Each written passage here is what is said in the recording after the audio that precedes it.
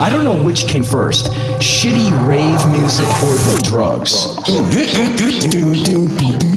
Oh wow, it's jungle, trance, hip-hop, fucking shit music. And so, I wonder if it was just these non-music fuckheads who were, you know, sitting in their house one day and they dicked around on a Macintosh, they go, listen.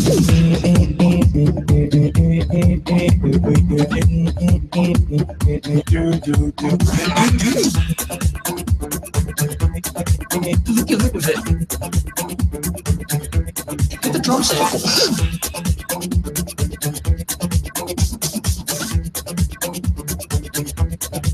Look at it.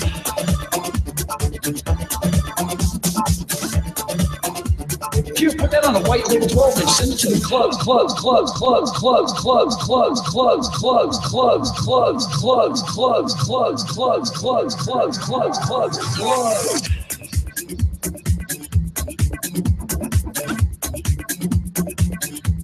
Hit the drum sample.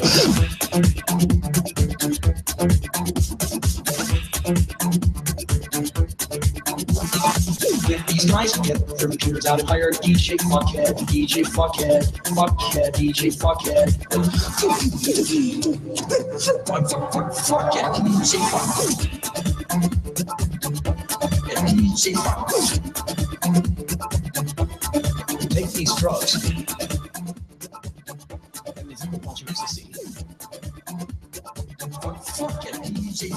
Fuck it. I know to the talent. I know talent. The other people rock records. Take these drugs. And these people want you to see. Take these drugs. My friends, there's nothing like going to a Euro music festival and hanging out with these like super self-important guys who carry suitcases of records. And what are you, a musician, man? I'm a DJ or a fucking thief of music. You can take Sam Cooke Sweat and make it sound like something different as you go. Take these drugs. Fuck, that's so good. Fuck, that's so good. Fuck, that's so good. Fuck, that's so good. Or where there are just a bunch of people sitting in a warehouse with a bunch of ketamine and ecstasy, and they took a bunch of it, and someone said, "Here, now make some music." Look at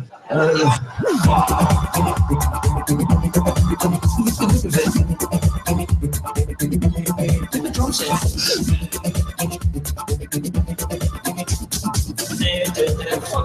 Fuck it.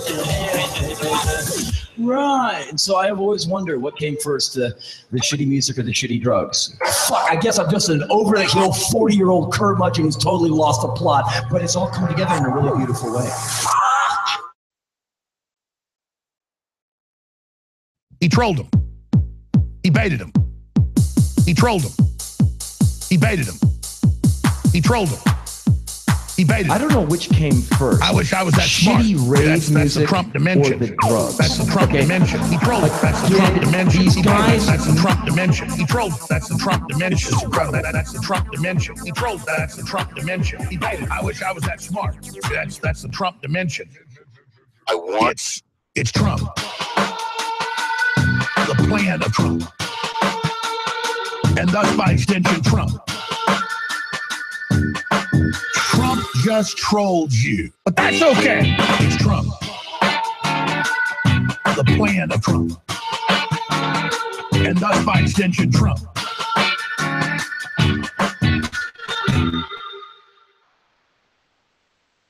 I want to release this video. Your mayor has no crack. It is what it is, and I can't change the past. Am I an addict? No. Have I tried? Yes, it's my mistake. I know I have no crack left. I know doing crack was wrong. Rob Ford. Folks, I'll do anything for Lord. Drunken stupors off the mall. Rob Ford. It's a fact. I smoke crack. I don't recall. I want to be high. I smoke now. And I want to smoke 1,000 pounds. The city has the best crack. I'm busy, man. Cocaine, I'll explain. I love crack cocaine.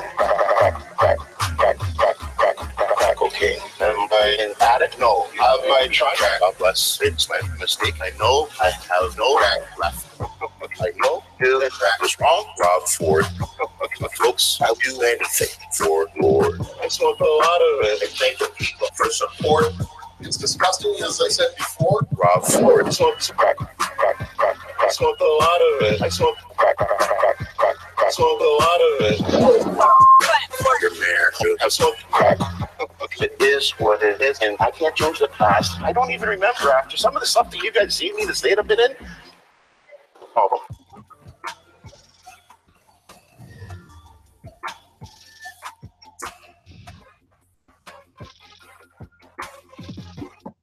I don't want to see him kissing goblins, ingratiating goblins, in bed with a goblin. I don't want to see him kissing goblins, succubus with goblins, ingratiating goblins, in bed with a goblin. I don't want to see him kissing goblins, ingratiating goblins, in bed with a goblin. I don't want to see him kissing goblins, ingratiating goblins, in bed with a goblin. Dump it. Charging into a goblin's nest, some goblin vomit and slop and blood on it, especially up to his ankles. Trump charging into a goblin's nest, some goblin vomit and slop. Goblin vomit and slop. I'm not expecting him to not get dirty slop. Kissing goblins, ingratiating goblins, succubus with goblins, in bed with a goblin.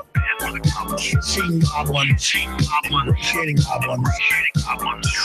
I just want to catch him in bed with a goblin, in bed with a goblin, in bed with a goblin, in bed with a goblin. I just want to catch him in bed with a goblin, bed with a goblin, bed with a goblin, bed with a goblin.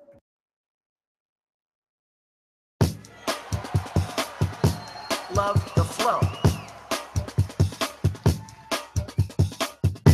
69. Now it's time for new, believable people, and we must do it.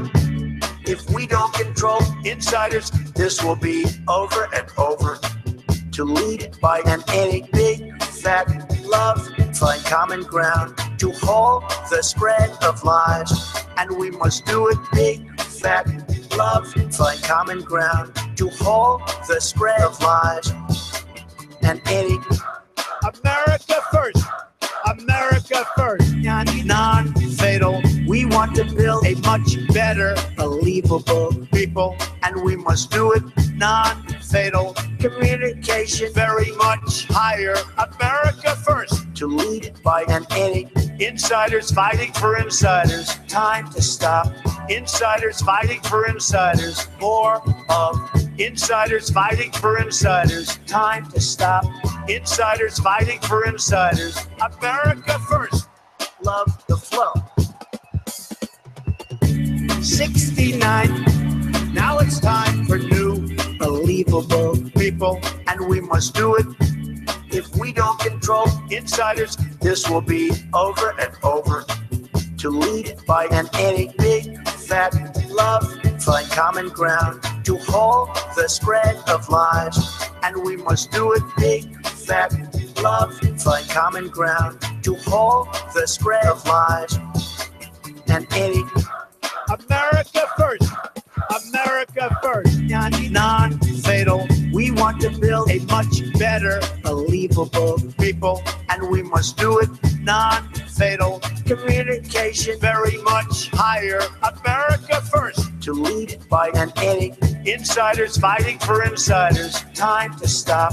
Insiders fighting for insiders. More of insiders fighting for insiders. Time to stop.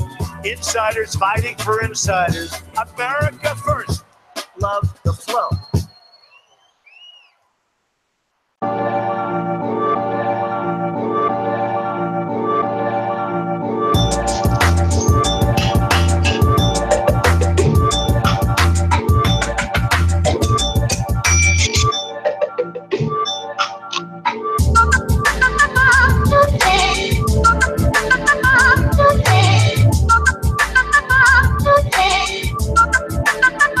To the west.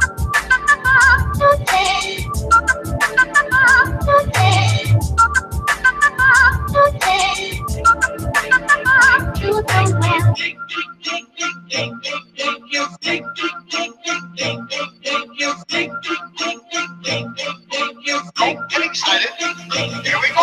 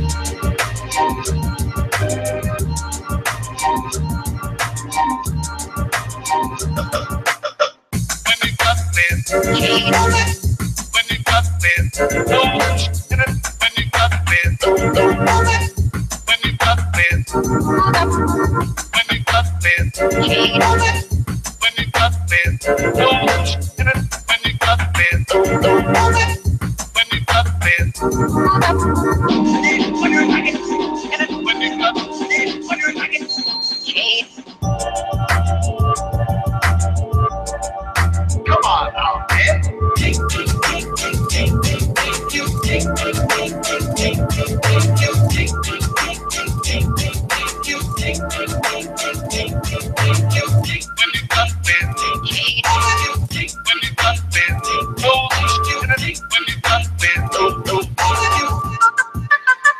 You don't like me,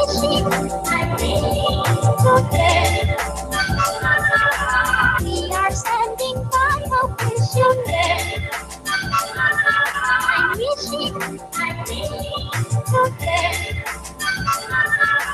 we are standing by, hope you there.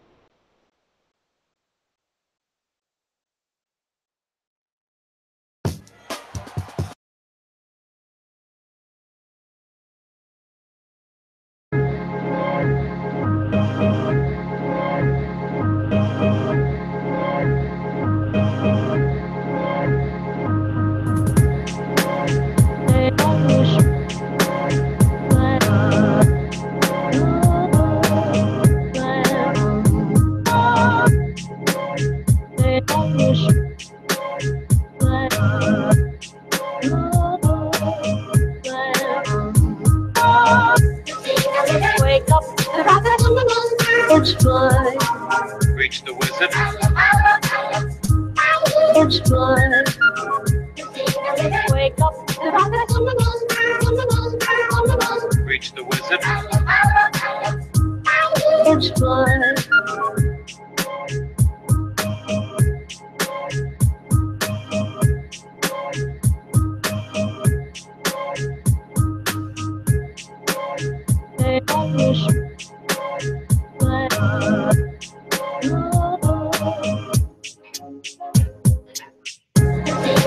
Wake up, it's fun. Reach the wizard. It's fun. Wake up, Reach the wizard. it's fun.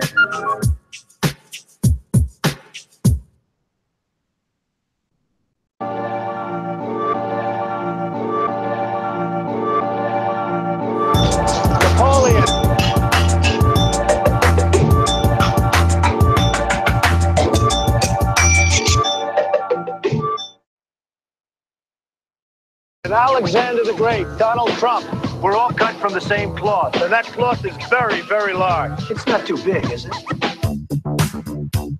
Hey. Hey, yourself.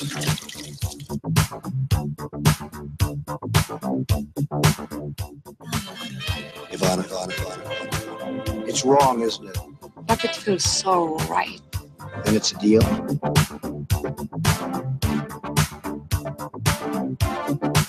I put together some really impressive deals. I like that.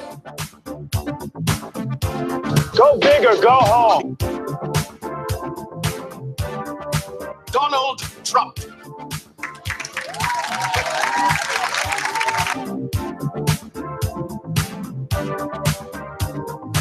You know, you're really beautiful.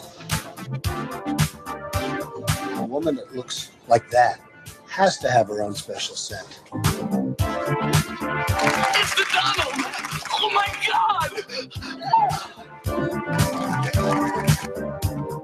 Donald! Told me you were here. You look great. Thank you very much. Donald owns this restaurant. Oh. Yeah, hey, listen. Are you bagging her? Huh?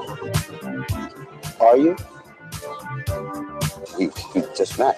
Well, call me Liz. Oh. Look at this, right here on the street. It's Donald Trump. What are you, morons?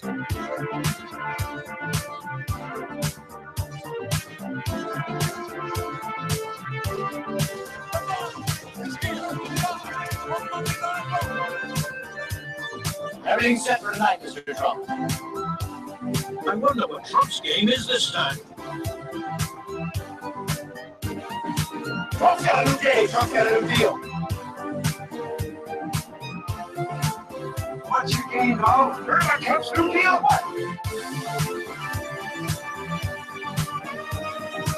Mr. Trump, you said that on June 27th there'd be 2 chances round? That's right. Trump has a new game. What is it?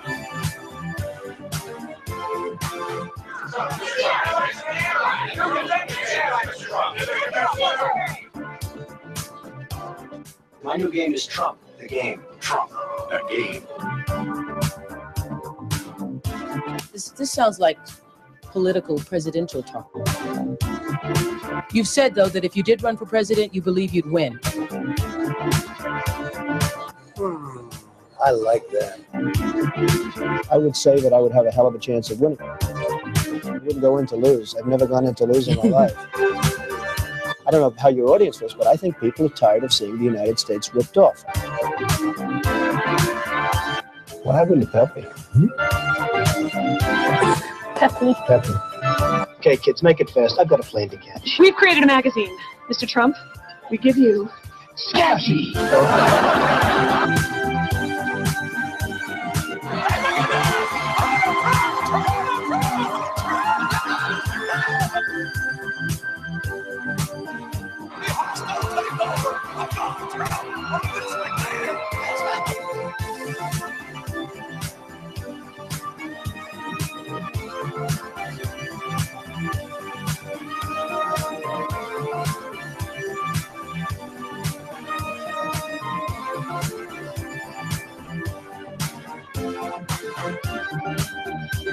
Your male modeling wouldn't be what it is today.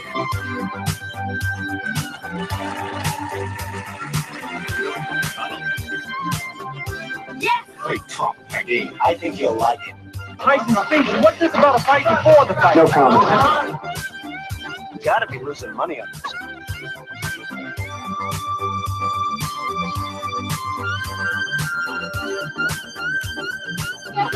That's right.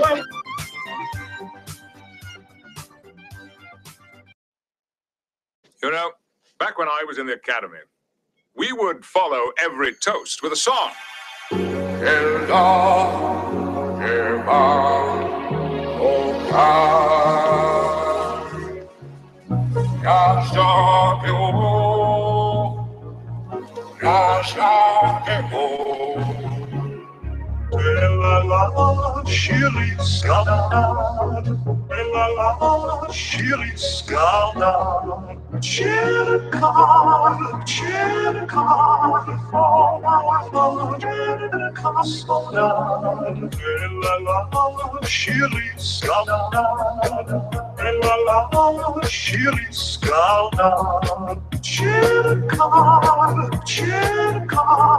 Oh, my love, it costs so much. It's better to have loved and lost than never to have loved at all.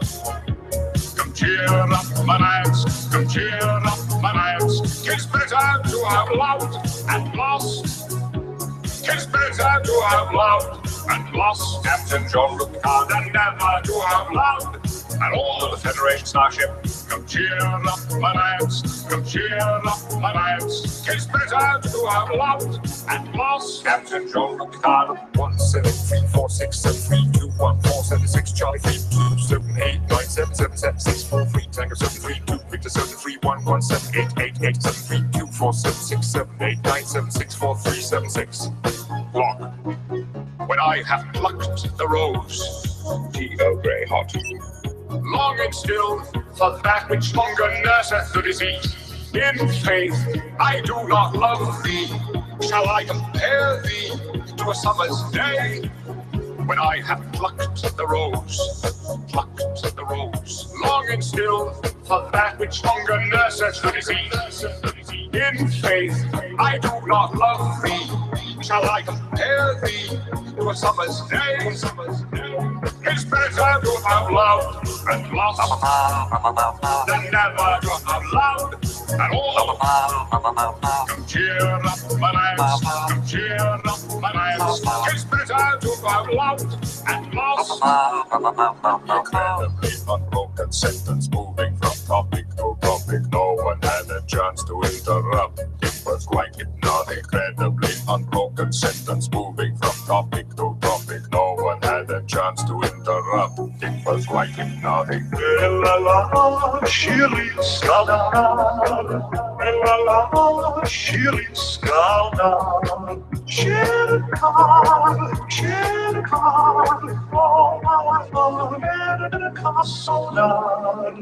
That's an interesting twist.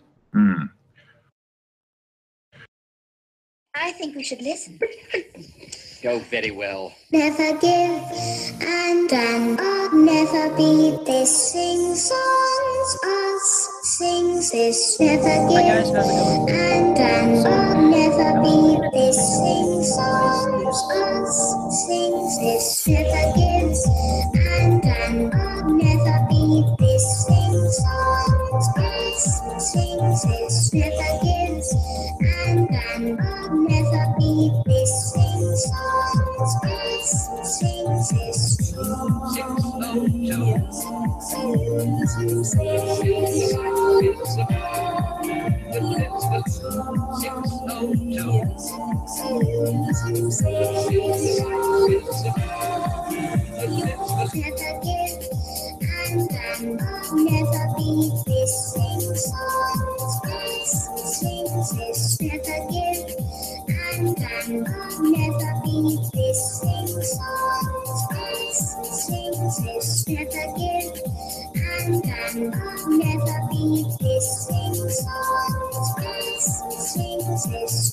give and never be. This sings songs, us sings this.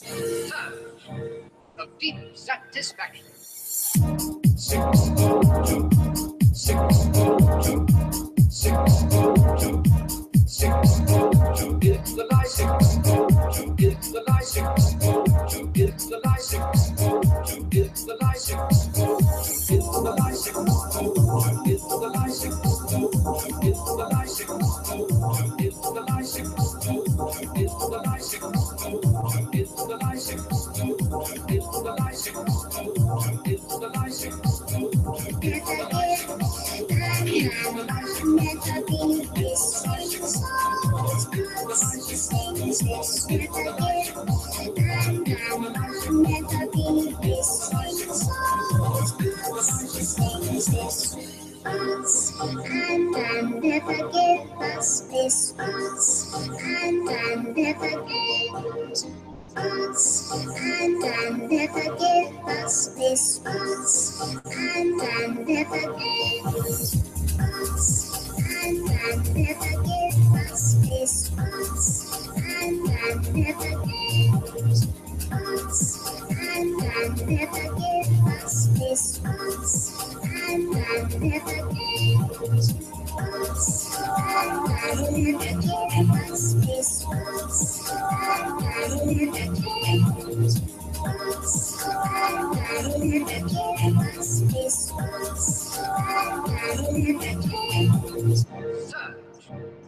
Of deep satisfaction.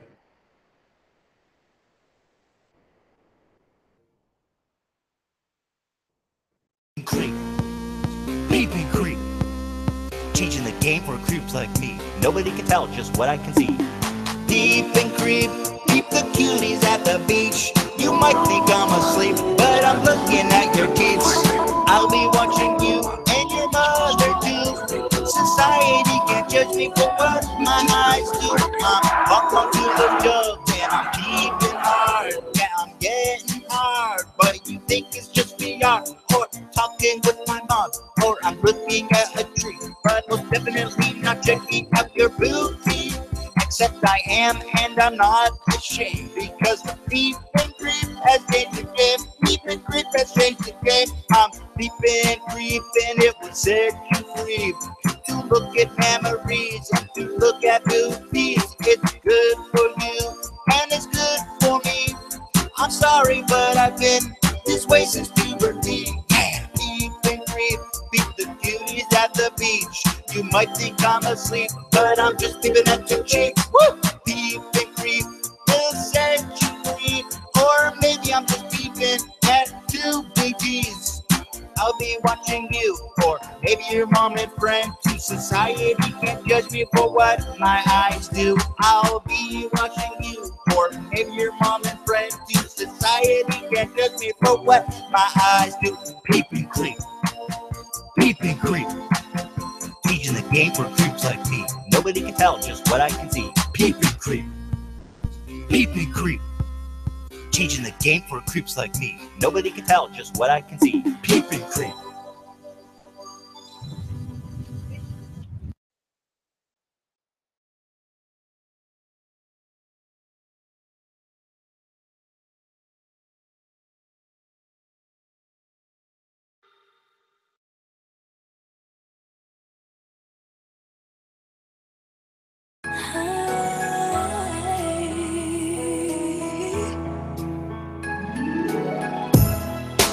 Tell us all as time, true as it can be.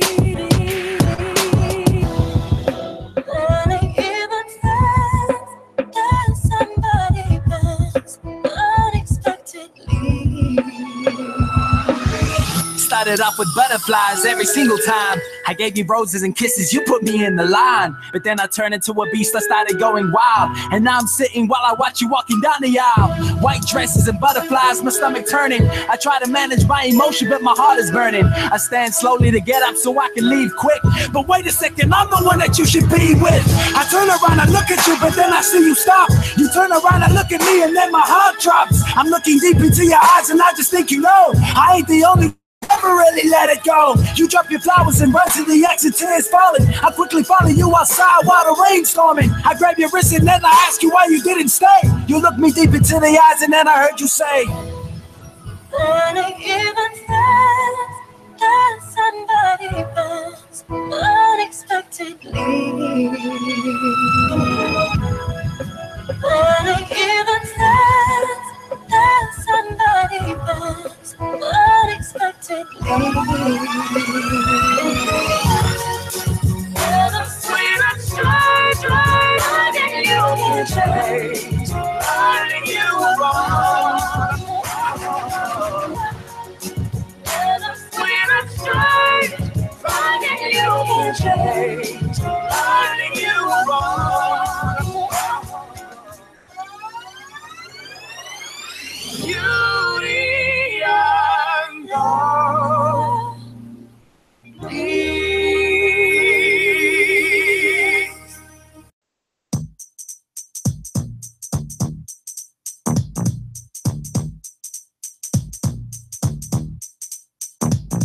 And I don't want nobody, and I don't want nobody. You got that right. And I don't want nobody. I lost. Want nobody. And I don't want nobody. Never need. You got that right. Nope. And I don't want nobody. I lost Arnold Schwarzenegger, but if that's and I don't want nobody jail. Extra work for you got that right. The iron arm, and I don't want nobody ice club. I lost Arnold Schwarzenegger, but if that's and I don't want nobody jail. Extra work for you. I was dancing, I get clothes, and I don't want nobody. Mother make them ice. Arnold Schwarzenegger, but if that's and I don't want nobody jail. Extra work for you. Got that right. Vivian, and I don't want nobody. Mother make them ice. Arnold Schwarzenegger, but if that's and I don't want jail. Extra work for you. Got that right.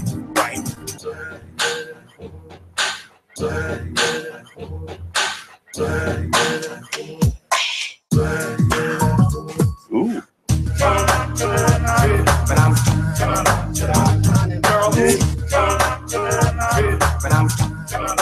Walk into my car. When I'm basketball, oh young, you must run. When I'm everybody, oh young, you must run. Got that right. No, I'm not that right. Got that right. No, I'm not. Oh young, want nobody.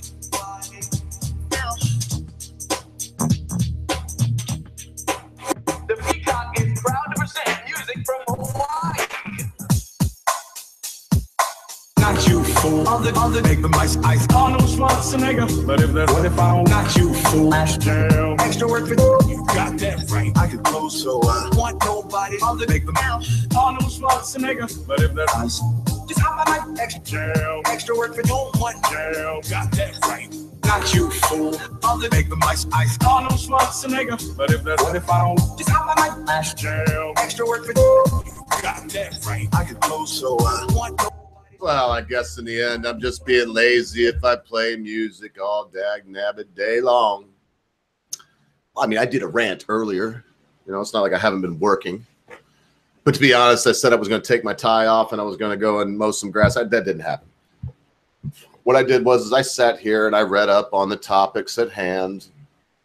I started to formulate ideas. Phraseology began to materialize in the higher reasoning sections of my frontal cortex. Synapses begin to fire. Memories begin to surface. Things begin to fall into place. Before I invite the Britisher on, in fact, you know what? I'm going to send him a link right this moment. Knowing him, he's probably going to, who knows? If I say it, won't happen. So I don't know. Knowing him, he'll pop right in, though. He's usually, I mean, he gets busy. We chat in the morning, which for me, morning, for him, morning's two different things.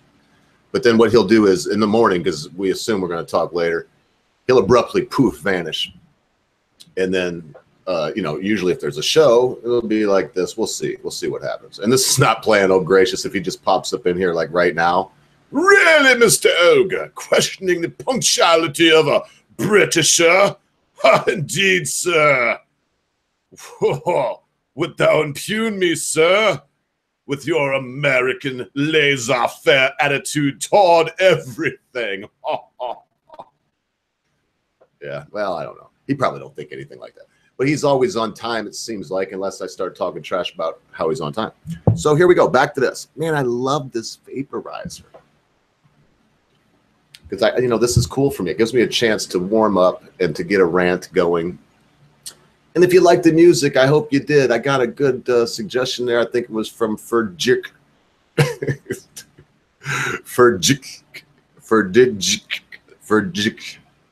F-R-D-I-J-K. You can see it right there. You can see on the chat who the fuck I'm talking about. So don't act like I'm stupid. Because I can't say Ferdic. Hey, RPR, what's up, brother? Just yes, I'm so glad. I wasn't. If you noticed, I don't really, because I think I might have sent you. Listen, I'm not getting too personal right now. But let's face it, RPR, even though you're not always a vocal presence on the show proper right here, you come on sometimes, you are a part of the crew, mate. I mean, so far, you're the lyricist for this little thing. And I really love our little deal that we got going on. And I'll be honest with you, if perchance, because we don't have Tailed Feature to take us under his wing and just take us on to the finish line, if perchance it takes us a little longer, my fault, then 4 or 5 days, we're still going to do this, I hope. because the topic is second to none, and you notice I keep teasing it. I keep mentioning the topic, but I'm not going to say what it is. So anyway, it's good to see you there. RPR, me too. We're all trickling in. So as I was saying, the frontal cortexes were firing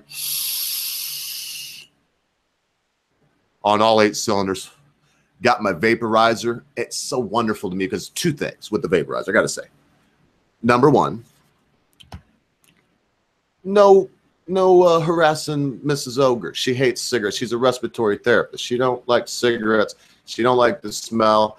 I'm not sure. I'd have to ask her again, but to be honest, I should know, right? To be honest, I don't think she's ever even tried a cigarette. She may have told me that she took a puff off a cigarette, but that was the end of her cigarette foray, if you will. She did not jump on the nicotine bandwagon and go in for the great big win. Oh, I had this way back there. And let me know, folks, I look back on things from time to time, and I have a really nice stand over there. I'm just lazy. I'm the lazy Jew. And so I have this stand with it. So I haven't put it on a swing arm where I can actually put it in front of me. Plus, if the microphone's right in front of me, you can't see my face. You know, I'm hidden back here behind this thing. You know what I'm going to do, too? Actually, you know, I'm going to, before I say this out loud, I'm going to ask the British if it's cool. Because, listen, we've been trying a lot of different things.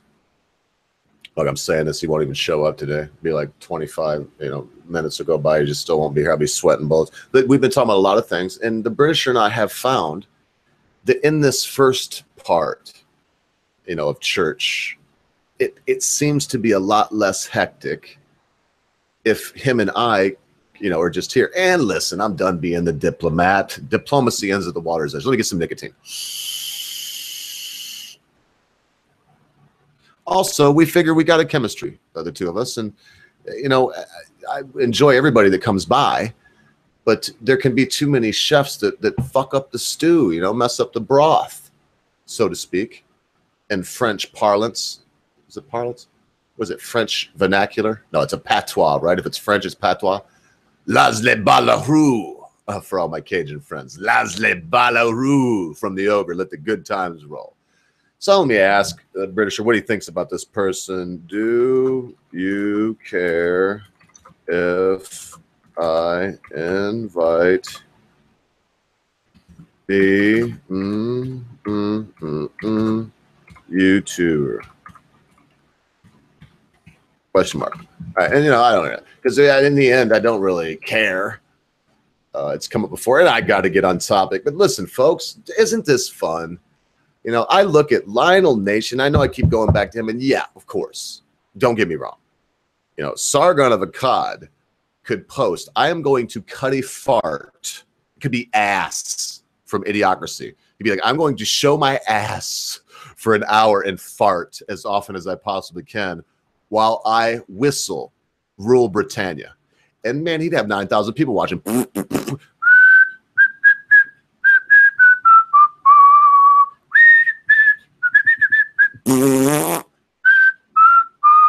I mean, it wouldn't matter what he did. And listen, look, I feel okay with the bathroom humor because of I was talking about Lionel Nation, so I might as well keep on with it because of the hand farts. And I can't do the hand farts. The guy will start going with his hands, and then he'll sing a song. I'll do a little country ditty. And yeah, Britisher Lionel Nation's from appears to be Tampa, Florida. So I don't know what else to say. The reason he can pull off the hey, how y'all doing right here? I'm just Slim from Whitman right here, and we're gonna have a good old time. The reason he can pull that off so well is because he's a hillbilly, man. When you think Tampa and you go right in the city, you might. So anyway, I feel okay with the bathroom humor because Lionel does it. So give me a break. Oh, what was I saying? What were we talking about, people? I'm not gonna break the subject wide open until the Britisher gets here. And if he's dead, then we'll never talk about it. No, I don't. Man, that was probably, what kind of joke is that? What if something actually happened to him? It'd be terrible. Oh, so hell, just let me look back here. I haven't even been looking at the chat. The fuck, the finer print says.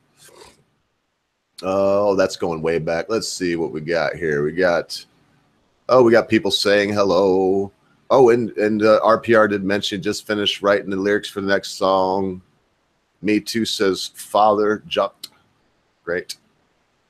Can make it more complicated if you want. No, don't make it more complicated. I can't believe I'm looking back at this stuff now. You heathens, man. You hellbound heathens. Listen to Reverend Ogre for a minute. You know, get your life right. Don't be hellbound heathens. We all have an account to pay one day, no matter who you think. What I think was funny, what was it? Voltaire. I think it was Voltaire. Who was it? I think Voltaire was. There was I think it was Voltaire was on his grave, and the priest came to see him on his deathbed. The priest came to see him. Was like, Voltaire, you know, do you have anything you'd like to say? Would you like to recount your sins? And he was like, at this late moment, I do not think it's a wise decision to start taking sides. So remember this, if there are gods up there, which I believe there's at least 3, if there's gods up there, they probably appreciate you being true to who you are more than anything else. Well, now, if that who you are is a murderer or a rapist, well, if they're okay with it, I'm not, but I don't think so. But they probably want you to be who you are. Be true to yourself. Stand up for what you believe in and keep your word. Oh, so let me see. Yeah, he's from Florida. RPR saying, evening all again. You have mail, Mr. Ogre. I bet I do. I'm going to open it up right now. I'm going to try not to let it distract me, but I don't get you. What I got to do, if you can you send chats, texts internationally, RPR? And if you can send text, I know I can't call internationally, but I do believe I can send a text to anywhere in the freaking world. One sure way to get the ogre's attention, like Scott Pressler knows, is to have my text. If you send a text, I will get it. Oh, I got it. There it is. And I can't really say much about this right now. I'm just going to look at it. Almost wish that I could read the lyrics to you, and I think you already know. If I tweak them a little bit, it's no disrespect, man. I'll try to make them fit a cadence. But I'm not going to be the one doing that. Hey, listen, I don't do this very often. There's 21 people watching. So look, if you would like to see, man, should I? Well, life's a competition. Life's a competition. They're both good singers. So if you would like to hear Day is Dead do the vocals on RPR and myself's upcoming audio submission, our next song. If you'd like to hear Day is Dead do the vocals on that, press 1. And if you would like to hear Amanda Wolfchild, the one, the only, the fearless Amanda Wolfchild do the lyrics, press 2 on that. So 1 for Day is Dead, 2 for Amanda Wolfchild. Now, I can't promise either one of them will do it. I actually haven't even asked them. I guess this is my clumsy way of doing that with everybody watching. Oh, mercy's sake on my soul, man. I tell you what, folks, I have played blues. So I got to write this down now. So far we're even up. Oh, they just pulled in the lead. Keep them coming, folks. If you're listening and you got to get to a keyboard, go ahead and get to it. I'm going to write these down. I'm going to do what y'all ask, and I will let them know also that you know, it's not just me. It's all y'all. Give me a second. Let me get a pen over here. Let me get a pen. Let me get a Post-it note. Mercy's sake on my soul. I can't write on that one. That's my okay. All right, I got something here I can write on. I know I do. I got something. Oh, right here it is. Oh, I got a paper bag. All right, so let's see. Oh, we got Sleep the Geek in the house. What up, Sleep the Geek? So I'm just going to go 2 and 1. Oh, I'd pick a pen that don't work, wouldn't I? So D for Day is Dead, A for Amanda Wolfchild. Day is Dead is 1, Amanda Wolfchild's 2. So we got 1. No, I'm just going to go through and get them all. So for ones, we got 1, 2. Oh, let me stop that from jerking. We got a lot of votes. Thank you, folks. 1, 2, 3, 4, 5, 6, 7. Okay, you know what? It's an obvious that Day is Dead has actually got it. Even though Amanda Wolfchild had my vote, believe it or not. I love both those girls. It's got nothing to do with nothing. I just like Amanda, and it's not like she doesn't have enough shit to do. Why not pile one more thing on top of her? But I also got something that's very interesting to me. And Scott Forbes says 1 and 2. So what I'm going to do is I'm going to circle "Day Is Dead" as the one that y'all are asking for right now to do the vocals on our next tune. But I'm also going to put "See if you can get both." Yeah, right, like that, right there. I wrote it all down right there, no joke. So see if I can get both, and believe it or not, even though it's on that brown paper bag, I'll remember it. I'll remember what's what. And look, I'm going to go on as forever. You know, I'm going to go on until probably at least 6 o'clock today. This is a proper church, so I'm going to stick in here. But if the Britisher is held up for some reason and doesn't show up today, which is always a possibility, could always happen, even though this is a scheduled day, Britt. Well, you know, I will have to take breaks and I'll play a song from time to time. So that was a good. Let's see. The Gundam Pilot just suggested something. I'm not sure if it's a tune. If it is, I won't be playing it quite yet. But I think everybody understands, and if you don't, give it a shot. That it's very difficult to just sit and do something for a long, long time without any kind of break. I don't care what it is. Sewing a shirt. Whatever. What is this Gundam Pilot? Oblivion NPC dialogue. I don't understand why you're doing this. Is this something I can share with everybody? Do you think I would get a copyright? So it's fair use, right? What is this right here, Gundam? Just give me a little thing right down in here. Hey, what up? Is that Logic? Oh, it said Logical Lion's in the house. Damn near ready to pull Logical Lion up in here to save the show. What's the F's for? What am I missing on the F's?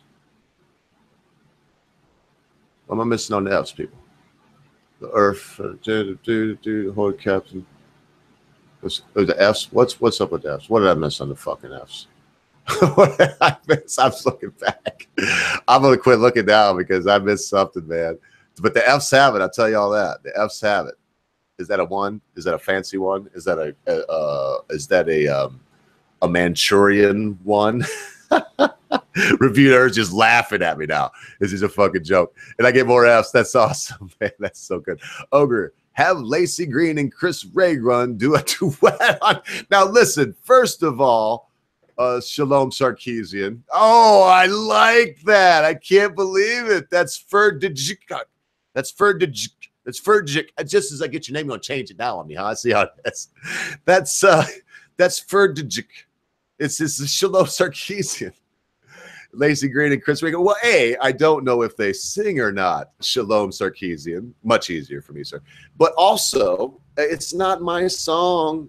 It's RPR's song, really. So far, the first one that I would consider to be, we haven't even come up with a name yet. Whatever we are, whatever this is, whatever we decide to call the conflagration of musical talent that will make up the tunes that go on this platform right here. I'm not sure what we'll call it. But whatever that may be, it's not mine. And so far of the two, that in the second one's only in the works. I'm not the lyricist. I'm not the songwriter. And if you go back in history, as much as everybody, I'm trying to think of right now, Elvis Presley or B.B. King, all these people will be remembered.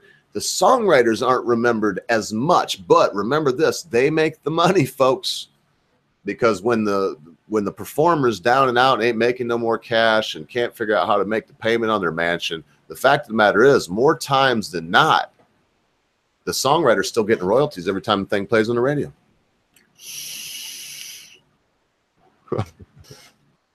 F equals pay your respect. I don't know who to pay my respects to, because the F is lost to me, folks. I'm a cyber moron. You know, I'm just a notch above.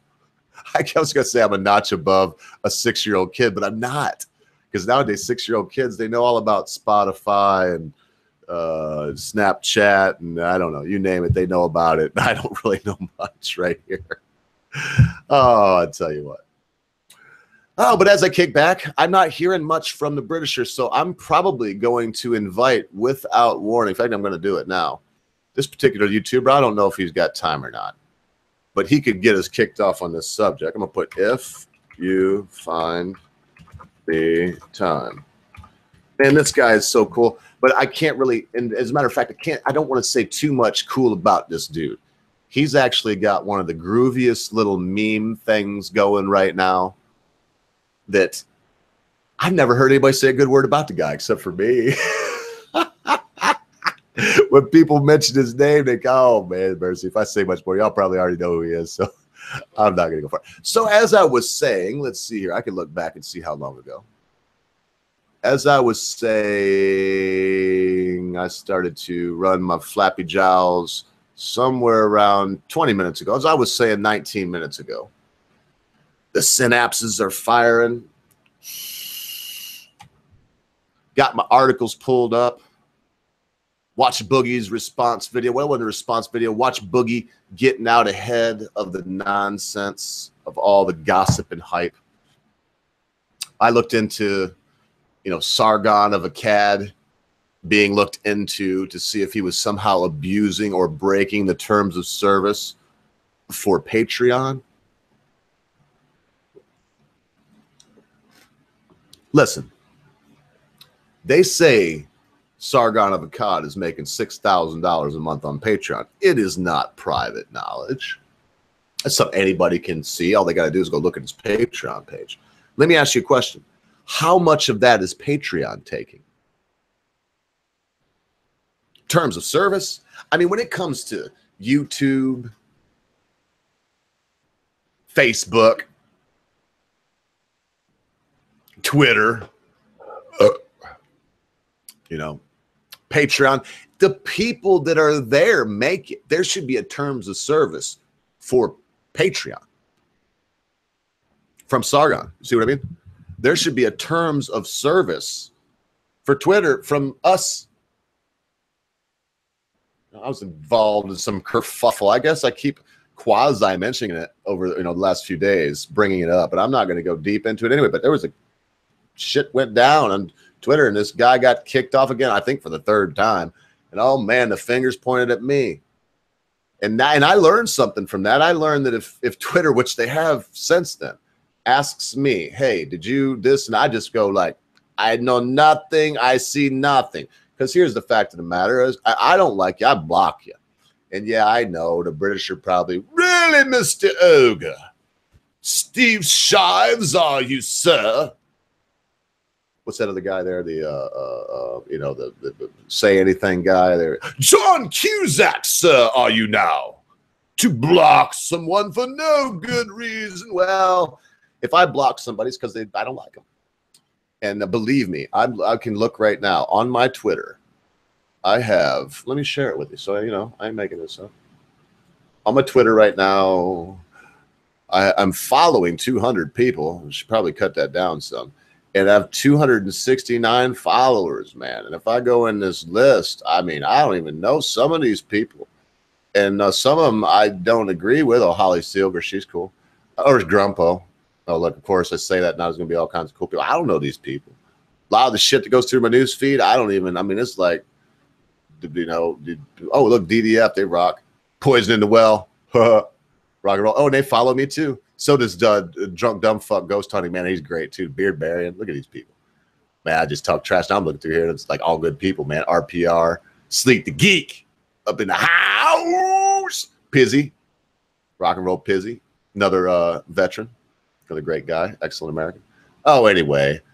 Loki. Logical Lion. But some of these folk, I don't agree with them. I think of Batman. We all know. I don't know Batman. I don't know. See, daggone motherfucking Batman. I feel like I'm turning into Boomhauer over here. And so dig on Batman. I don't. I'm trying to tell you it's about dig on kind of thought think old Batman right here. That's all I got to say about that now, Bo. But it's good to have. I talked too much about it yesterday, so I'm not going back into the echo chamber. But holy shit. Yeah, I did. I tweeted out something about I play the bass. Man, now I'm just looking at my Twitter while I'm supposed to be doing my show. Really? I mean, come on. Let me get focused here. So as I was saying in the beginning, but I mean, look, folks, I got 3 hours. I'm going to talk to y'all for 3 hours. So why not? Logical Line, if you do feel like swinging on in here, go ahead and let me know. Big Clinton, I haven't sent you a link because I happen to know that you're listening while you work, and I'm not going to encourage anybody not to work. If you want me to, of course I would let you in, but I would rather you get the cool project done that you're working on. I think you said it on Twitter, so I think I can tell you now. He's making a website, I believe. So get that done, and then come on in. Oh yeah. So all right, let's see. So always swinging. Let me get him up in here, man. I don't know. So here we go. Synapses firing, brain working, wondering how blind do you have to be? That's how I'm going to start this. How blind do you have to be, Greens, Brothers Green? I mean, come on. You have a guy with social anxiety, and he's said that. I haven't looked deep enough into Boogie to see if he's saying that or if he's provided some provenance to show that, yes, I'm not just saying this, but these things are true about me. But you have a person that claims to have social anxiety that spent 10 years honing his craft to become familiar with the camera, 4 million subscribers, and he's on with this monster. And I didn't hear any excuses being made for Sargon at all. At all. Oh, but with Sarkeesian, it was like, well, when you've got people that come there early and they fill up the first 3 rows of the auditorium, surely it's a little tense. It would put them on edge, I do believe is the quote. It put them on edge. I mean, give me a freaking break, man. I didn't hear any excuses made for anybody else. The only excuses I heard were made for Anita Sarkeesian. Why? This human being begged. And there are people on this deal that get money, okay? And if you haven't donated to, I'm not going to go way off in that, but if you haven't donated to the legal fund of Count Dankula, swing on by there and do that. If you need a link, tell me you need a link, and I'll send you a link right now. Otherwise, I'm not going to belabor it. But there are people on this that I see all the time. Base Stickman raised quite a fund for his legal defense. These people aren't begging. In the case of Dankula, he actually said, I don't need any help. I got everything covered, and someone else did it for him. You see what I mean? There was someone else that did it for him. Stood up and said, give me this money, and I will get, and believe me, Dankula or anyone else that's in that pickle, Base Stickman, anyone else in that pickle. You know, if you go to them and you say, hey, look, we raised 20,000 quid for you, mate, they're not going to turn it down. You know, they're not going to be like, now I know that people like Dankula too are going to spend it on what they need to spend it on, which will be his legal defense. The man works 16-hour shifts as it is. Look, I said I wasn't going to get off on the dank, and I do seem to be tying it an awful lot. So who's making excuses for Dankula? You know, they make excuses for the Green brothers, pop up and make excuses. She should have been kicked off by their TOS. Their terms of service said that what Sarkeesian did was harassment and it was wrong, and that they shouldn't be able to be on a panel anymore if that kind of behavior was engaged in. She engaged in that behavior. Oh, Ogre, this is so 5 days ago. Why are you railing on about Sarkeesian now? I'll tell you why. I'm going to tell you very clearly why. It wasn't too terribly long ago that Sargon of Akkad came on a very unknown channel for 5.5 hours, I might add. Wore this host out into the ground, and everybody here knows I am known for marathon streams. Wore me into the ground with his tea and his... Why? I don't know. I would say that if you were to know him, and I don't know Carl. I don't know Carl of Akkad. I know a little bit about him, though.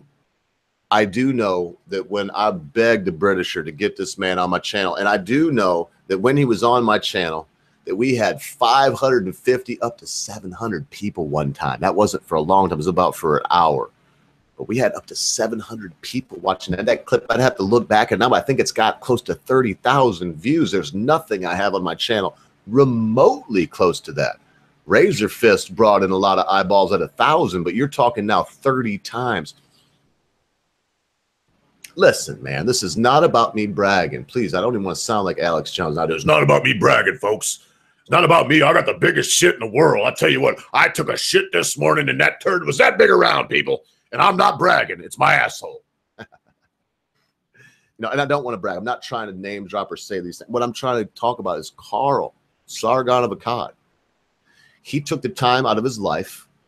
Yeah, we all know he makes $6,000 a month just on the Patreon. That's not terrible money, people. I mean, that ain't rich by any stretch. $60,000 a year. I mean, it's enough to pay your rent. I guarantee you. He took time out of his life. I didn't pay him a dime. Come and swung by, was cool as shit, has always been cool. I've been involved in a little drama here and there, and he knows the people that the drama is involved in. Actually likes one of the antagonists, protagonists, whatever they're called, very much. Never judge me. Not by the size of my channel, not by my previous nothing. He took time to come by. Now, that said, I'm not sure if you asked him if he'd even remember being on, and if he did, I don't know. He'd probably say, well, yeah. Yes, I can't do his accent like a kind of Britishers at all. Yes, well, what I would say is Mr. Ogre kept asking me certain questions that were very irrelevant to my mind, and I wanted to move on. I wanted to talk about Syria and all this stuff with the Britisher and wanted to be cool with my English friend, and that very vulgar American kept popping in. And, of course, there would be like a picture of me there as he was speaking, his... So there you go. There was my Sargon. So what I know of the man, he's a fucking stand-up guy. What I know of Anita Sarkeesian, apparently, when she raised all the money for this video game, she already had it done. Apparently, she don't like to play video games. And yes, she's some kind of commentator on them. Holy shit. What I always ask the question, what can we do? I'm going to tell you what we could do. Well, I tell you right now, I'm sure I could whip up a little Bernie Sanders. Let me tell you, you don't know what it is to be poor unless you're black. There's no way on God's holy green earth that any white man could know what it was like to be black or to be poor. By the way, I want to tax you 90%.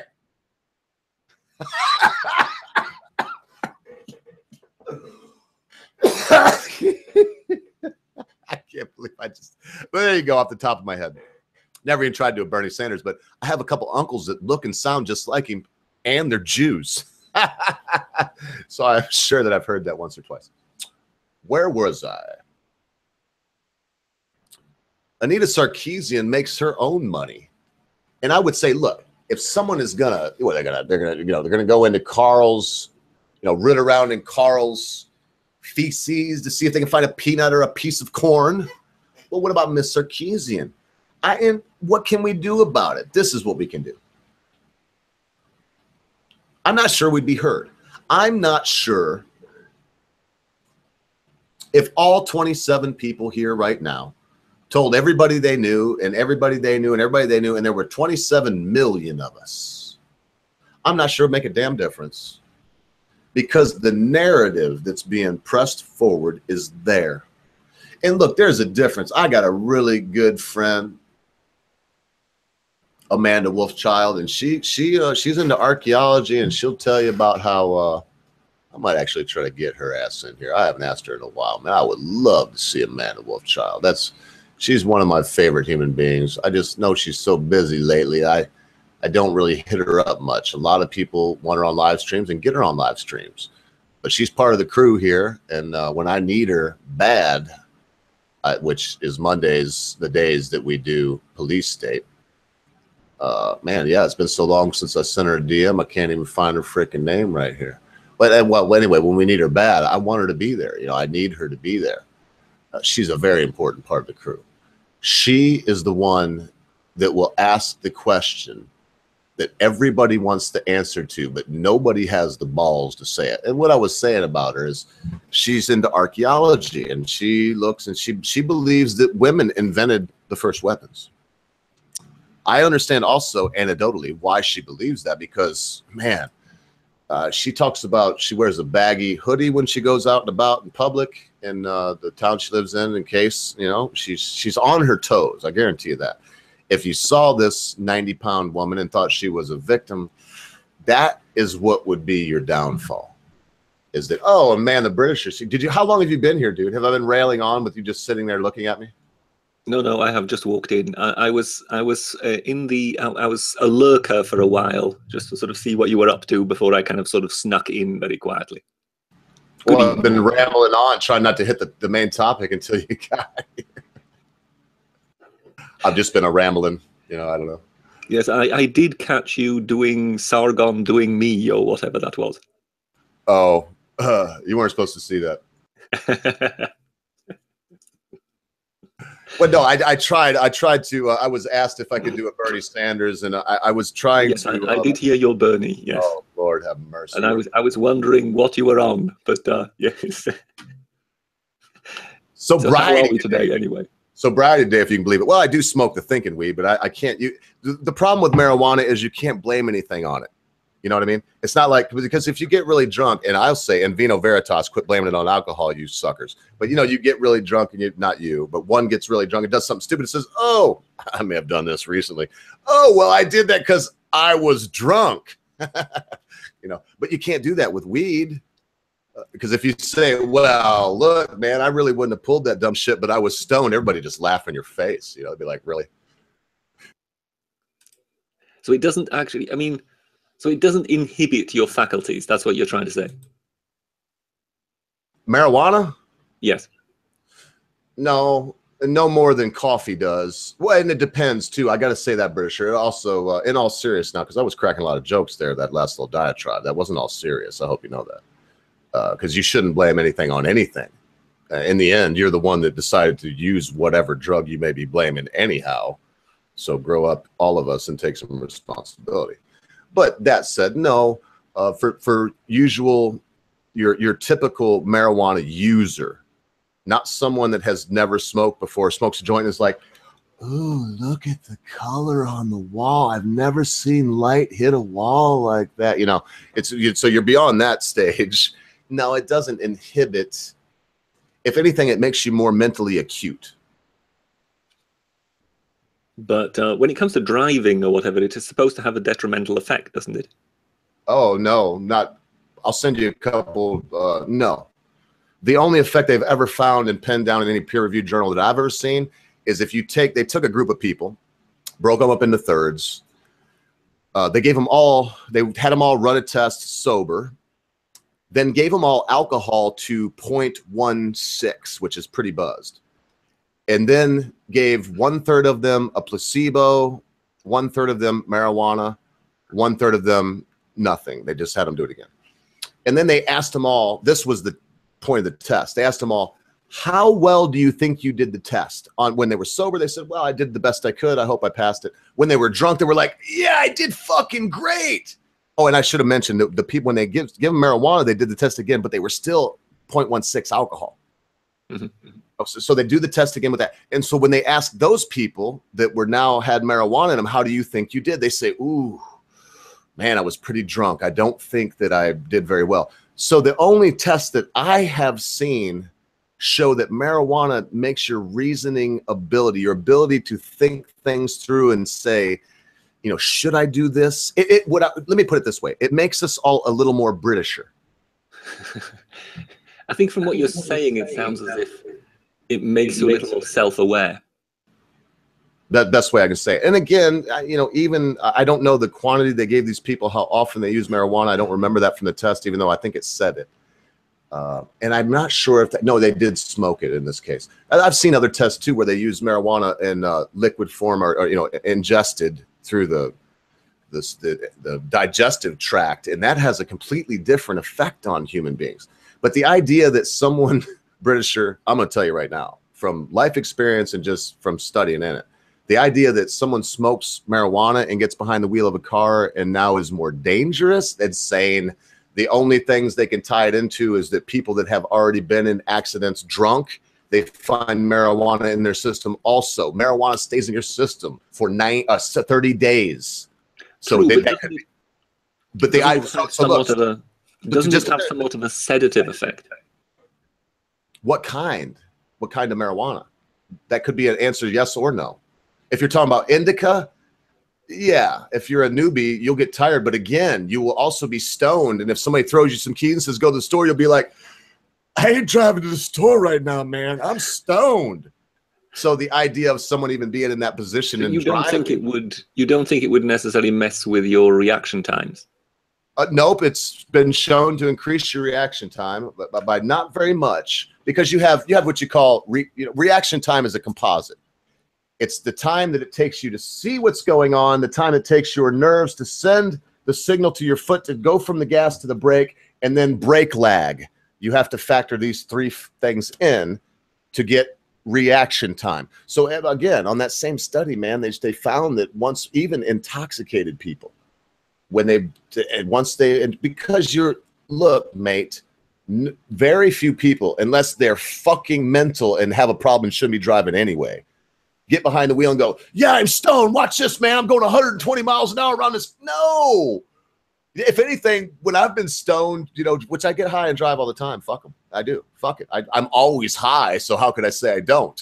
I mean, I get high when I wake up in the morning. So that said, the risk is being pulled over for doing 25 in a 45.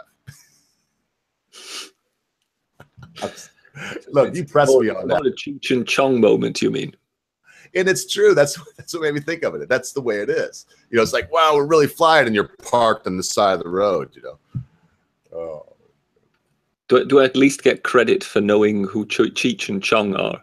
Well, of course. And listen, mate, I got to say, of course, after that, because there's people watching, people will watch us later. I don't condone that you fucking young punks or newbies go out and smoke dope and drive your car. Don't be a fucking moron. But if it's prescribed to you as it is me, I would say do the same thing you do when you take your Prozac or your Xanax or your Vicodin or your lithium or your daggone shall I go on ad nauseum and drive your car, which everyone does. There's a warning on those bottles that says, hey, this may impair your ability, so beware. But once again, if you use it responsibly or to deal with any kind of pain, then there's that. So boom, I had to say that too, because I don't want anybody. I mean, Britisher, I don't want you to smoke a fucking joint and go drive. I don't want you to smoke a joint and go ride your bike, dude. Well, given that so far I have not knowingly imbibed any sort of drug, I don't think I'll be intending to start anytime soon. Well, that's what I mean. And you might not know this. How do you think I would feel inside, mate, if you care to tell these people or say it out loud here where people can hear you? How do you think I would feel if I found out tomorrow that you smoked a joint or tried some heroin or some drug like that? Do you think I would be like, yay, that's so great? No, I think you would suddenly sort of think, oh, well, I'm just a fraud. Man, in a way, you know what? You speak truth because I have a lot of respect for you. So if that did happen, man, far from being like, oh, yeah, he's on the drug wagon or whatever, I would feel like, damn, why would the Britisher do that, man? I looked up to him because he is a grown man that has decided to not do these things, yet he's creative. And look, I don't want to drone on that because I know, and I'm the same way. As much as I put other people on the spot, Britisher, you've seen me on the Beard Barian's philosophy stream and start asking personal questions. I'll do my best, but it's a lot of Isn't it with everybody? Yeah, because as much as we want to know about other people, it's not so fun when you're on the end of the interrogator's spotlight, so to speak. So do you want to talk about the Anita Sarkeesian thing, or did I already pound it in the ground and make too much fun of my British friends and their accents? Are you're done with me now, right? Well, I mean, I don't know what more one can really add with Anita Sarkeesian. I mean, we've had the boogie angle, haven't we? Because that was the one I had not heard of, which somebody told me about in my comment section. That basically she had also lashed out against Boogie. So it's basically as if she has form on this. So it's not just Sargon, it's also Boogie. So in that regard, it does kind of sort of paint it in that light. particularly given that Boogie in his video kind of explains how he was extremely anxious about being on a panel with her because he knew that, you know, this was likely to happen, and he was going out of his way in order for it not to happen. And as is so often with the case with those people, it happened anyway. So well, you know what? And I got to say this, let me play devil's advocate. Do you think that maybe Boogie was just saying that and he really didn't have any anxiety, or do you think he was being genuine? No, I think Boogie genuinely has a serious anxiety disorder. I think you can tell sometimes in some of his presentations that, yes, he really has some problems. I don't think for one moment that this is just some kind of act, or that he's just using it as an excuse, as someone said. I think that is, you know, if you invest a bit of time and listen to Boogie on his channel, you do kind of realize that you are talking to someone who's perhaps a bit of a damaged individual and is just doing the best he can to kind of, you know, get by in the world. And a very genuine person. I would say this, and I'm trying to go in order of popularity, but the three, it really don't matter in the end, but the three most genuine human beings that I have found, and maybe I'm deluded, British, that's why I'm going to run this by you, because you turned me on to two of these people. In order are Boogie. He's the most genuine, down-to-earth fella on YouTube, period. And then really close to that is Philip DeFranco. I mean, his jump cuts are a little hard for me to deal with, but I do, man, because he must, I don't know why he does it that way, but when you listen to what he's saying and get it all like that, he's a really genuine guy. Sorry about the jump cut bash. That's how I feel. And then a really close third would be Lionel Nation. These are three men that are just genuine people, man. Well, you get what it says on the tin with them. It is very much that they speak directly to the camera, and you get their honest opinion, whether you actually like it or not. And, you know, they won't mince their words. They kind of know that the appeal of theirs is the fact that they are not putting on a pretense, and that therefore their very honesty is their sales point. And if you basically expose yourself in the way they do to the camera so closely, it would be very, very difficult to kind of pull off that act without people kind of seeing through you. You said expose yourself. Ding, ding. Yep. Never mind. You know, I gotta say it too. I have to throw you in the bag. I just didn't want to do it. I put you right up there with those men, as that because I have a sneak peek behind the curtain at the Wizard of Oz pulling the levers. I have to say that you're very much in your delivery here and your videos. You're very much, you know, just who you are, just a Britisher. It's very cool. Even though, of course, everybody is absolutely convinced that I put on an act and that I don't actually speak this way. Yeah, and I think you could speak to when we talk in private. I am not quite sometimes who I may portray here. I don't want to ruin the illusion, but there's you know, I'm a little more theatrical than other folks, than the ones that I just named, at least. Well, I mean, something to me, and that's why I believe Boogie. Just the fact that you are in front of a camera kind of means that you will certain things will become more pronounced. So, for example, this, you know, the people watching may not know this, that basically if you do something that you record and then you listen to it back, most of us kind of really find that extremely painful to listen to ourselves again, because we tend not to sound like we think we sound. But aside from that, you then very quickly start picking up on mistakes or things that are not quite clear when you pronounce them. So, of course, therefore, when you do any sort of live broadcast like this, or particularly when you're recording, you tend to enunciate much more clearly. Yeah, and I smack my lips and I say a lot, because I'm anal, man. I go back and watch a lot of the live streams. The one I did today, because it was short, I watched the entire thing and I was like, holy shit, why do you touch your nose all the time, Ogre? Quit touching your nose. Why do you do that? Why do you go all the freaking time like a chipmunk? Why do you say like you don't know what the fuck you're gonna say next? It's something that even if you feel inside, and yeah, Brett, I invited these two guys in. we're going to talk a little bit about this social justice warrior thing. And then, if you don't mind, I'm hoping that you brought a couple British things. If not, I got a couple little minor things. And I want to talk about the Trump deal. There you go. There's my agenda today. The social justice madness. And yeah, Anita Sarkeesian was just the icing on the cake in the beginning. But I got to answer this question because, look, I almost was rambling there. Got to answer this question. It's pretty good. Fergic, whatever the name was, changed their name to Shalom Sarkeesian. I think just for me because I couldn't say their bloody name. So this is the question. Ogre question. What, in your opinion, is the weirdest thing about where you are from that everybody thinks is normal? And right before I go take a little 5-minute break, and hopefully you boys will talk while I'm gone for 2 minutes. Where I'm from right now, I'm going to say two things are really strange to the overarching public that are absolutely normal here.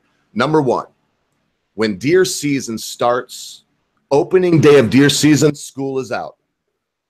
You will see 12-year-old boys walking down the road with a 308 on their shoulder with dad.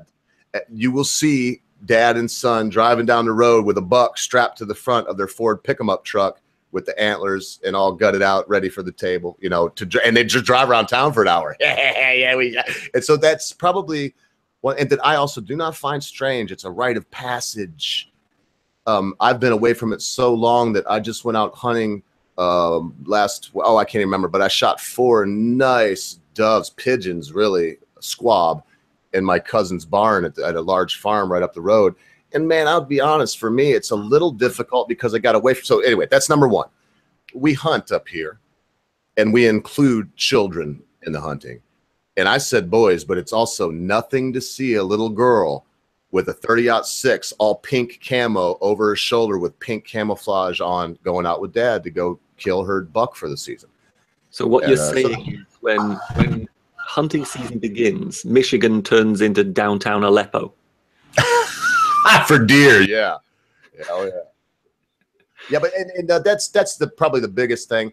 I would say the other thing is there's polka around here, and it's so normal that when you go to the bar, 9 times out of 10 on a Friday, it's a polka band, and there's people my age and younger. There's people 20 years old, 21 if they're at the bar, you know, dancing the 4-square and doing the 2-step and doing the molly hop and dancing to polka music. And so people that aren't from around here, they've seen live band, you know, the Go-Go's tonight only. When they get in there, it's you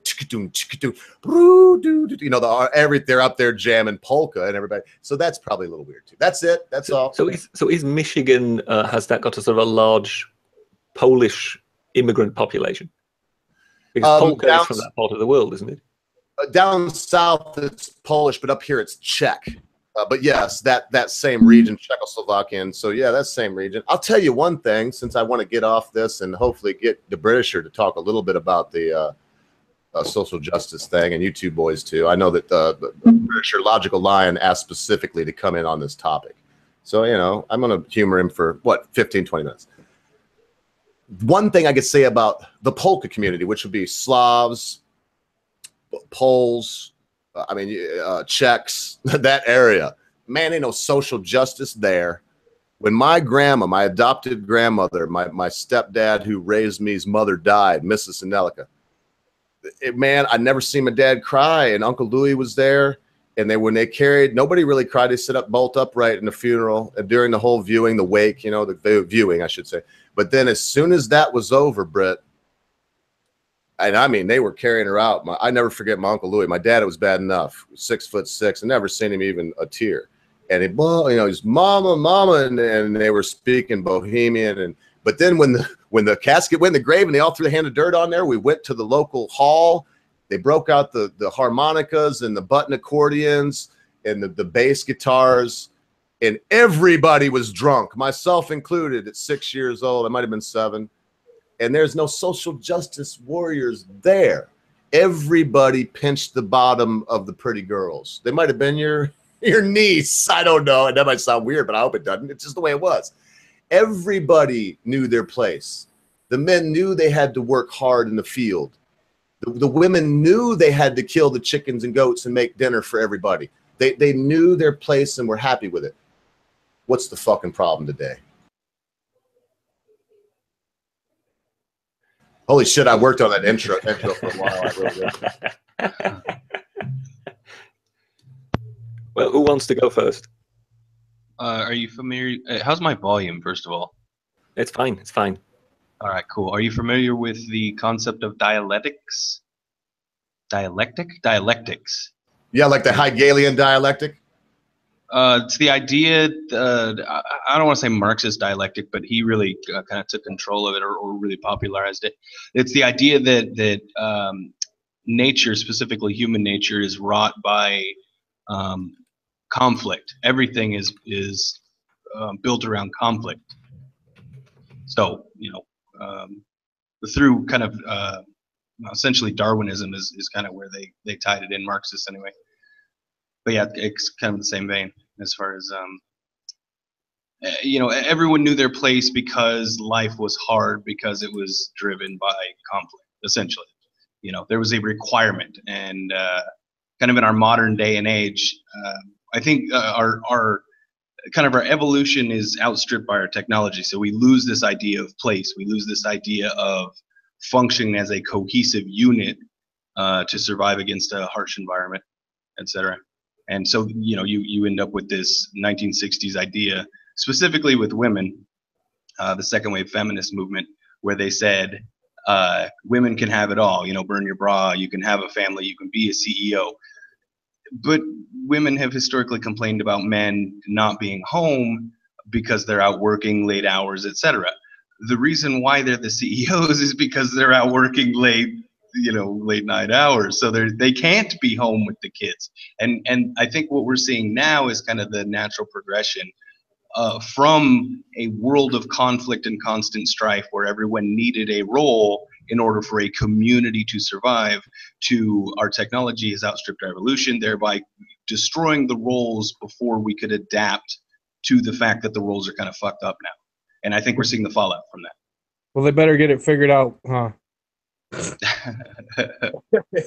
I don't know, man. I don't know, because I don't see it happening well. I see kind of a repeat of Rome, where victory has defeated us. We don't have anything to rally around.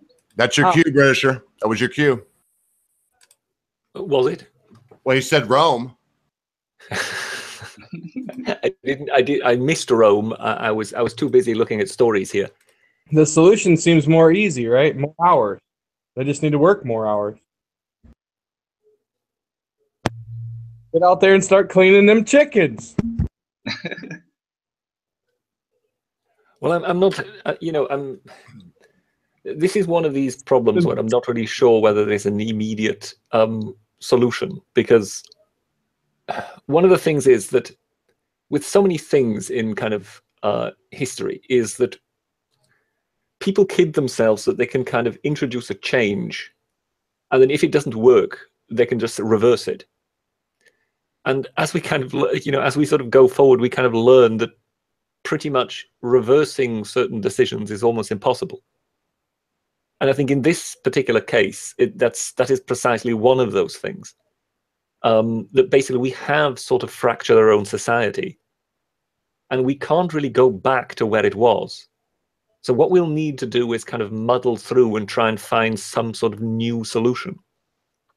And I think a lot of this flailing around that we're seeing at the moment is kind of society's desperate attempt at finding a new solution.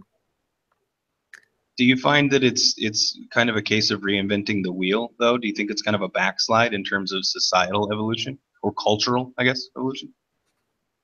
I know what you mean with reinventing the wheel, because in a way one is seeking to almost kind of regain the nuclear family, except one doesn't really know how. So in that regard, yes, one is trying to reinvent the wheel, but one doesn't really know how to put Humpty Dumpty back together again. So we will have to sort of, sooner or later, we will have to somehow get back to a nuclear family model. But how exactly we get there? I mean, I know this is a completely wild tangent. You'll have to forgive me. I remember there was some American journalist who had reported on the Middle East for decades, and he was retiring. And I think it was the BBC who interviewed him. And they kind of asked him, you know, well, what does he see as the future for the Middle East, particularly Israel and Palestine? And he kind of shook his head and he said, the frightening thing is really about the whole conflict is that we sort of know what the end solution is going to look like. We just don't know how to get the two parties there. And I think in that regard, it's very much the same thing when it comes to sort of society and the nuclear family. In the end, yes, we know that that would actually sort of be the optimum. That would be the ideal to aim for. So that would be what we would seek to get back to. We just don't know how to do it. You put that woman back in the kitchen. No, people, chill out. Just whip her with the towel. Well, did you? It's more than likely one of those situations where feminism will more than likely have to burn itself out to some degree. Because did you see the? Sorry. Go ahead. Sorry, no, go ahead. No, I was just going to ask if you saw the Q&A where the guy asked Anita Sarkeesian if she truly believed in what she said, and she didn't answer the question. She literally dodged it and said, "Oh, get out of here," whatever. Oh, yes, Do you think that she is a professional troll, or do you think that she actually believes what she says? I think she's confused and believes what she says. It's very difficult to tell with her because, of course, she is also a gamer who is not a gamer. Right. So, right. Given that she is on record, given that she is on record telling two different versions on something so fundamental to her very career, how do we really know that we can trust her on the other stuff that she's talking about? And when the incentive is thrown in as far as the monetary incentive, plus she doesn't get punished for it. That incident, all the fame, she gets all the status, you know, I mean, who of us has spoken at the UN, you know, she gets all those things thrown in. So just a second, I'll need to go quickly. All right, Groovy. No worries. British has many things to take care of, as I do. I was just doing some bullshit too, but I was listening to every word. So, boys, I wasn't telling. Yeah, go ahead. Sorry, go ahead. And I was just gonna suck British's dick for a minute. I binge watched his channel. I watched a couple of videos and like just fell in love and watched it for like probably 2 days straight, just binge watching. Great stuff. He is really good. That's all. I just wanted to lick his ass for a minute. Yeah, I'm sure he loved that. And he does his thing. They come up every week. But we all have our good points and our bad points. I got very little time left on this subject. Probably folks, British will be back, and I don't know. We'll go into some the whole Milka. What was her name? The Morning Joe thing. I don't know if it made me mad, but it did make me think a little bit about the double standard that's going on. Yeah, finish your idea, Brett, and then we'll move on. While you were gone, Logical Lion was just saying how you were the greatest thing since fucking toothpaste and the sun shined out of your very asshole. I'm quite sure he won't have said that, but thanks for trying anyway. No, that was about right. It was close, man. To be honest, I have no idea where I was anymore before suddenly everything started. Oh, that's okay. I was just telling the boys we'll go on for a minute longer on this topic because, you know, it is talked about a lot. But it's something I don't speak of much. This whole idea that it's okay for Anita to dog Boogie, man. The guy's in a fucking buggy. He rides a buggy. He's overweight, man. He's trying to change things that are difficult for him. Not only the mental anguish that he feels in public and whatnot, but also the obesity thing. I mean, I just seen he's just doing something to change his life. And then on top of that, she's going to pile this, like yell at the guy in his face. And I mean, I would say this more than anybody else, Lionel or DeFranco too, because those are two I mentioned, or yourself, Britisher. I would harangue you nonstop, as I'm sure you would me if we met in public, because it'd be fun. We'd have fun. But with Boogie, I don't know if I could. I would definitely show him a lot of respect and kindness, man. That is a hell of a nice guy. And when I see this, it shows the horrific double standard. You can't have any of it. It has to be like my family was, like my adopted family. where you pinch the girl's ass and the girls make fun of the boys for having dirt under their fingernails. Or you let a little bit of it wheedle in and you have Anita Sarkeesian cussing out, calling Sargon bad names in front of everybody because there were 3 rows of them, and then ragging on Boogeyman when he's got to do this after this panel. You know, that's what you got. Those are your 2 choices. I am still somewhat confused as to why she was supposedly so intimidated at having 3 rows of people in front of her. I mean, as I say, this is a person who gave a speech to the UN, but she is intimidated at having, you know, 3 rows of YouTube skeptics in front of her. I'm not really. I don't really buy that. Yeah, also, I think. Sorry, go ahead. Oh, I was just saying. Yeah, I mean, it's you only get that old saying. You know, you only get fire when you only catch flack when you're over the target, right? She's delivering a speech right to the people that she knows don't buy any of her bullshit. You know what I mean? Well, if they had any merit, she shouldn't have minded. I watched Professor Peterson in front of a mob of, and I know you don't disagree with this. I'm just saying in front of a mob of people spit. I'm telling you, the spittle was the one that got me, because they throw paper at him and call him a bunch of names, but this girl spit on him. He never changed the timbre of his voice or nothing. So hey, if he can do it, why can't Anita do it if she had a good cause?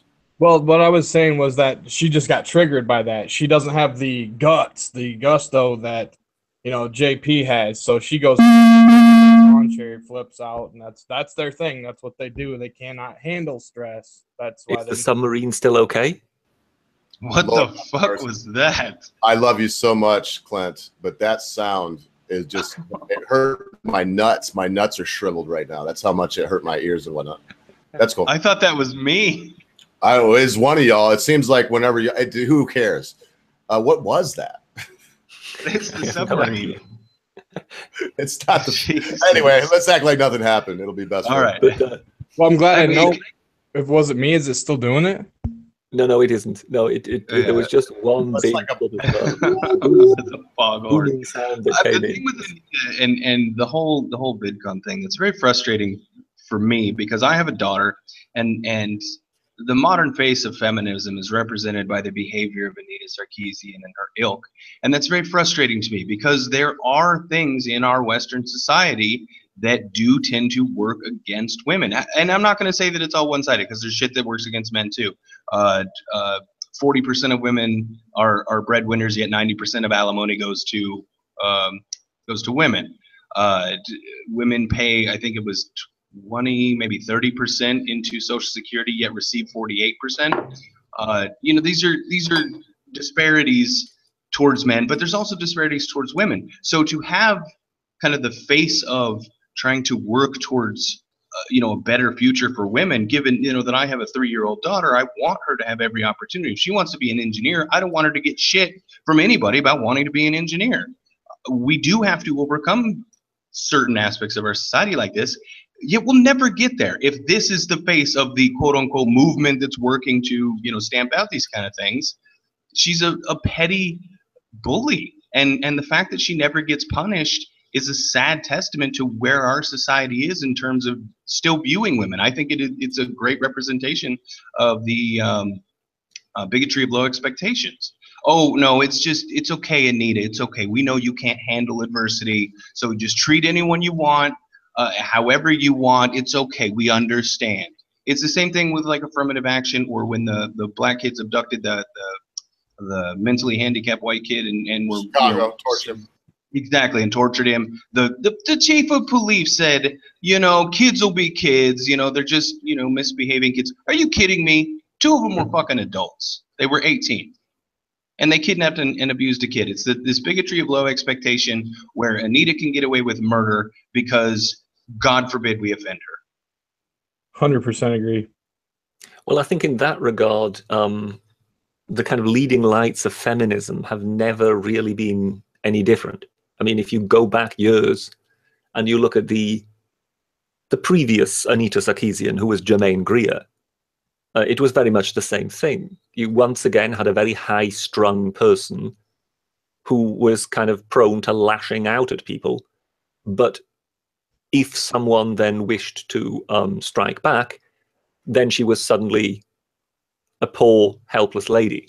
Do you understand that, that dichotomy that they like to play? That one moment they're the strong, independent, girl power kind of woman that can stand on her hind legs and tell people what for. That is until they've told people what for, and then they suddenly need to call security. And then, oh, Mr. Green, please help me and save me and don't kick me out, even though I broke your terms of service and I said it earlier, Britisher, I didn't see Sargon on any panel. He's got 600 bloody subscribers. How popular, or let's not even say popular, how in demand?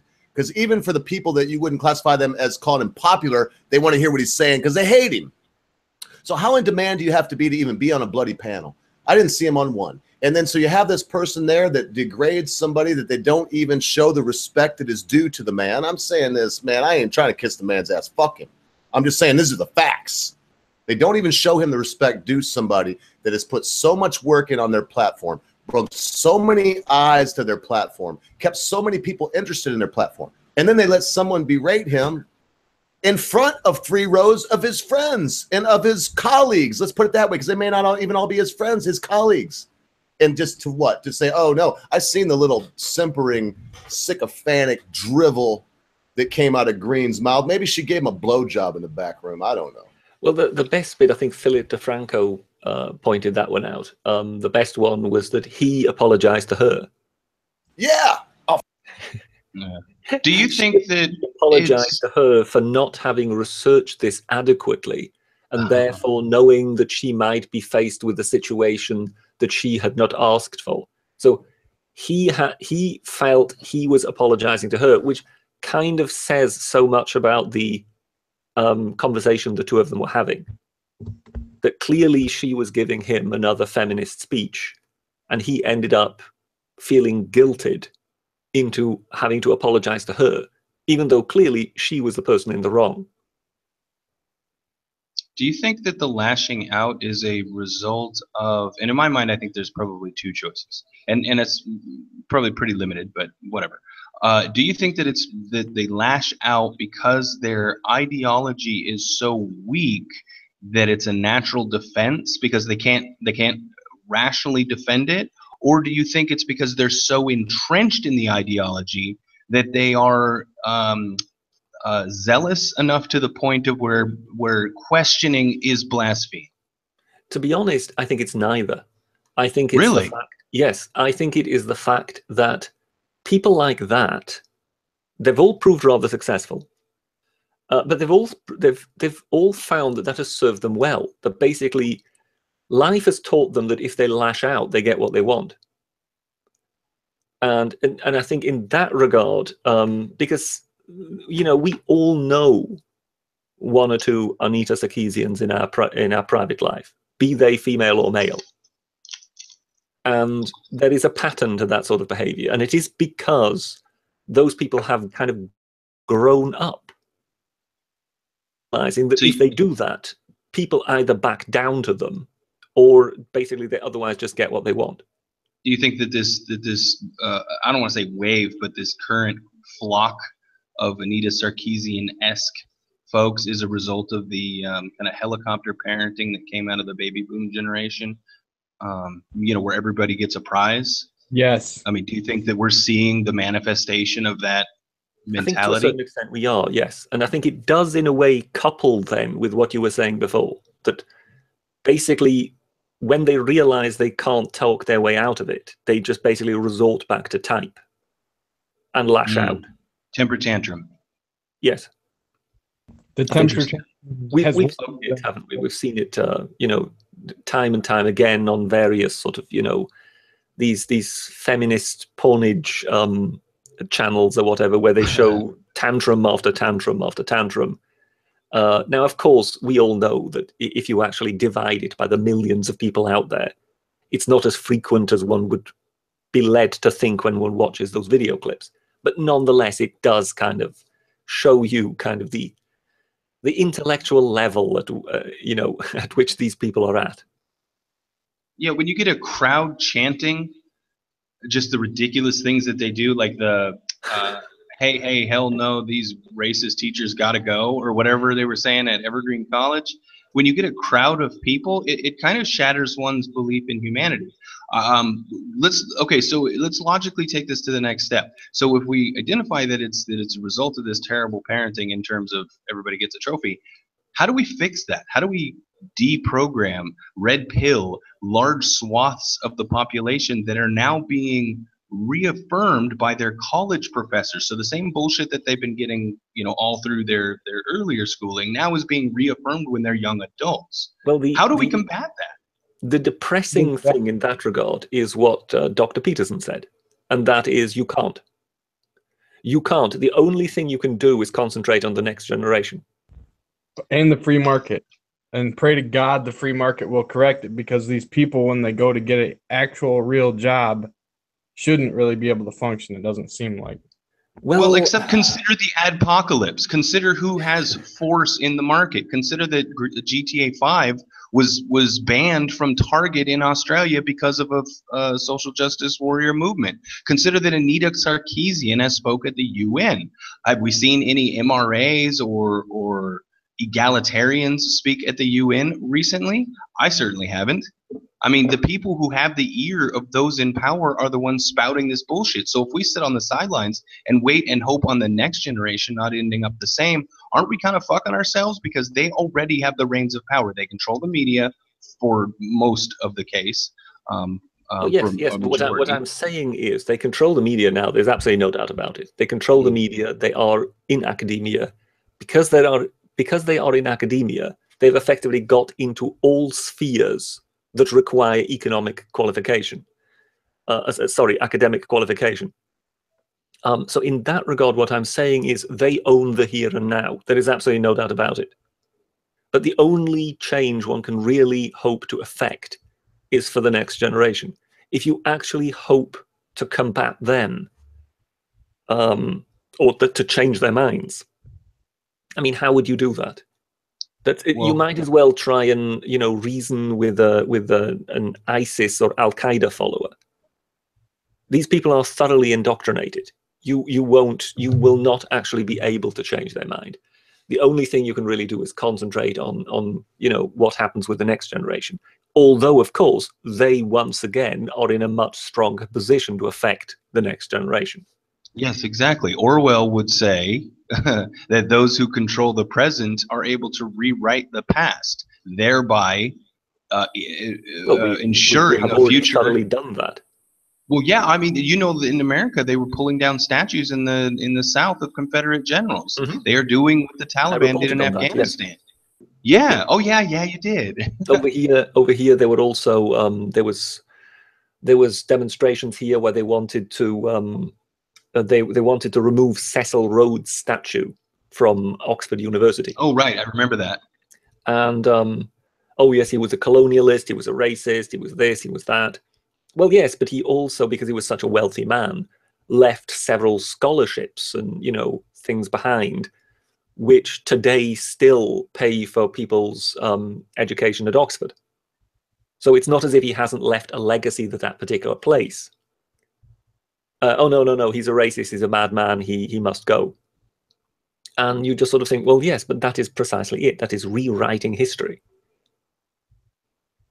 You're basically now you're applying the morality of 2017 to, the 1800s. Even though he was acting within a completely different environment, you have to judge him by the values of his time, not by ours. It's deeply unfair to do that. Right. Well, do you think that because they control the media and academia, and by they I don't mean some amalgamous, it's the ideology. Yes. Because it has seeped into academia and media, it's only a matter of time before it seeps into legislature, and at that point, democracy, in my humble opinion, the only thing that is protecting the United States is the Constitution. As far as we are concerned here in Europe, it has long since seeped into the legislature. It's we have it in law. Look at Count Dankula. Right. So in that regard, it has long since been here. It's been here for years. So, for example, it's one of those things I tend to go back to, and people sort of always wonder why. It's because it's a touchstone issue in censorship. And that is pornography. Now, if you go back 20, 30 years, the arguments around pornography always were coming from the religious right. Now the arguments against pornography no longer come from the right. The arguments from against pornography now come from the left, and they come from the feminists. So we have basically just exchanged one censorship for another, but you can see that the motivation, the drive behind it has completely changed. So if one would have thought perhaps 20, 30 years ago that sooner or later the religious types will kind of die out, or they will lessen in their fervor, and the pornography will no longer be clamped down upon so much as it is here in Britain, then what has happened is that these people have been superseded by complete mad women who sort of populate our parliament, who want things like page 3 banned and stuff like that. I'm not sure whether you're familiar with that, but that's just I am a topless girl in a newspaper. Page 3. And you sort of think, well, hang on a moment, is that already evil? That is already exploitative. That is already, I mean, seriously. If pornography starts there, then heaven help us all. In that regard, Britain is kind of behind America by about 40 years, because what's his name? Huff. What the fuck? How can I not remember the Playboy guy? How can I not remember his name? That's insane. Thank you. Oh, that's bizarre. Anyway, he fought that fight for us, and Larry Flint did as well. But still, what I've noticed, and it's ironic because I was thinking about this last night while I was reading a book, that porn seems to have gone from taboo to mainstream in the 60s, back to taboo, and is now becoming mainstream again. I mean, think about all the celebrities who have sex tapes. Well, I think it at some point, when if you look at it culturally, there was some kind of synergy that emerged some years back. It's already burnt itself out again now. But for a while, porn and music videos were kind of almost like pushing each other. That you could see that they were taking inspiration from each other. Especially rap. And that kind of drove on. And for a while, that actually created some very sort of exciting music videos. And I know a lot of people will now sort of read no end of double entendres into what I just said. But it did actually create some incredibly sort of good visuals. But I would say by now that's already burnt itself out again. But yes, you do get sort of these moments where inspiration can come from the oddest places. And I think in that regard, pornography actually provided the inspiration because, as you say, it suddenly for a while seemed to kind of become almost mainstream. Right. Britain passed a law recently, I want to say within the last year, banning all kinds of different porn acts. I'm sure you're aware of that. You know to which I speak. I'm not really familiar with which one precisely would be speaking of this in this particular connection, but I mean they have banned no end of stuff. I mean the Extreme Pornography Act, which was the last sort of big pornography act here in Britain. When was that? That's quite a few years back now. I think you would at least go back 5 or 6 years. Possibly even more, coming to think of it. It was passed under Gordon Brown. So you've got this. Now, this it would have been more recent. But anyway, the point is that a lot of folks don't realize that there is no First Amendment in Britain, and yes, bans like that are completely up to Parliament. That shocked me when I learned that. We really require urgently something like that. I mean, David Cameron, how can you ban fisting? David Cameron, when he stood, he actually promised a Bill of Rights, which went nowhere. And yeah, it is really sort of frustrating to sort of see how one has kind of carved out these niches, and how one has expanded them into areas which in certain cases are really quite worrying. Particularly, as I told the Ogo once, these kind of secondary charges that particularly vague pornography law is permitting, whereby you go into someone's house because you suspect there's heroin in there. You don't find any heroin, so you just take away his computers and his mobiles and anything else, and check whether you can find an image that you could possibly interpret in such a way that you could charge him with something. And of course, they never get those back, and if they do, they're probably ruined. The Stamp Act. Or they have to pay. That's basically what we started the war over, was the Stamp Act, right? Yeah. The British king having to have a stamp on everything, every paper in your house, and so they would let the British soldiers in to come there. They had to let the British soldiers in to come inspect everything in the house to make sure that the stamp was on everything. But then they would help themselves to all the rum and anything else they wanted. Yeah. And so they did quartering as well, where the British soldiers could just stay at your house and could just chill with you. Right. That's why we have the Third Amendment. Mm-hmm. Well, I mean, chances are there will have been some sort of rules and regulations proposed for that. I don't think the British, because given that the colonials were kind of seen as British, I don't think that kind of the British government was quite intent on setting up some kind of military junta in their colonies across the sea. Correct. Well, and I made a point in one of my videos about, I think I did, I thought about it, I may or may not have put it actually in a video, but I said that people, or I thought at least, Jesus Christ, I'm so high. Anyway, the Independence War was actually America's first civil war, because we were still basically British, and it was brother against brother. It was colonialist versus, You really are snuzzling up to the old Britisher now, aren't you? So yes, it was our first civil war. Yeah, it really was. And Britisher, I actually wanted to ask you, correct me if I'm wrong, Britain does not have a constitution. It's more or less a gentleman's agreement with the crown via parliament, right? Yes, there are like spit in the hand and shake. So basically, there's a very basic Magna Carta made.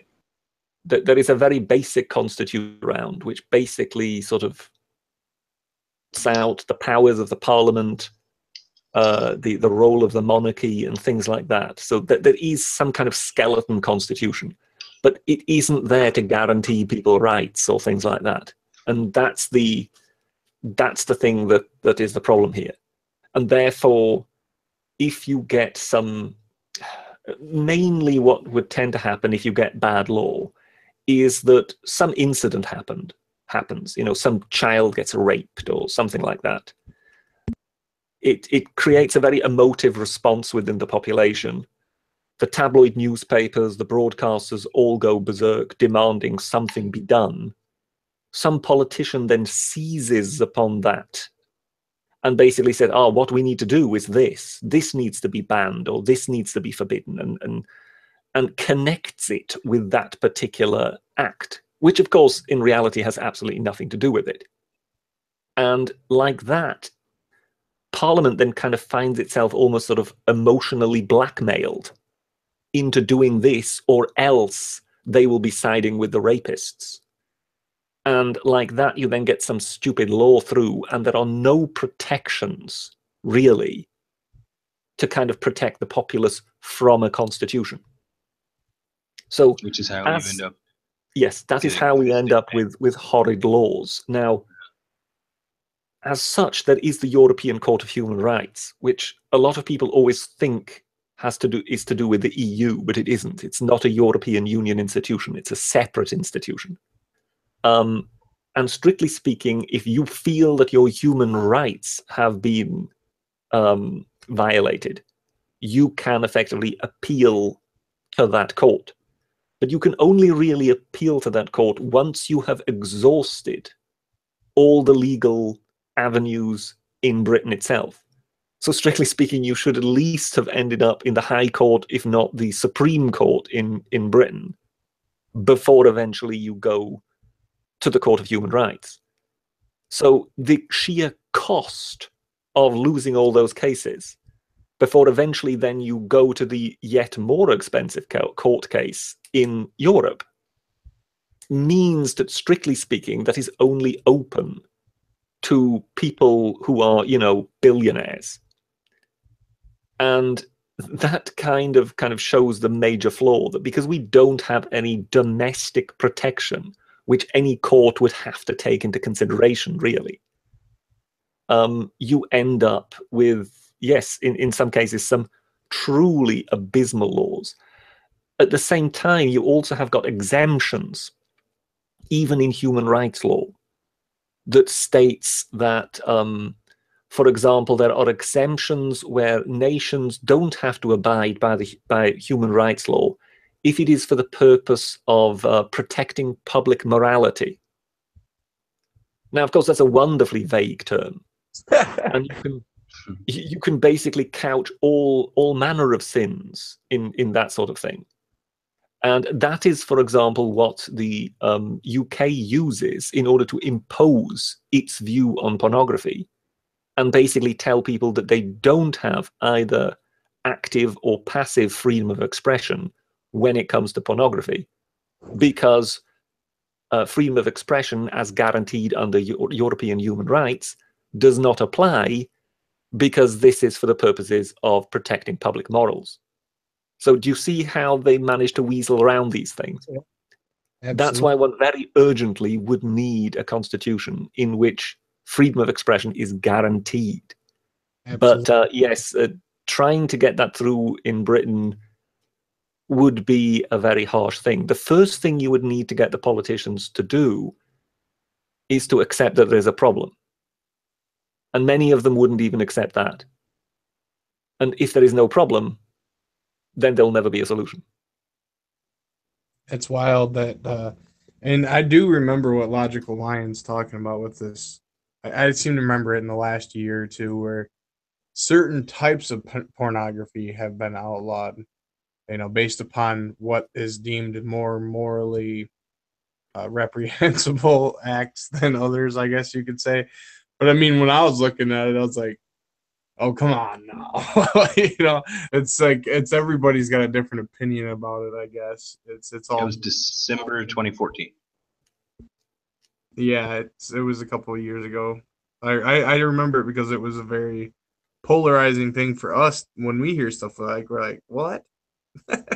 It's very foreign to us to hear stuff like when people would make decisions about, well, porno's okay, but this type isn't, but this type is, and this type. So that it's actually somebody that watches it on your behalf and decides whether you are competent enough to watch it. Right. Who gets to be the moral arbiter? Like, do we get to vote for that? Country is the British Board of Film Classification. In the 1980s, they changed their name from the British Board of Film Censorship to British Board of Film Classification, because classification sounds so much more classy. It's straight up like 1984. So even they realized that having the word censorship in their name might stigmatize them somewhat, because this is just it. The entire idea of all these pornography laws is completely out of sync with the British people.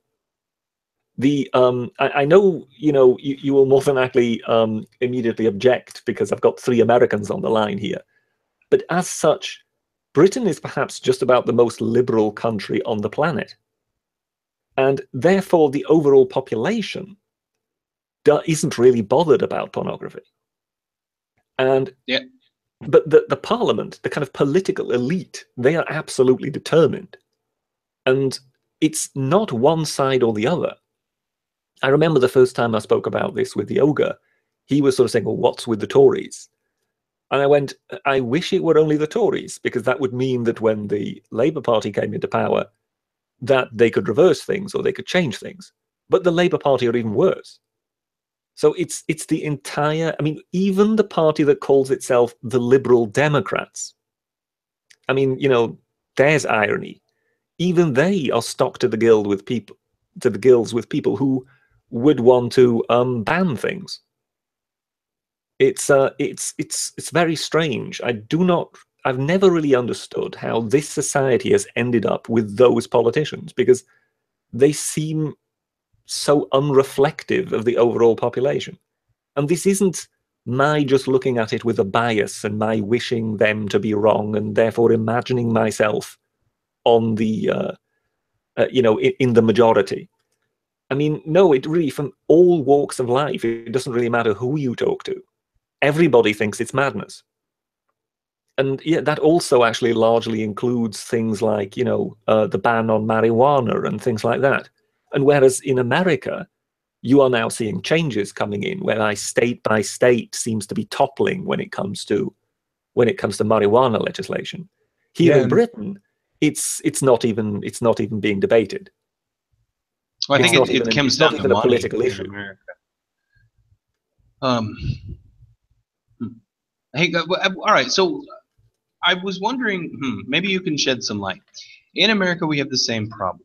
We have a government that has like a 16 or 17% approval rating. We have representatives who we don't feel represent us, and yet they still continue to win elections.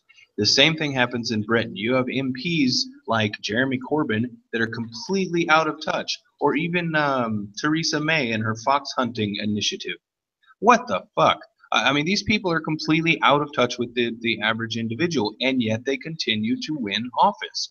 How does that happen? Why does that happen? And how the hell are we going to change it if it's been, 100 years of voting and it hasn't changed? We had an excuse before the internet. We don't have that now.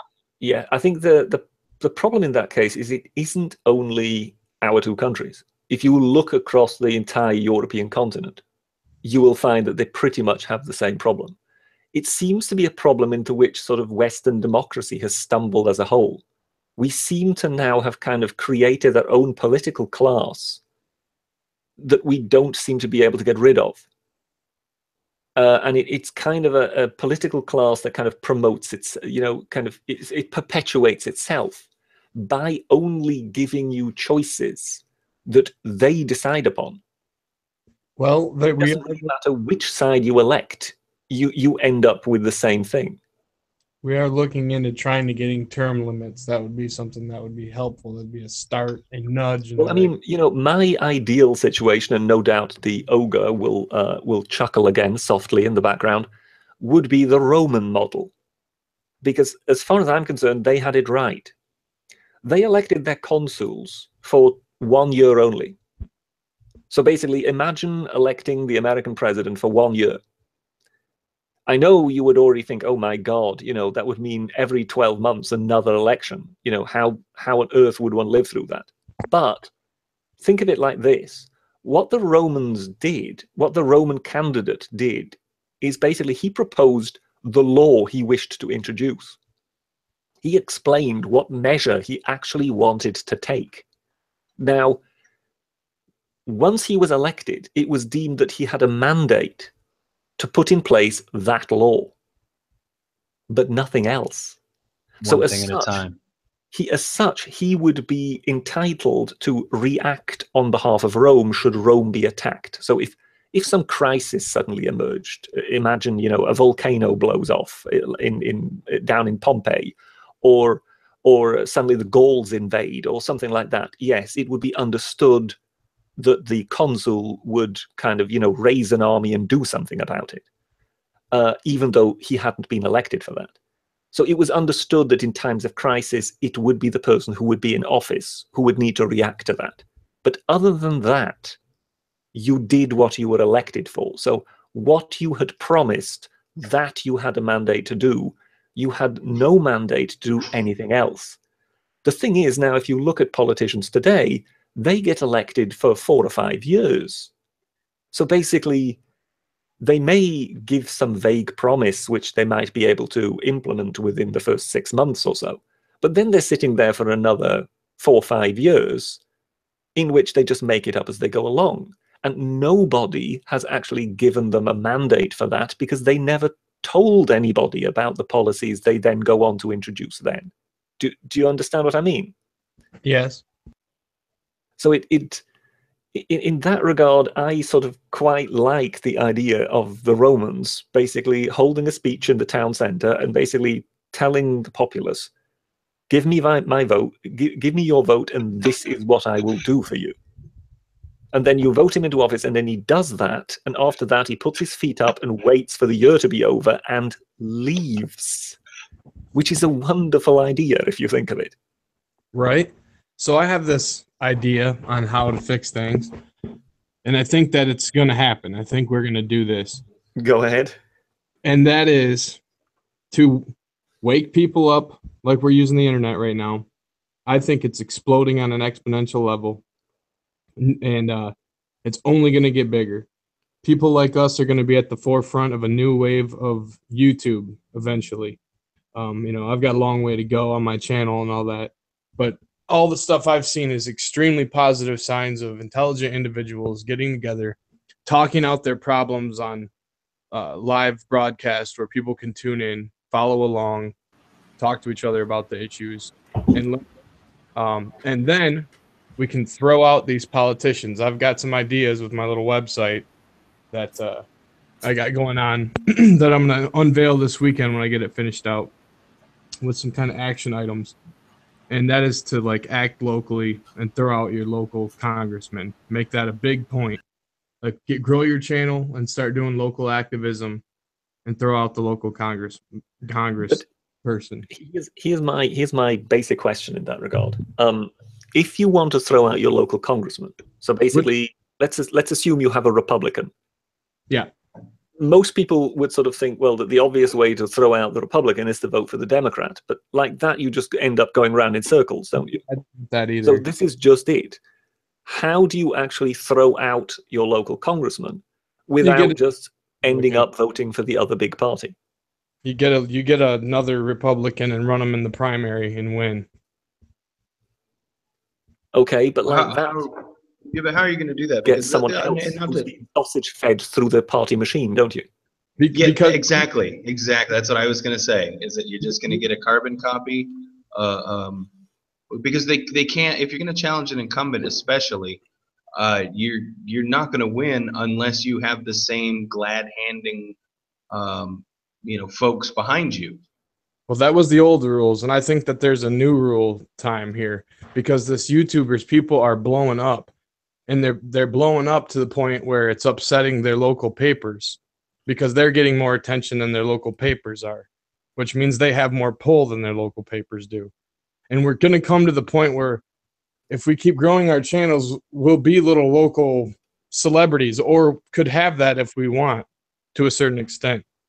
I played in a band for like 5 years, even in a metal band, and I was still known around town. You'd be like going into yes, but I think in that case, when it comes to local, that's when it becomes difficult because you have to understand that if you kind of want to be seen as something local, most of your viewership,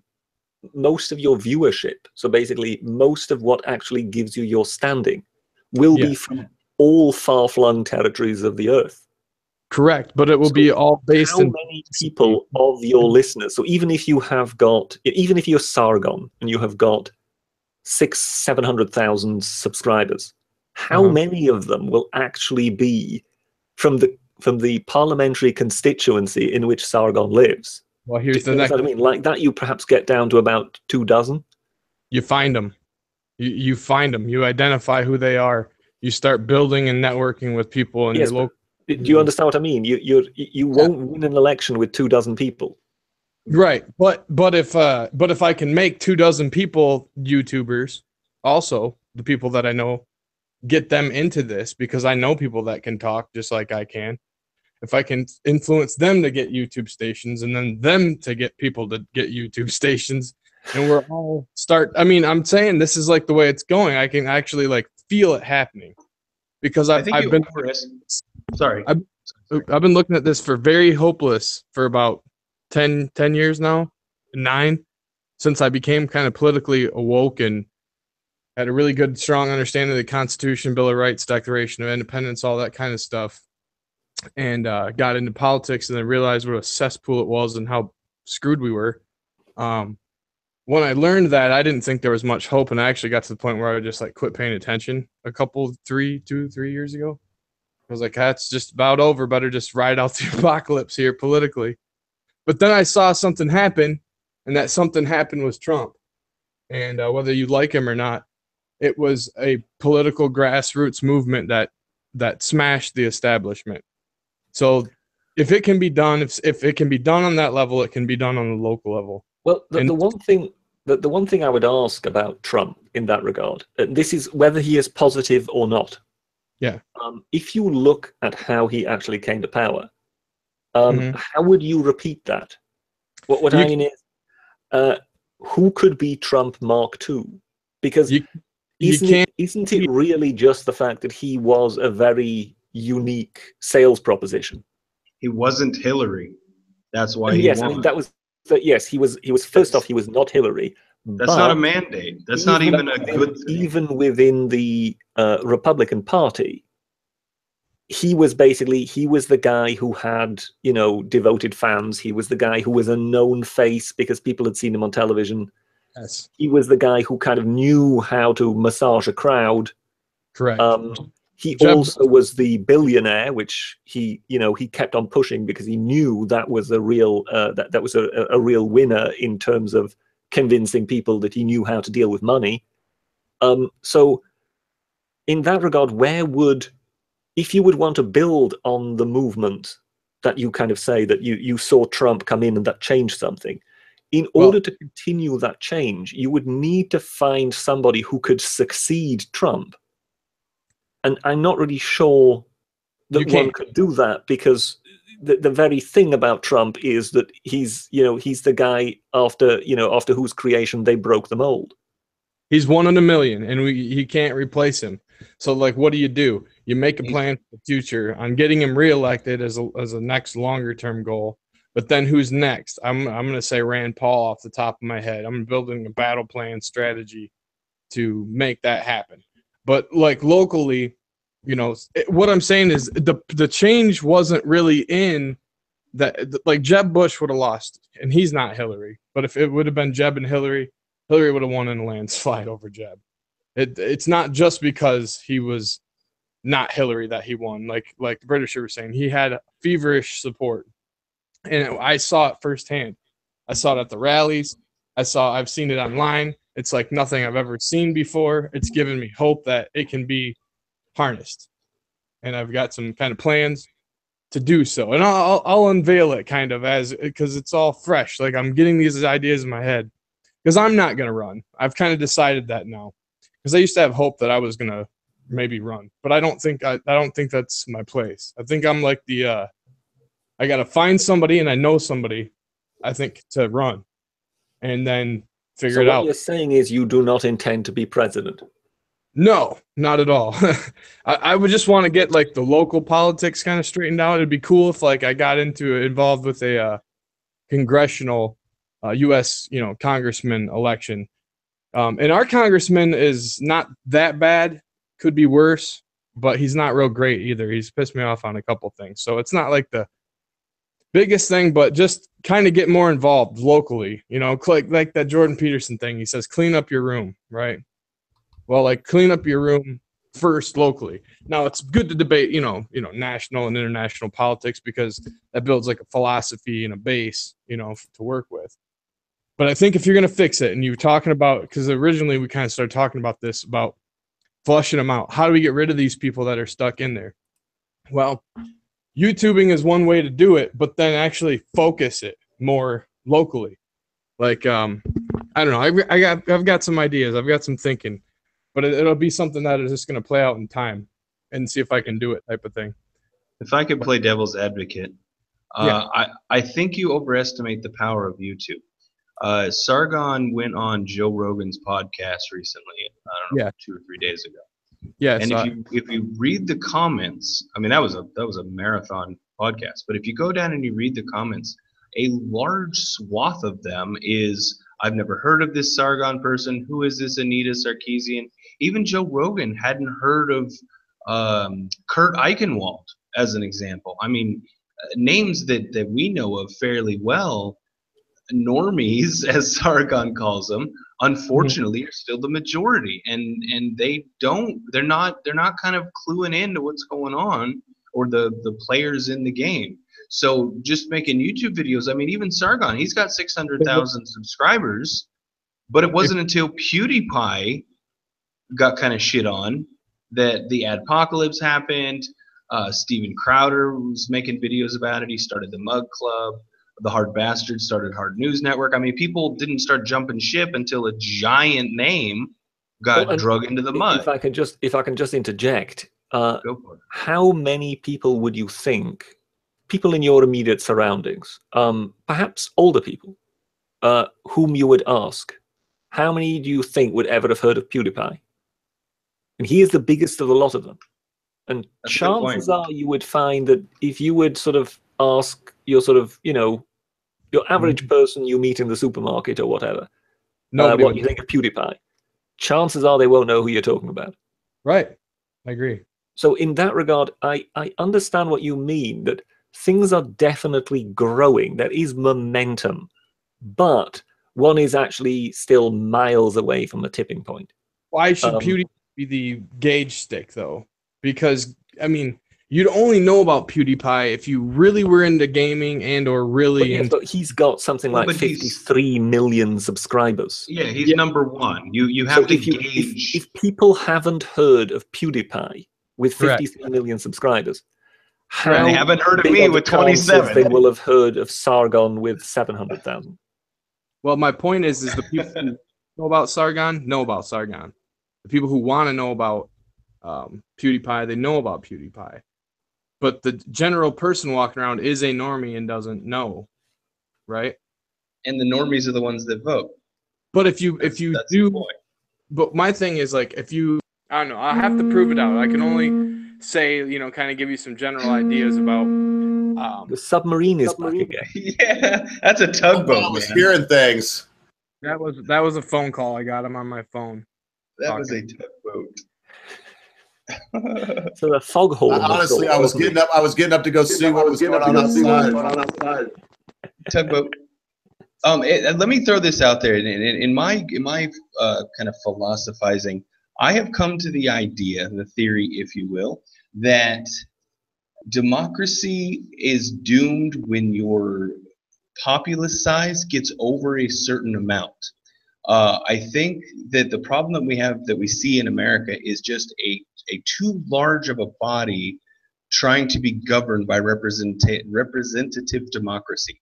I don't think it's possible when you have your representative 4,000 miles from the neighborhood he's supposed to be representing. Well, I think how the hell can he be in touch? Sort of hit on a point here, because Thunderfoot actually put a video out some time ago, and in that regard, he made a very, very good point, and that was, I mean, in fact, I checked his figures, and I think, without wanting to be critical of him, I think he got his figures wrong in that particular video, but the principle still held up. And that was, he kind of worked out what the overall turnover of the military-industrial complex is in the USA.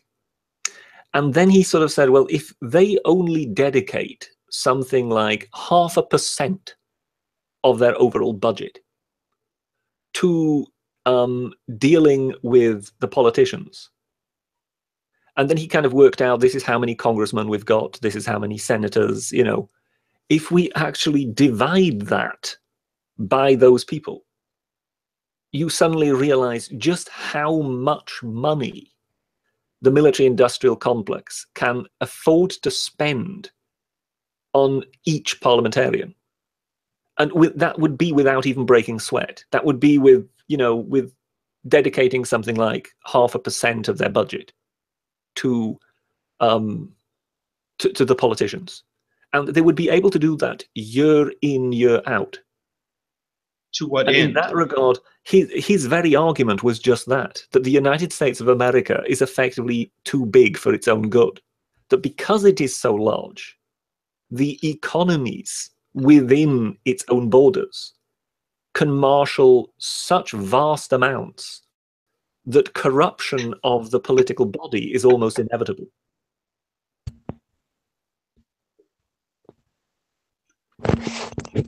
Oh Have yeah, I just stunned everybody there, or no. Review the Well, I other was- came back.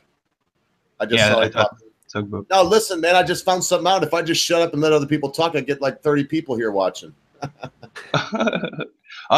Pretty sure I wanted to say that. No, I didn't. Never mind. Okay. I was looking at California. I'm sorry, I got sidetracked because I was looking That at was California. anticlimactic, Mr. I thought you lived in Thailand. You know, I live in Cambodia now. I lived in Thailand for 2 years. I know a Yeah, lot of people. Keep it all straight. Yeah, no, I was looking up California's economy because I think they're like the 7th or 8th largest in the world or something, or 16th, or they're way up there. They would already represent quite a large economy. Yes. Well, there's a Right, lot to be said for that, though. If the United States pulled out of everything that is in, for example, the military-industrial complex in side of California is about 18 or 20% of its GDP, that would be gone.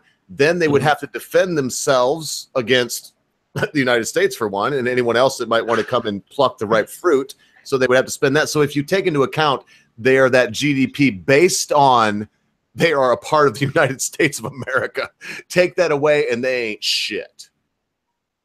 That's a really good point, actually. California is, That was from MCJK. That's where I learned that stuff about 2 months ago. And he could wax more poetic than I can, but it goes deeper than that. I mean, if they're not part, because they always compare themselves with France because they're right there with France. Are you kidding me? France has a military that they support. They have all of these, and all of that, whatever's the United States would be gone from California. So yeah, I don't want to belabor it. That's MCJK. Imagine not my if fault. California would secede. You would get to all those rather interesting questions that the Soviet Union had to face when it fell apart. And that is, for example, who gets to keep the nuclear weapons? Oh, they're the United States of America, sir. There's no question. Whatever base there that has U.S. government on it, if they succeeded while they were yet succeeding, believe me, the military would be already having that. But you see my point, that they would say, well, hang on a moment, we've paid for some of those nukes. Yeah, but only they paid for them in good faith that they were a state of the United States of America. That's like it's, I mean, I could go on and on, Brett. But listen, I don't like your tone, sir. You could see how with USSR breaking apart. Ogre. If I could draw a comparison. Sorry, yeah, go ahead. But that was just, I won't even lie. As soon as like, really, Mr. Ogre, when you consider the way that Georgia and all this broke away from the USSR, oh man, you're comparing. Oh, don't do that, man. That's like I don't even know how to compare it with a British person. That's bad. That hurt my feelings. No, I felt it too. But he did have a point, though. I never thought he always does. If I could draw a comparison, there was not quite a straight across comparison with nukes to, say, a fort. A particular fort called Fort Sumter, which was under the control and ownership of the United States until a seceding state decided that no, it wasn't, it belonged to them. And then, the rest is history. The Civil War started. The problem is if a state secedes, British is exactly right. Not only with the nukes, what about the natural resources? Does California get to keep, the oil, or Texas is a better example. Does Texas get to keep its oil if it secedes? Does the oil belong to the United States? I mean, how does that work? And does Texas think the United States isn't going to try to prevent them from seceding? I mean, well, you see, here is an interesting fact in that case from Britain, and that is that we've solved it differently, and that is that technically everything belongs to the Queen. Even in Canada, everything, strictly speaking, belongs to the Queen. Yeah, I know. I asked a Canadian about that tonight, in fact. Yep. I know a guy who owns a burger shop, and we were having vegan hot dogs there. And I asked him, I said, hey, isn't Canada like a protectorate of the United Kingdom? And he said, well, we're a part of the Commonwealth. And I said, so you're not really a country. Oh, he will have taken that very well, I'm sure. No, he didn't, because today's Canada Day. He was like, no, we're a country. And I'm like, okay. Oh, today's Canada Day. That's worth knowing. So I'll have to very swiftly think of some abuse to send to the armored skeptic. Yes, dude. But That's funny. I've heard that. You know, I same- called him an ISIS terrorist. One of my, I think it was Logicast 2. The title of it is "Armored Skeptic is going to become an ISIS terrorist." He's already growing the beard for it, you mean? Mind you, if beards are the measure of becoming a terrorist, then there are two gentlemen in this chat alone who would more than likely already qualify as full-scale terrorists to start with. Oh, How do you yeah. know what I look like? I'm on the list. I'm actually growing mine now. My daughter loves it.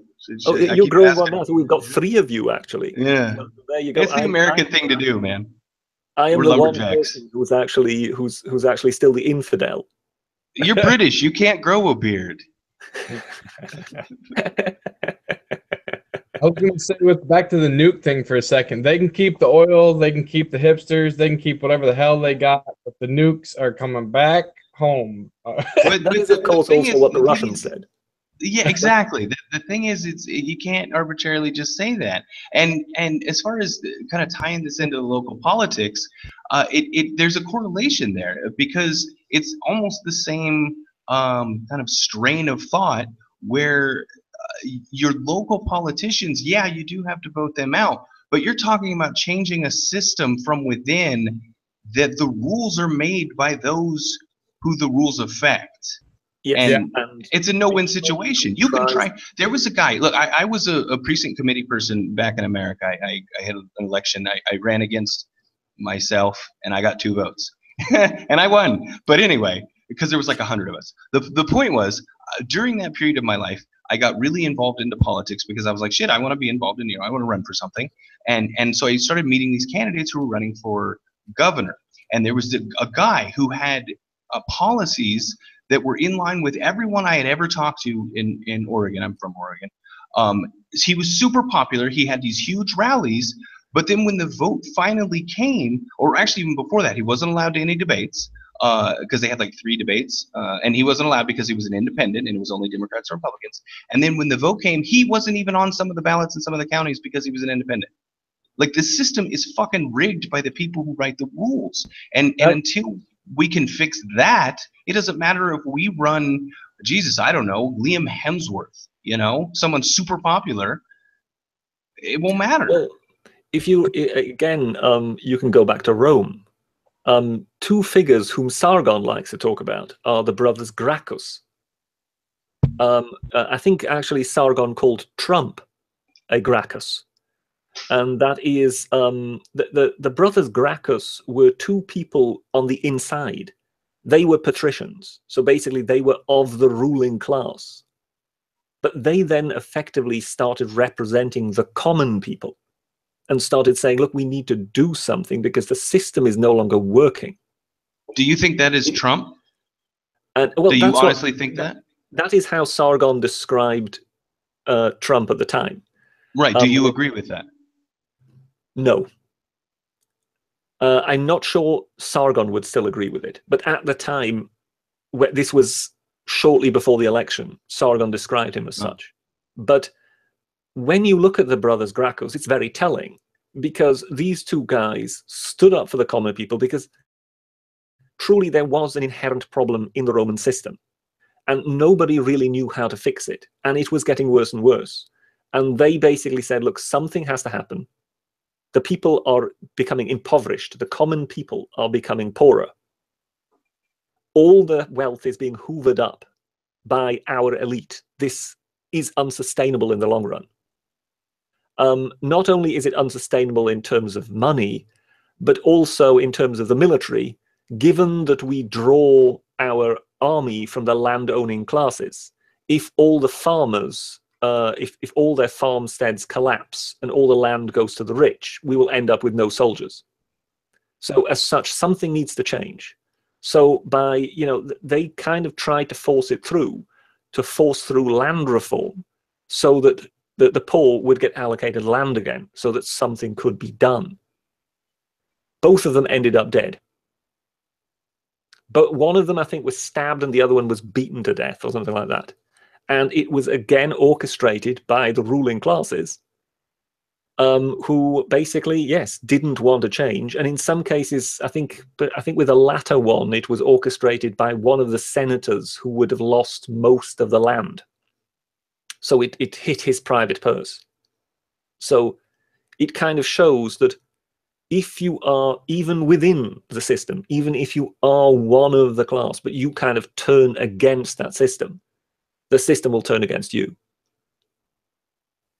And suddenly the gloves will be off. And, well, if somebody needs to stab you, as of course happened with Julius Caesar sometime later, well, then that will be done because the system simply won't bow. It will either be broken or it will continue on as before. But it will not be willing to bend. So I'm sorry if I'm you know, casting sort of a note of pessimism here. But yeah, the historical precedents for these kind of things are not good. Yeah, indeed. My not to use personal anecdotes, but I think it's fitting. My dad was a contractor for the U.S. government for 30-something years, and he took some master's courses and went to Virginia a lot. And one day when I was, I don't know, probably late teens, I asked him kind of a similar question. You know, how can we fix politics in America? And he kind of shrugged and said, I don't think it's possible because, like Trump says, it's a fucking swamp. And even Trump, you know, he gets there. And I'm with Sargon back in the day. I feel that Trump was a grack eye. By the way, one of them was beaten to death, and the other one committed suicide because he was going to be killed. But the grack eye, I think Sargon's right in that vein. That early on, Trump was truly he was a rich ass dude, but who felt for the people because he was seeing the country disintegrate and he loved America.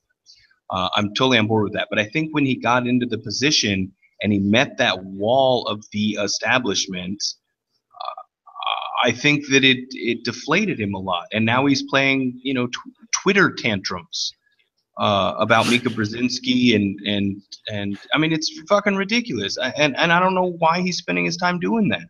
Who's calling Mr. Ogre?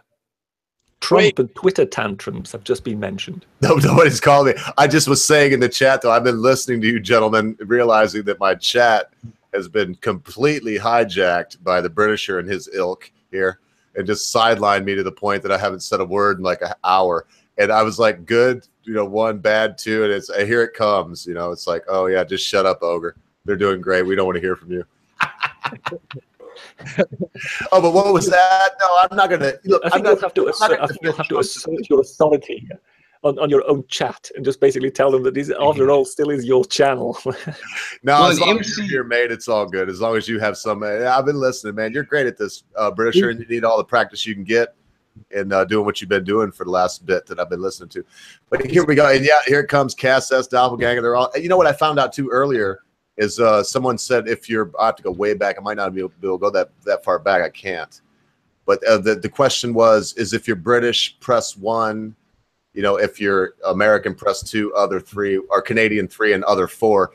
And oh man, Britisher, 1 1 1 1 1 1 1 1 1 1 2 1 1 1. I put 2 in there for the Americans because there ain't many here listening to us. Most folks are British. It's so great. I think it's not only the time frame; it's your popularity, mate. You know, outshining the ogre once again. So I'm not going to derail this too terribly. I'm going to let y'all talk as long as you want, up to about another 15 minutes when I'm going to drop a bombshell. And, well, I just thought we might actually draw you in, given that we were just talking. The subject got raised of Trump and temper tantrums. Okay, I want to address a guy real quick in the chat. A guy named MP in the chat said I'm whining, and if I come across as whining, I totally don't mean to. To be completely honest, I am demoralized a lot because I don't really see I don't really see things moving in a positive direction, and I look at this system and I don't really see how we can fix it. He's purring. He's purring. Yeah, I'm a solutions. He's purring. Don't make him roar. I'm a solutions guy, and when I don't see a solution, I get exacerbated, and that's really where I'm at. I'm frustrated. I did a rant on that I said it was going to be a short one yesterday, Logical Lion, and I did a rant on that on myself for a good 45 minutes about how, because what do I do, Britisher? I always go, well, fake news, Britisher, where am I going to get my news? Oh, and oh, Britisher, the SJW thing, what are we going to do? And the whole thing. I mean, I still got the card with our solutions written down for Islam. But here comes the facts. If it sounds like Logical Lion and myself, whoever's whining, maybe we just want to know the answer to life's tough problems. So draw me in however you want, Brett. I do have a bombshell, kind of, that I want to drop. Okay. Do you want to drop your bombshell No, now, not or right has this anybody else still got anything to say that they want to continue on this thread? Oh man, I should see. You shouldn't have drew me in. This is one of my favorite shows I've had in a long time, because I started out. I was all by myself, British. I felt like I was smeared in Marmite, dancing naked on a high wire, and it's. I was I there. wonder where you get that imagery from. Yeah, I had no idea. Yeah, well, I get that. But that was why I didn't know if, because life happens. In fact, while I was listening, life has been happening left and right. I actually set my phone down because life has been happening left and right to me at the moment. So you never know, folks. Just when you think your co-host won't show up and you're going to have to talk for 3 hours about something and make yourself look like you have a monochrome of intelligence rattling around in your vast cabeza. The Brit and Logical Lion and Big Clinton Cox come in and then save your life. This has been one of my favorite ones, though, Brett. I was watching. I'm doing my business and listening to y'all and watching. Y'all had like 32 people. It's been a while. It's been since I was a jackass about 2 months ago since that many people were here. So y'all are doing good for me. I'm just gonna let y'all make me look good. Yeah, can we talk about Scarface and Bleeding Head? That was the bombshell. Yeah, I think that was precisely what Mr. Ogre was trying to avoid when I was talking about temper tantrums and Mr. Trump. No, but that's the bombshell, and that's why I just want to let everybody, because I tell you, it's rare. I actually, and who it was, Britisher, I didn't mean to invite these two gentlemen in, but Logical Lion, he's really cool, man. He doesn't ask to be in the chat very often at all. In fact, I think this is the first time he actually was like, I got something for this. Can I come in? And then Review the Earth. He doesn't come in enough. I really like Big Clinton Cox. I mean, thank you. Did you see the tweet of him with the? So you were the singer in that band? This is a nice segue. So you were the lead man on that band? Oh, yeah, that's me. Man, so I followed that, but I don't. Two things, bro. If you could send me that picture. Yeah. Email, I would be able, because I can't take that. It's like open it with another program. I can't open that picture. I would love to have that picture with you under the fucking AC looking things, man. You look like what kind of music were you doing at that point? Metal. That's what I thought. It's Black Tooth Brigade. Anybody can go get it for free right now. I posted it all on SoundCloud. So it's soundcloud.com/Black Tooth Brigade. All one. All right, I got to get one of those accounts because more and more music is coming my way. So in other words, I could play anything that you all did online like this, and they wouldn't strike me down. Yes, and it's all downloadable. So if you don't even have to have an app or nothing. You know what pisses me off, Clint? It only takes a touch, and I know that was horrible, but the jack, I can play the jack. It only takes a touch. No strikes. I played Gowan. This is all shit I found on Steven Crowder's show. He uses for his stuff. Gowan. They monetized me, man. It broke my heart. And I don't even want, the British and I have talked. I know he's very gentle with me, but I know of all of my prodding and say, hey, Britt, well, what if I only get a warning? And he's like, well, really, Mr. Ogre, you don't want that kind of hassle. And, so, okay, what if I only get, so my new rule is this. Much for the haranguing of my friend, but also from logic. Man, if they even monetize me, because what's stopping them, Britisher, from going from monetizing me to then saying, you know what, we don't really want this video up anymore, and just taking it down. Precisely. Yeah. Right. So anyway, that'll be the end of that. Some folks were pointing, I'll see on here now, but Pogo, he uses clips of Walt Disney and what's the name of that band? I was playing them earlier. It's mercy. Now I can see all the songs, but Castaway. Castaway is the one I play a lot of. Beauty and the Beast were done by a rapper. And those little snippets of Disney stuff, they slip under the radar. I don't know if they're public domain, fair use. I don't know. But so I don't far, think they can slip them under the radar, though. I think that they have automated systems because I so used far I a haven't gotten Beatles anything song. from that. The logical lines so far from playing Pogo with Mary Poppins and stuff. Nothing has come from the video side. But do you all think? And I mean by that, British or logical line, you three here. Do you think that maybe they could come back on me later and say, but look, there's images that they put in this video by Pogo that has Disney shit? Well, technically, one always could, yes. You know, because if it is something that you don't own, then strictly speaking, someone could always still come back if they later change their mind, yes. I've wondered that about Steven Crowder as well. I've wondered if he has licensed the rights to the songs that he uses. Also, Atheism is Unstoppable. I know that before the Adpocalypse, he was doing pretty well, but every one of his videos utilizes someone else's music. And I don't mean the free shit. Even like straight up videos. How did he get away with that? Mentioned yeah, once. From TV shows and shit. Yes, I have heard it mentioned once or twice that there is something like a 7-second rule. Perhaps someone in the chat knows about this. Yeah, I think that So that's perhaps like only if you take so and so many seconds, you might be okay. Nibbleback, that's hilarious. Look, I started talking. I'm telling you, I'm shutting up. I started talking, and we went from like 28 or 30 people watching. Now it's 20. Nobody likes me, Britisher. I'm gonna go eat dirt and die. Well, anyway, I think the reason why so many people might have left is because for 3 times now, roughly, you have tried to evade, and you've found some other thing to talk about other than Trump's temper tantrum. Scarface. Oh, about Mika Well, let's wrap on it because I'm gonna say this. Listen, it's high time, and since a lot of the people here now were here earlier when I did my little tirade on it, I'm just gonna jump in this, and then you can deal with Clinton Cox, dude. Britisher, I mean, it's good luck. And so what I'm going to say is, so what you're trying to say is you were trying to protect me. That's no, I wouldn't try to protect you against this man, especially not if we were face to face. I'd just beg you not to incite his anger, and that would be the end of it. You would look, and I would be conveniently in the restroom. No, I don't know. That's all a joke. What I'm saying is, listen. Whereas you see it this way, Britisher. Oh, he's not being very American. Well, how about okey doke? How about no more okey doke? How about Barack Obama standing up to everybody that he didn't like and saying whatever he felt about him? We're going, oh, look how brave the half-black guy is. What about that? I am saying that what I liked most about Barack Obama was that he stood up to people. I didn't always like the people he stood up against and how he did it, but I liked that he had a backbone, and he opened the door to Trump, because these are not Trump-isms, they're Obama-isms.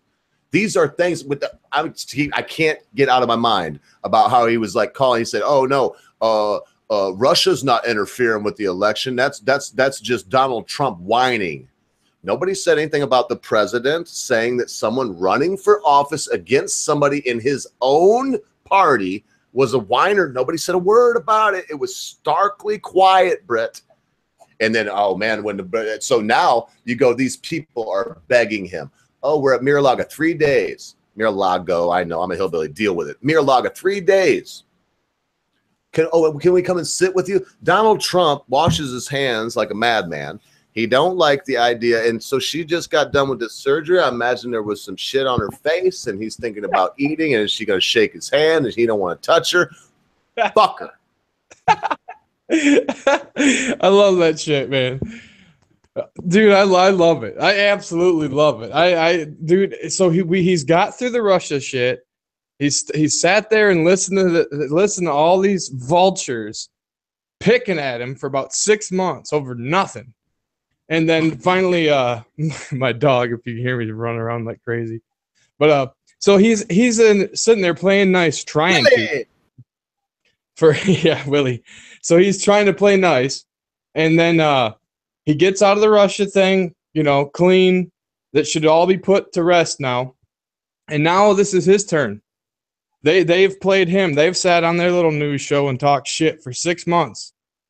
You know what I mean? And called all sorts of this Russia stuff, driving the country into the, fear of dogging him about his hands and his dick and everything else. Vision. Oh yeah. And now that's all fine, but it's dare he comment back And what a comment it was, too. Called him Psycho Joe, which I guess could be like this inside Nick. I'm trying to look that up right now, man. If any of y'all got the link to that tweet, please send it to me because I'm going through Lionel's stuff. He tweets a lot because that's where I found it first. But where you see, because what they did is they picked it out of the tweet there, Clint. They found and they said, oh, he said she's bleeding. He also said that they were there for 3 days and were aggravating him about coming and chilling with him, and he didn't want to chill with him. That is why Malika is pissed, because he shunned her and didn't want to fucking hang out with her. Sorry, bitch. And why the hell would he want to hang out with them, or why the hell would they want to hang out with him? Why are they at Mar-a-Lago in the first place? The hell we got to let Britisher in here. I know we're getting all fucking yank on you, Brett. But you know, this is how we feel about. I want you to understand that Clint and I are not anomalies, sir. Yes, the sentiment is coming across quite clearly, but well, I know that, but you got to pipe in too if you want to, because we're getting all rambunctious in here. It still doesn't really detract from the fact that Donald Trump is not merely the head of your government; he is also your head of state. And as you may recall, Lord, here it comes. As you may recall, I earlier kind of when I was talking to you on direct message on Twitter, I said to you, you know, let us imagine that, say, some major YouTuber, say someone of the size of Sargonite, makes some derogatory comments about Her Majesty the Queen of England. Is it likely in anyone's mind that she may then retaliate, perhaps making some comment about the size of his appendage? Or would one think that is perhaps slightly, you know, not in keeping with her role? Now, the Queen is the head of state of the United Kingdom. Trump is the head of state of the United States of America. Now, yes, he may have been insulted, but that basically means that 2 journalists went into the gutter.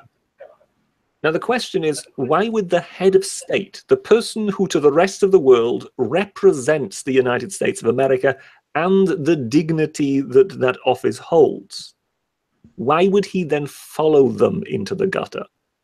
Because he's telling the world that they're fake news, and that he's pointing up at the scoreboard after he just scored the touchdown to win the football game.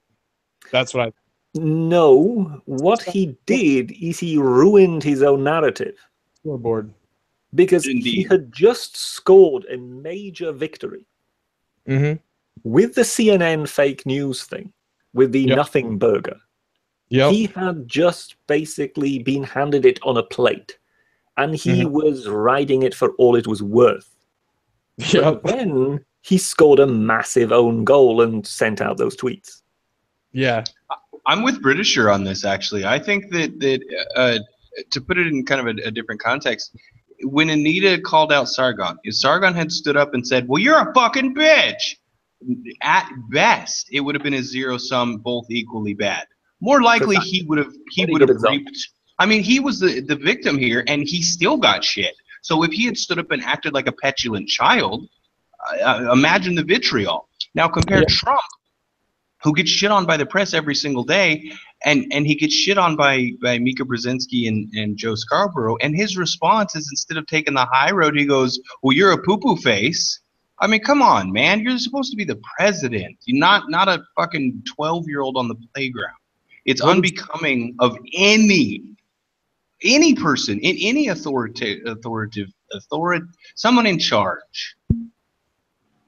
And I mean down the chain. Sorry to interrupt. I mean down the chain to your gas station manager. For him to act like that would be unbecoming of someone in that position. And to go all the way up to the president is gonna talk about someone's bleeding face after surgery in a way to get back at them. Come on. Yeah, well, here's the thing. What did Sargon do on Twitter when he got back to his Twitter? What did he do? He didn't stand up and do anything in person, and neither did Trump. But what did Sargon do when he got back to his Twitter? Did he change? He didn't call her a shithead or a garbage human. Did he not troll her at all? He didn't retaliate, didn't send anything back? No messages? He did, but he did it from a place of a moral high ground. He didn't, as Britisher said, he didn't crawl into the gutter with her. Well, to You know, he me, didn't. to me, the president has the moral high ground because they've been fomenting a fake narrative that is pushing us towards civil war. And these people are uppity, narcissistic, losers in life. Why are they even trolling around, hanging out at Mar-a-Lago for 3 days? They're probably drunk off their ass. She's probably a mess, and nobody wants to hang out with Psycho Joe. So you are now specifically talking about how they behaved. You're talking about her behavior, and that's just it. It is defined by their behavior, and that's Correct. just It doesn't matter. What you are saying is that they are not worthy of respect because of the way they behave. But then when the president behaves that very same way, you then say, oh, well, yes, but there are mitigating circumstances. That doesn't change the fact that he, A, behaved that way, and B, he did not need to behave that way. He puts himself in these positions where he need not be. Indeed. The goal should not be to one-up your opponents. The goal should be to win the support of your detractors or fence sitters, and that's not going to happen if you're acting like as much of an ass as the Do you people. remember that movie with Michael Douglas, where I think it's called The American President? Yes. Love that movie. That speech he holds at the very end, where he attacks the Richard Dreyfuss character, who's always been at his girlfriend. And he doesn't use a single insult in that speech. He uses the authority he has. And if you remember, the Richard Dreyfuss character always finishes his speech with, I am so-and-so, so-and-so, and I am running for president.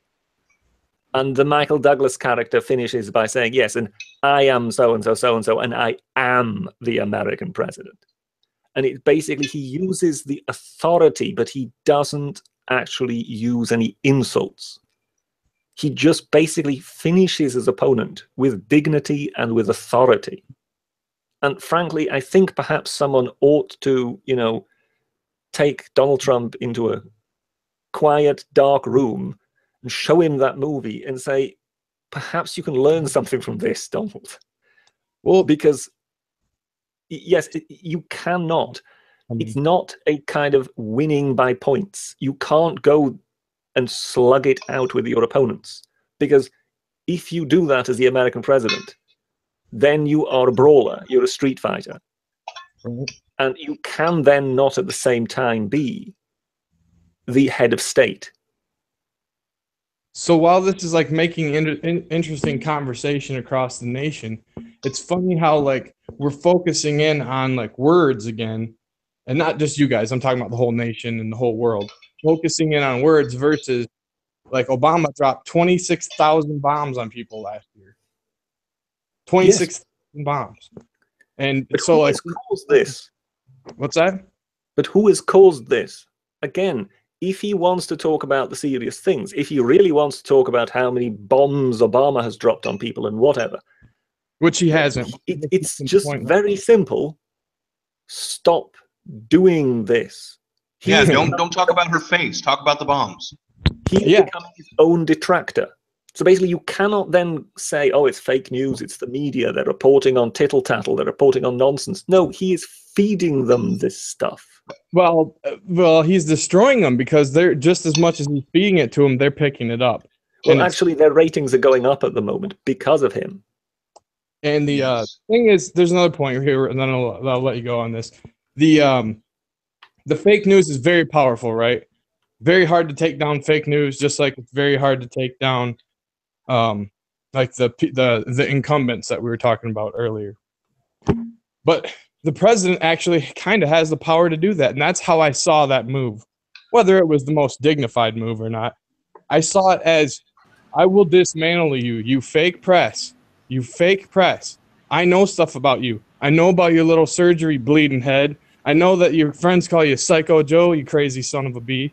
You know what I mean? But how? There's nothing more dignified than standing up for oneself. And I really hope, I just sent it, because I sent the white YouTuber a link a minute ago, probably 2 hours ago, and he just sent me something a couple minutes ago about giving it to him again. His laptop's full it up. And do you know the white YouTuber, Brittany?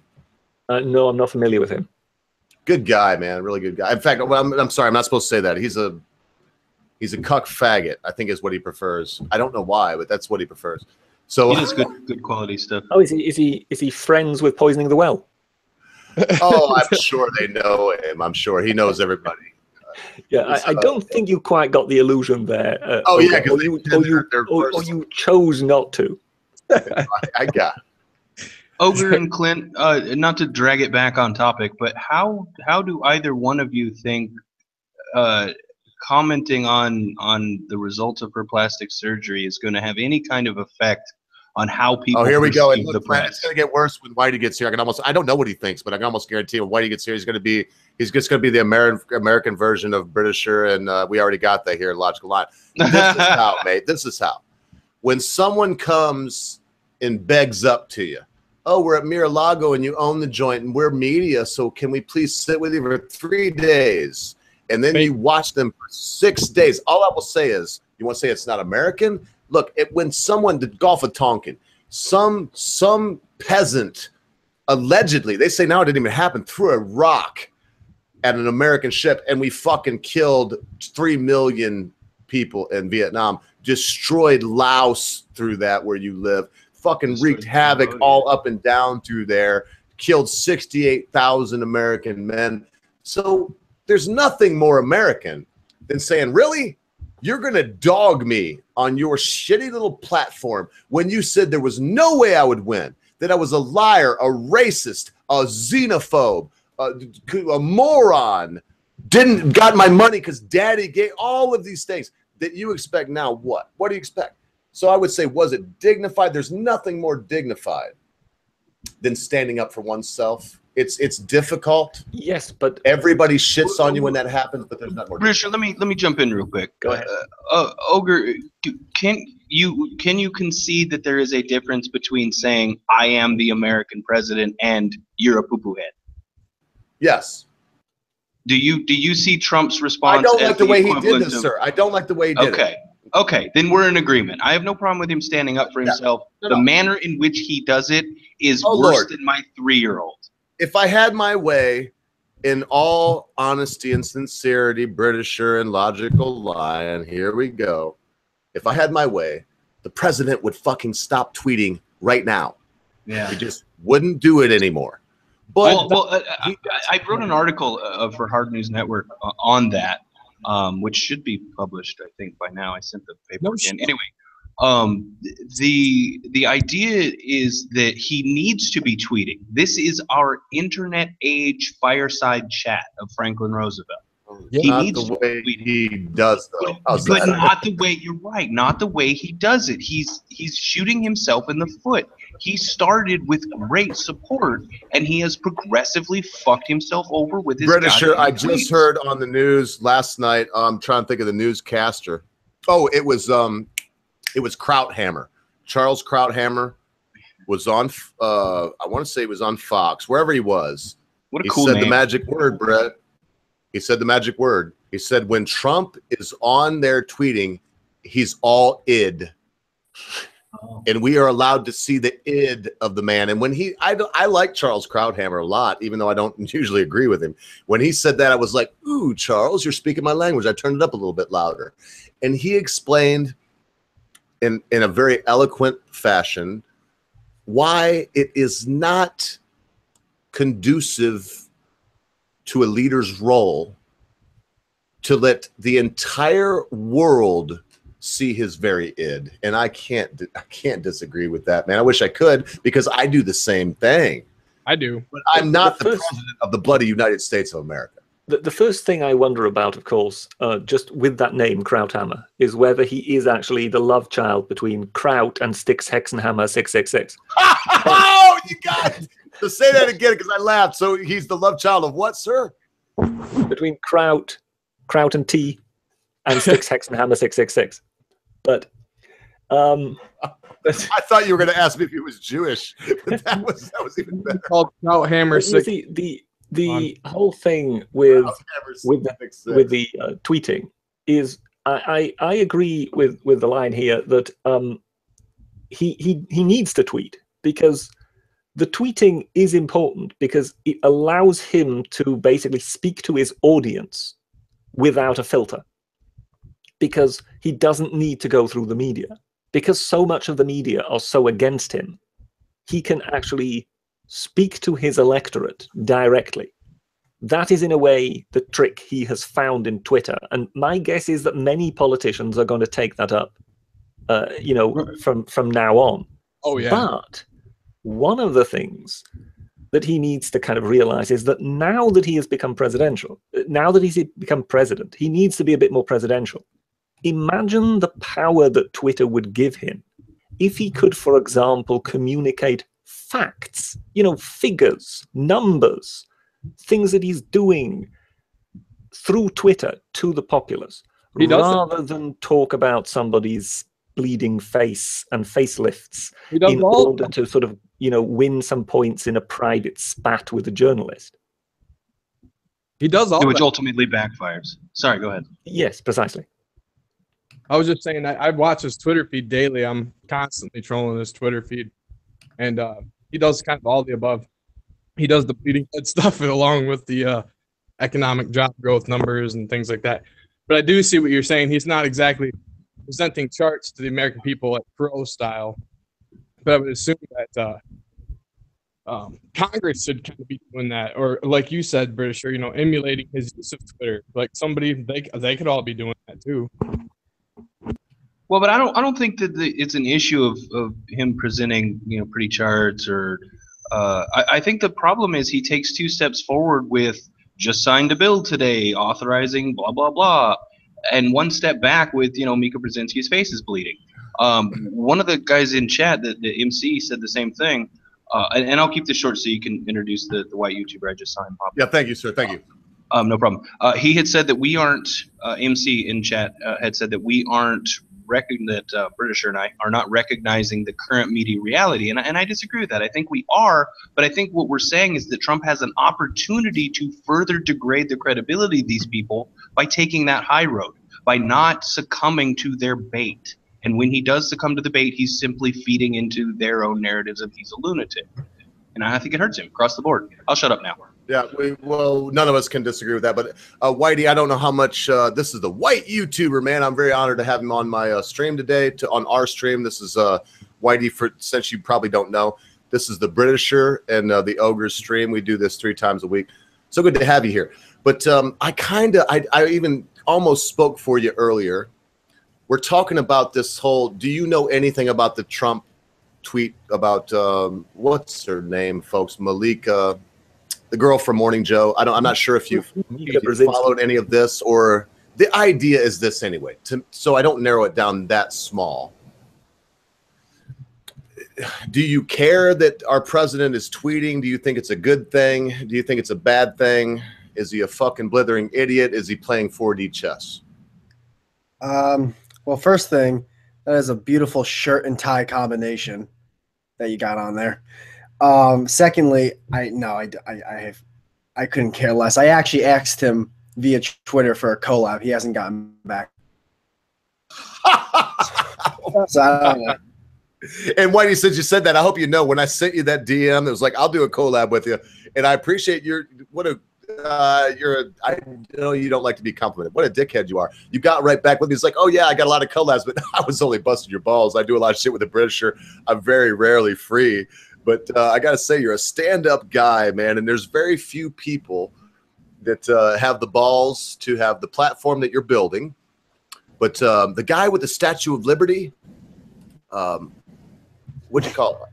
I just subbed to him. I know I can look at it. The guy that's got the Statue of Liberty thing. Let me look here. Libertosity. Oh, Liberosity is awesome. Liberosity, yes. Yeah. Anyway, he can thank you. Cutting in and out my microphone and yours.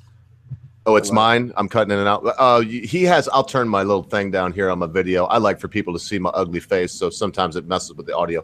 But he has you to thank, because I watched your collab with him. And listen, I don't want to get too far off topic. One day I'll have you on, Whitey, if you're willing, on Police State.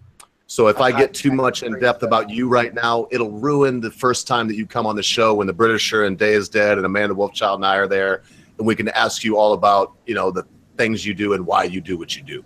Because what you do, sir, is for all of the berating that you willingly take and encourage, is very, it's courageous, because you have a lot of people on your channel, do a lot of collabs, and you never even try to weigh in the balance. Are they gonna, you know, upstage me or anything like that? It's just a really cool thing. I do encourage everybody. And while Whitey is maybe wrapping this up, so in other words to you, because what I'm meant to say as I wrap that up is I'm gonna send his dealio out in the chat here, folks. So if you're not subscribed to the white YouTuber, subscribe to him, and if you want him to answer you back, tell him he's a dickhead or something in the chat, or he probably won't in the comments, or he probably won't even notice you.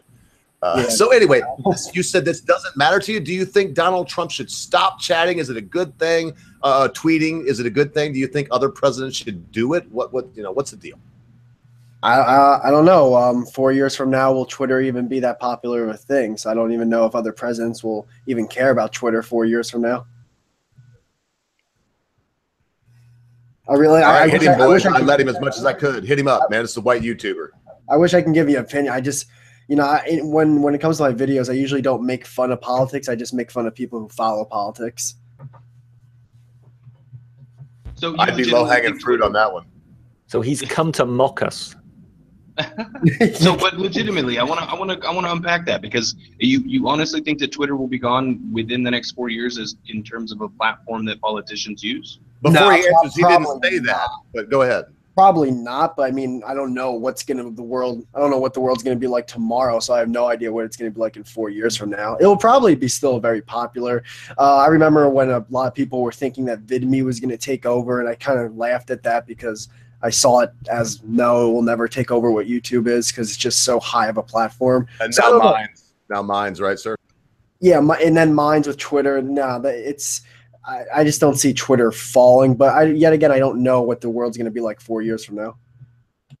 Well, yes, but I think we can surmise that social media is going to play an increasingly large role, because if we look back to when Obama won the first time round, it was very much credited to the fact that he led a then hitherto unseen internet campaign through which he raised a great deal of money online. Then when we came to the election between Trump and Hillary, the internet battle was much more intense.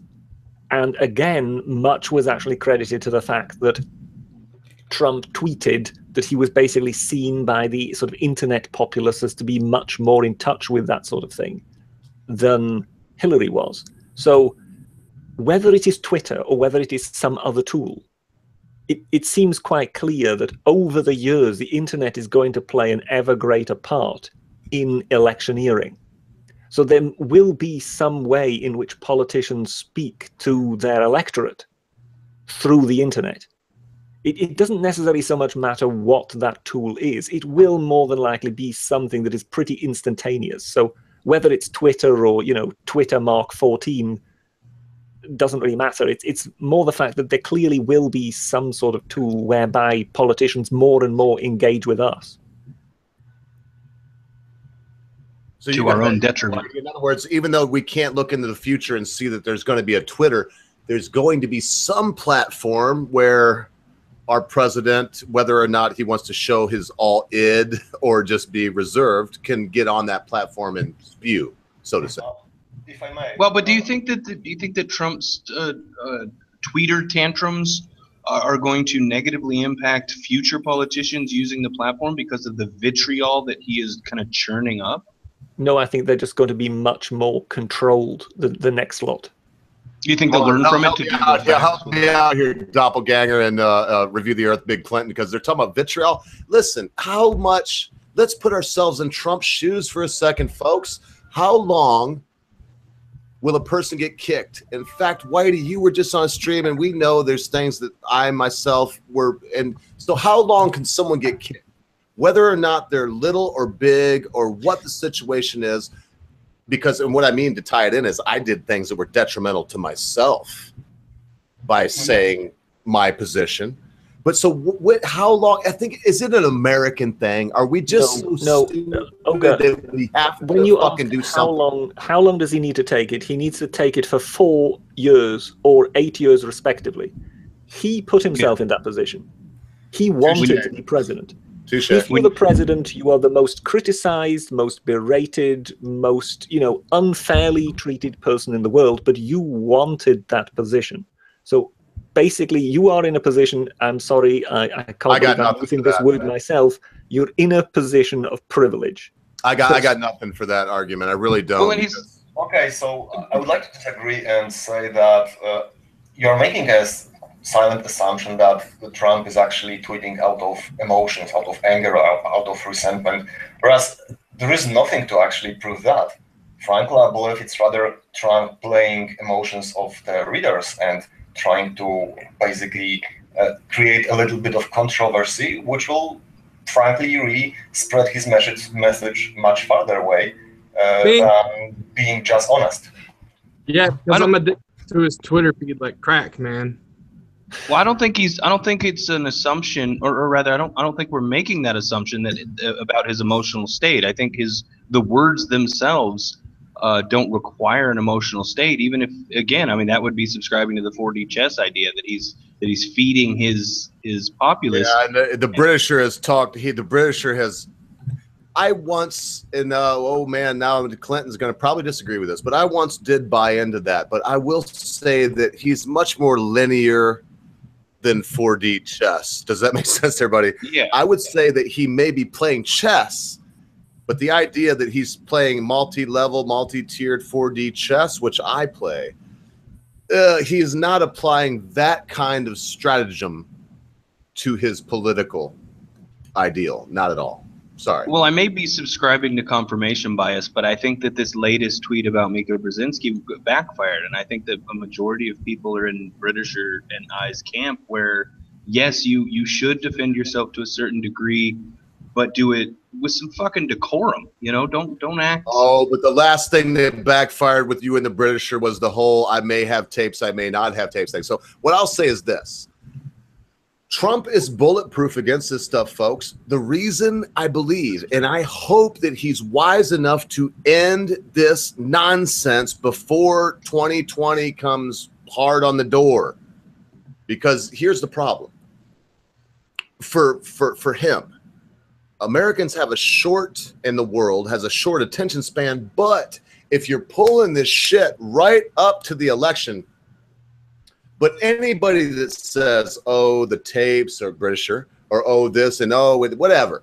Listen, he's Pocahontas. I could go back and dig into my mind of all the things he said. He didn't even apologize for the Pocahontas, man.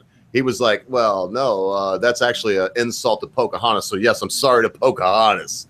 And he was asked once by reporters embroiled in some other or another scandal, as he is always. They asked him, well, are you sorry for this? And he was like, no, I really don't. I'm not sorry. And then he was cornered and was like, well, don't you ever, you say you're religious. Don't you ever pray to God and ask for forgiveness? His answer, and I paraphrase, was, well, if I did something I felt was wrong, of course I would ask God for forgiveness, but I don't do anything wrong. How do you argue with that, Britisher? I don't. Well, it's good to know that there is at least one perfect human being living on Earth, and that he somehow managed to get to the presidency. What you were asking me, you were saying somebody was going to be. You actually made a faux pas in your typing, and I'm not going to. It's not personal, but you were like, you said you called somebody Christ. I don't remember what it was. So we're saying that he's the second coming. He's the Messiah, a sinless human being. Well, at least according to him, he is. Yes. I mean, I think he's the Emperor Godchild. I can't even. I'm flabbergasted because I'll tell you what, folks. I've got to be transparent. I'm not sure that Scott Pressler or Clinton ever, and they're not saying they're not being transparent. I'm not sure they believe as I do, but I will say this, please. I always defend the underdog, and Trump is the underdog. You may not see it right now, and when I say that, I don't know. I might get letters, and people might say I've lost my bloody, bleeding mind. That happened years ago. I got your back. But look, he is the underdog. Everybody, Fox News treats him nicely. I wouldn't even know if it's fair. They might be on the other side. But everybody else, PBS, NBC, ABC, CBS, CNN, MSNBC, it's always Trump's a racist. What a piece of garbage our POTUS is. Can you believe that he wants Negroes to die in the street? Trump today passed a bill that will cause 30,000 immigrants, rightfully here, I must say, to die in the street a bleeding, agonizing death. Come on, man. So I feel that, maybe too much need to defend him. That was the whole point. What is Sean Spicer's job? To bullshit. I think he's Why is pretty Trump much a doing spin his job? doctor, really, isn't he? No, really. Job is Wait. So logical line. Follow up on that, logical, please. So in other words, I didn't get your point. So you're saying, in other words, Sean Spicer's supposed to do a job, but explain that, what you just said. Okay. Well, I said I think Trump is doing Sean Spicer's job because Sean Spicer's job is supposed to be Trump's public face. Trump is supposed to be, so what if they call him a racist? So what if they say that he wants to, drag all the black people in the streets and kill him? He needs to focus on the policy and putting legislation in place that got him in that office. Let Sean Spicer deal with the bullshit press. Best point of the night. Best point. Well, one of the in order to follow up on that, one of the problems that Sean Spicer has got is not only that he has got Trump tweeting, but sometimes basically the communications office will basically agree with the president what the official line is to be, and then they will come out and say, "This is what happened." I think with Comey there was a kerfuffle, wasn't there, whereby they sort of said this was the actual sequence of events. Right. Then, I was going to fire him. Then what happens is, no sooner have they all come out and they've made statements in that regard, Trump comes out and basically says the opposite. And then they all frantically have to backpedal in order not to basically finding themselves standing in opposition to their own boss. So in some cases, he kind of directly contradicts Sean Spicer, which doesn't really help him. No, it's fun. I like when that happens.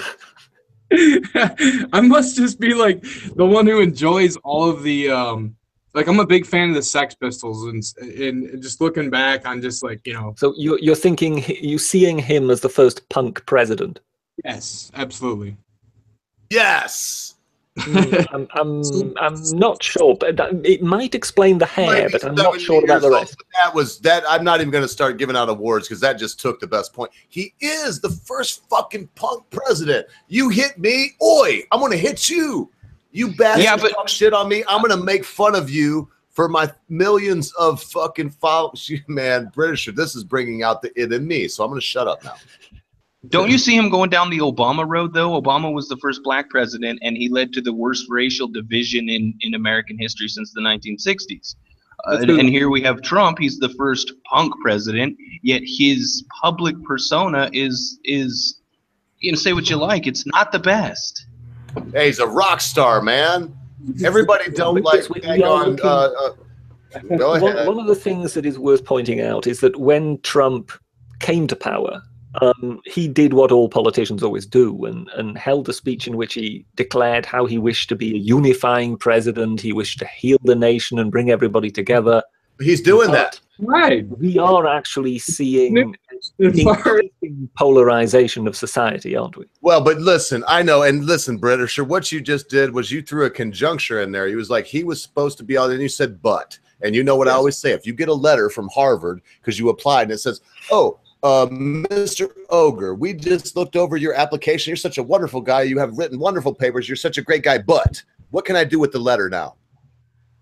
I can throw it away. I don't have to read the rest to know that it's not an acceptance letter. It's a declaration. The point still stands. Basically, that you can let the point stand, Brett. But in the end, we are living in increasingly polarized times. Now, the question is Trump really a force that is unifying, or is he in fact a polarizing force? Unifying. And can he be held responsible for the climate? I think it's kind of the bigger question. Can he be held responsible for a climate being to a certain extent, fomented. logical line, yes. But let me just answer that and then jump on here, logical. But Britisher, look. When I think back, there was an English Bob, and we're no different than you, mate. We are fiercely Americans, those of us that are Americans, and none more fiercely American than those that have came to this great country, done their 10 years, learned the preamble to the Constitution, know the presidents of the United States, salute the flag, none more than that. And if you survey right now, sir, Britisher, I've got some things I've got to get to you because I've been trying to tell you that, and everyone I've been trying to tell, that it's not what they want you to believe, that right now, immigrants that are here from Venezuela, from Honduras, from Portugal, from Mexico, all these Hispanics that come from all over, yeah, through Portugal and they're fuckers, they're Hispanic. All of these people that come from all over, when they're American citizens, they say the same thing. We love Donald Trump. We don't want people to just get an easy pass. And you, sir, and anyone else that is not American should be so with this idea. Because listen, if you're from south of the border, you can walk in. Apparently, you're an undocumented immigrant. But try to come here right now, Britisher. Fall on hard times. Let the ogre say, hey, I've got a job for you, Brett, or I know some people, and try to just come here and outstay your visa, Britisher. There would be no talk of undocumented immigrants, sir. They would come and drag you out, even if it was out of this very house, and send you back to England. There is something happening. All right, that's it. If I keep going, I'm going to go into the Rothschilds and whatnot. Hey, guys, thanks for having me on, but I got to go edit a video. Thanks so much. Why do you look good just being here? You didn't say much, but we appreciated your opinion. We got to fucking, hey, listen, I want a verbal commitment now on air. Will you sometime, because I'm booked up now for a month, will you sometime 6 weeks from now be a guest on Police State, our Monday show where we showcase a YouTuber? Would that be possible, sir? Yeah, fuck yeah, man. I mean, I'm sorry I couldn't be that much of a treat today. You guys are all smart. I'm still figuring out what vitriol means, but yeah. Yeah, whatever you want, man. That would be odd. Well, and thank you so much for that, sir. I will be hitting you up. I'll give you a date probably in the next 6-7 days. It'll be about 6-7 weeks from now. Thank you so much, white YouTuber. We will tailor it to fit something that will make you appear much smarter than you really are, sir. I promise. There you go. All right, later, guys. See you about. Oh man, I can't gloat much now, Britisher. Let me think hard, man. Let me think. Ogre. I'm so glad that cuck was on. He's quite a faggot, and what a jerk. Because that's what he wants. I don't know. That's what he wants. So he looks gay. He was. There you go. So anyway, we were having a really good debate there, and I just wrapped up. He was a policy. Questionable parentage. Britisher, let me run over you real quick. Yeah, I apologize, but I'm pretty high, and I'm going to lose this train of thought. No, you on that line. Go for it. Okay, policy. Ogre, you're talking about popularity by policy. His policy on immigration wins him support. His tweet about Mika Brzezinski loses him support. It's my whole 2 steps forward, 1 step back argument. He unifies with policy. He divides with rhetoric. Shut up with the rhetoric. Focus on the policy. That's all I'm saying. I mean, he has the potential. He has the setup to hit it out of the park. He could be the greatest president. He could be the greatest president in 100 years if he plays it right. I can't argue with that point. I wish he would let Sean Spicer do his fucking job. I wish he would. He has people for what he's doing. He really does. Right. He doesn't have to do that. They've been and that's what he ran on. Henry Ford 2.0. He ran on the idea, I don't have to know how a Model T works. I push a button, an engineer comes in and tells me how it works. Yeah, he said I would surround myself with people that would do their jobs and it'll make me look good. And in this aspect, he's not doing it. He's not. That's my point. What if Mika Brzezinski is going to come in there and tell him how to make the Model T? And he's going to, you're bleeding. She wouldn't be the one he would call. Well, you know what? Listen, a better analogy would be with Tesla, in the time of Edison. So really, he said he was going to be Edison. And I know everybody's going, oh, well, Tesla was a great one. Yeah, Tesla was the one that had all the ideas. But Trump told us and promised us that he would be Edison. He would be the one in Menlo Park with all of these geniuses around him saying things like invention is 1% inspiration and 99% perspiration. It took me a second to get that one out, but I did remember it correctly. And what we did get was we got somebody that thinks they're Tesla. We got somebody that you struck me, logical line. You really did. With this, that has not changed how I feel about Trump in the least bit. I love the guy. I fucking look up to him. But he does have Sean Spicer. He does have people. He should stop trying to be Tesla and seeing the DC motor, the AC motor in the sky. He should start trying to be Edison and get back to Menlo Park and let the geniuses do their job like he promised us he would. Right now, he's not. He doesn't even have to wade into the fray. He literally could leave it alone and they will hang themselves. New York Times hung themselves with the piss dossier that Comey shot to shit. CNN hung themselves recently. These fake news organizations are pumping out fake news. You can't keep doing that and not step on your own dick, to excuse the expression. He just needs to leave it alone. Let them fuck up. And then when they do fuck up, pounce on them like a fucking hungry tarantula. Well, check this out. What was it when MSNBC Morning Joe, when they're talking about Russia and all this shit, like when they're going on and on and on about it, and everything they've ever done to pile on top of him, all that's just been fake news. It really has literally been fake news, entertainment, infotainment, fake news. But what was his tweets? The 2 tweets he unleashed, what were those? That was real. Whether anyone wants to like it, it makes people uncomfortable. It doesn't make him look classy, whatever it was real. And that's what people are starving for, is someone who is real that we can connect to, as that's the guy that I go to work with. You know what I mean? And it's not conventional. We've never seen anything like this. We're not used to it. We're used to fake Sean Spicer concocting a fake story and giving it to everybody because that's what's expected. But Trump is not what is to be expected. He's his own guy. And you know, if you ask me who would I want, Tesla or Edison, I'd say Tesla. To expand on that a little bit, I believe we are having a huge paradigm shift right now, if you'll excuse the marketing speak, in that to compare or to contrast, a few decades ago, we had this huge shift from reporting via newspapers and to some extent video on presidential elections and other elections, whereas now we're having reporting via TV, and this changed a lot. Candidates overnight basically had to start looking good in order to be electable. Right now, there is another big shift from centralized platforms like TV to somewhat decentralized and much more direct platforms like Twitter. And it is a huge difference. Trump is a good Twitter shitposter, basically. He can get across to the people in the way that people are accustomed to. And the old guard basically were no good at Twitter game. That's it from my perspective. Yeah, the old guard doesn't know how to shitpost, and he does. Well, yes, but Dob, why does that? If you got a better mic, mate, pop in. But everybody understood, just so. But if you got your other mic, man, pop that in, mate, because that was really echoey. You want to know what's really depressing?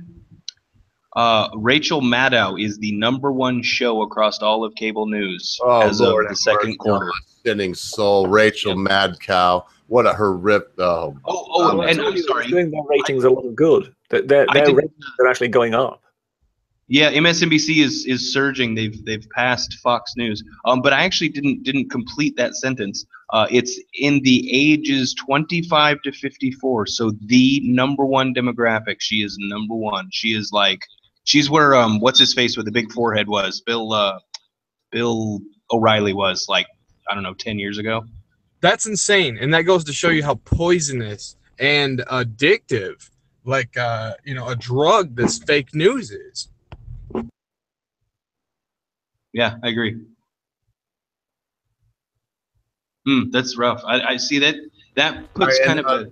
And let me know what's going on in the chat there. I'm just trying to catch up. Yeah, I was just looking at that. We have a very loose banning policy, but AlphaGo is saying she dropped her phone on her mattress. Listen, even though we have a very loose banning policy, and I'm looking back, I'm trying to see, but listen, please, Snake, and who else is this here? Snake and POV.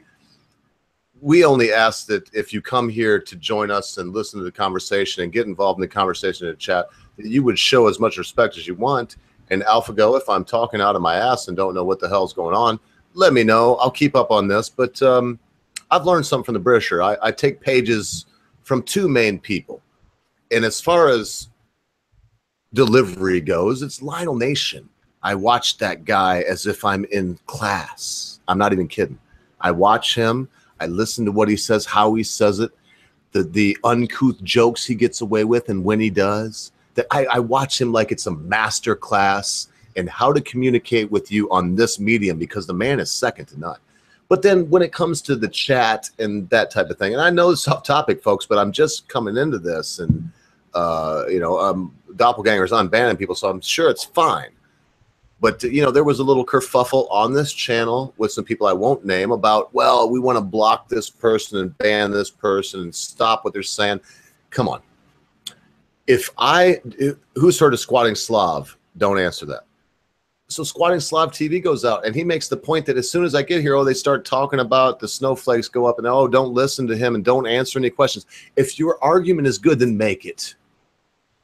And to quote Conscious Caracal, who is quoting, I think, Hitchens and probably someone else, sunlight's the best disinfectant. So no matter what's going on, I'm going to shut up now because I really don't know what happened, folks. I just looked up in the chat, and all of a sudden there's someone banned, and all this thing, Snake, and anyway, that's the end. Because I don't, if someone is harassing you now, and you have a wrench in this channel, which most people do, then yeah, kick them the fuck out. If they're harassing you, and I mean trying to ask you about sex or some weird thing, whatever.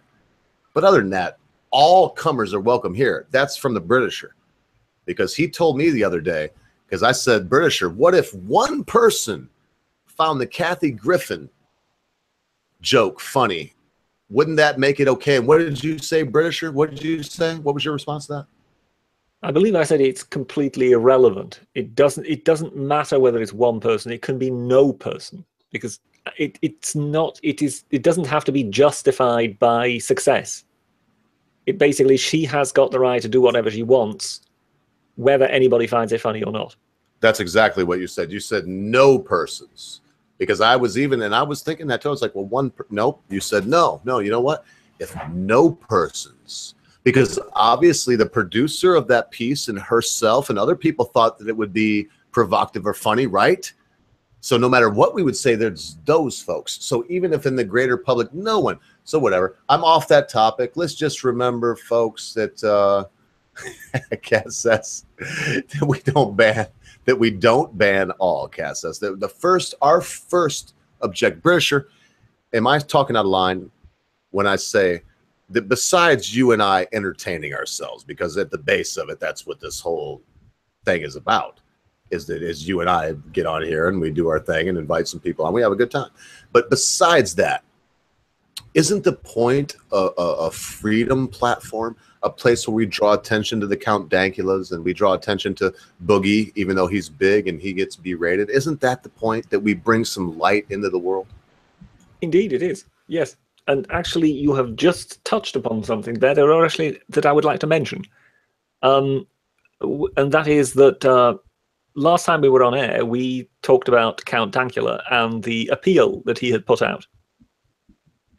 Because I think he was pretty much dropped by legal aid or some such thing, and he needed money for a lawyer.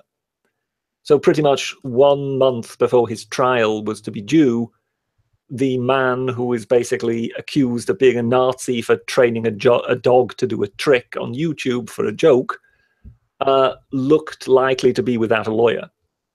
So I think it was Wizard of Cause that organized something, and they pretty much did a 8-hour non-stop fundraising live stream, and we mentioned it here, and I think it was within a little more than 8 hours that Dankula got the £12,000. So it actually has fulfilled. He's got the money he was looking for.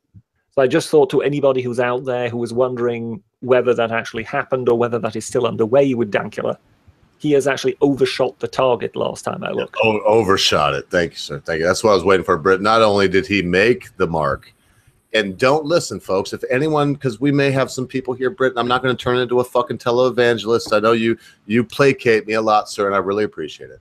So without me, I'm not asking for 5 minutes. All I'm going to say is, if there is someone out there right now, even though it's been mentioned that his goal has been accomplished, hey, look, I know personally, and I said it, Britisher, without asking, I know that the Britisher opened his wallet, and after the Moz flew out, he took 25 quid, and he sent it to Dankula. I did the same thing. I pulled out my old Jew wallet. It's right here in my pocket, right in my front pocket, too, so you can't pick my pocket. Look at that, Purdy. It's pigskin. I got it made out of pigskin. This wallet is 12 years old, this old Lord Buxton. It really is. And I got out me, I can only show this side. I got out me old slate card. And I matched him. And then I matched somebody else that couldn't pay. And I give 50 quid. So look, even though that's done and the goal has been reached, Britisher, a little bit more, because lawyers, oh my gracious, I know what everybody's probably thinking right now. He's reached his goal, and it's 12,000 quid. It's $18,000 at this point, and then it's something like 15,000 pounds. And you're asking, no, look, lawyers, man. I ain't saying that Dank wants any money. He didn't even set this up, Britisher. You know it. It was let me look it up now.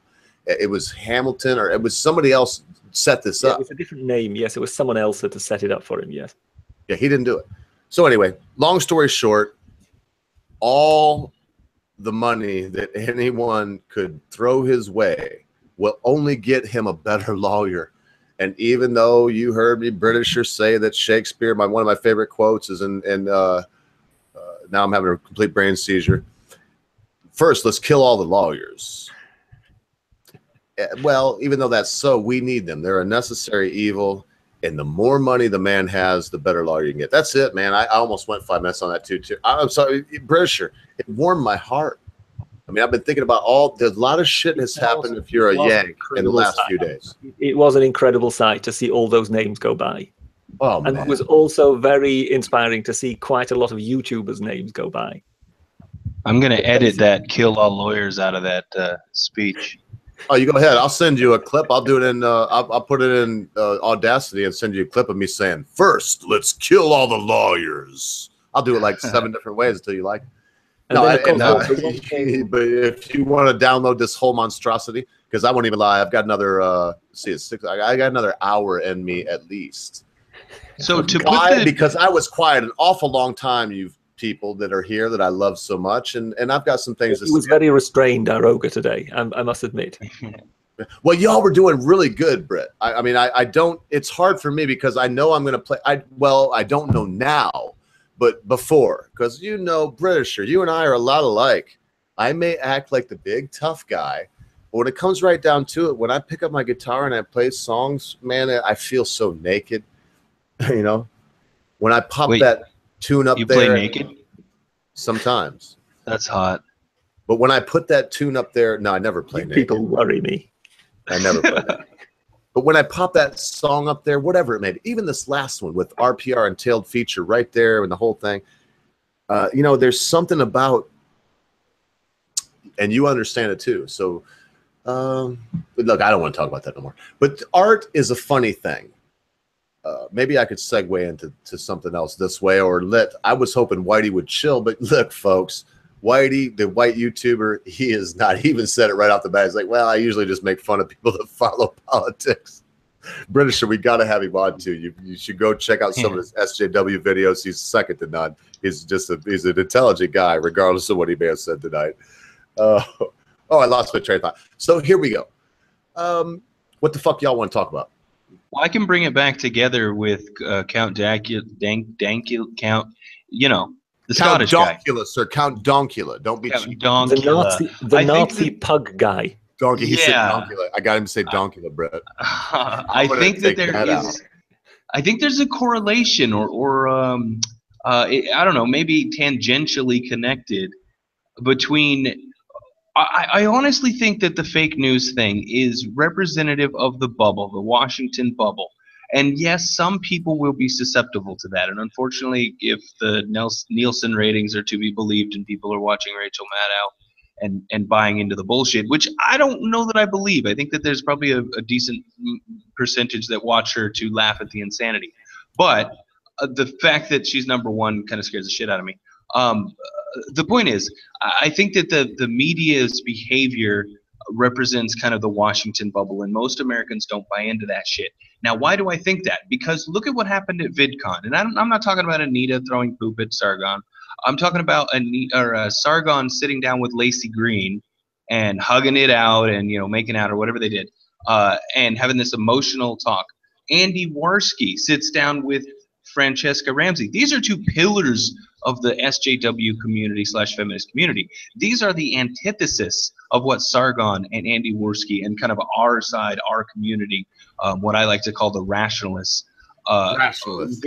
They're the antithesis to our kind of movement ideology. They're the ones that want to silence freedom of speech. And yet yes, Britisher, you're one of us, mate, whether you like it or not. Yeah, whether you like it or not. We claim you for our side, sir. Get the gimp. So anyway, you see this happening when people are able to get face to face to each other and exchange ideas.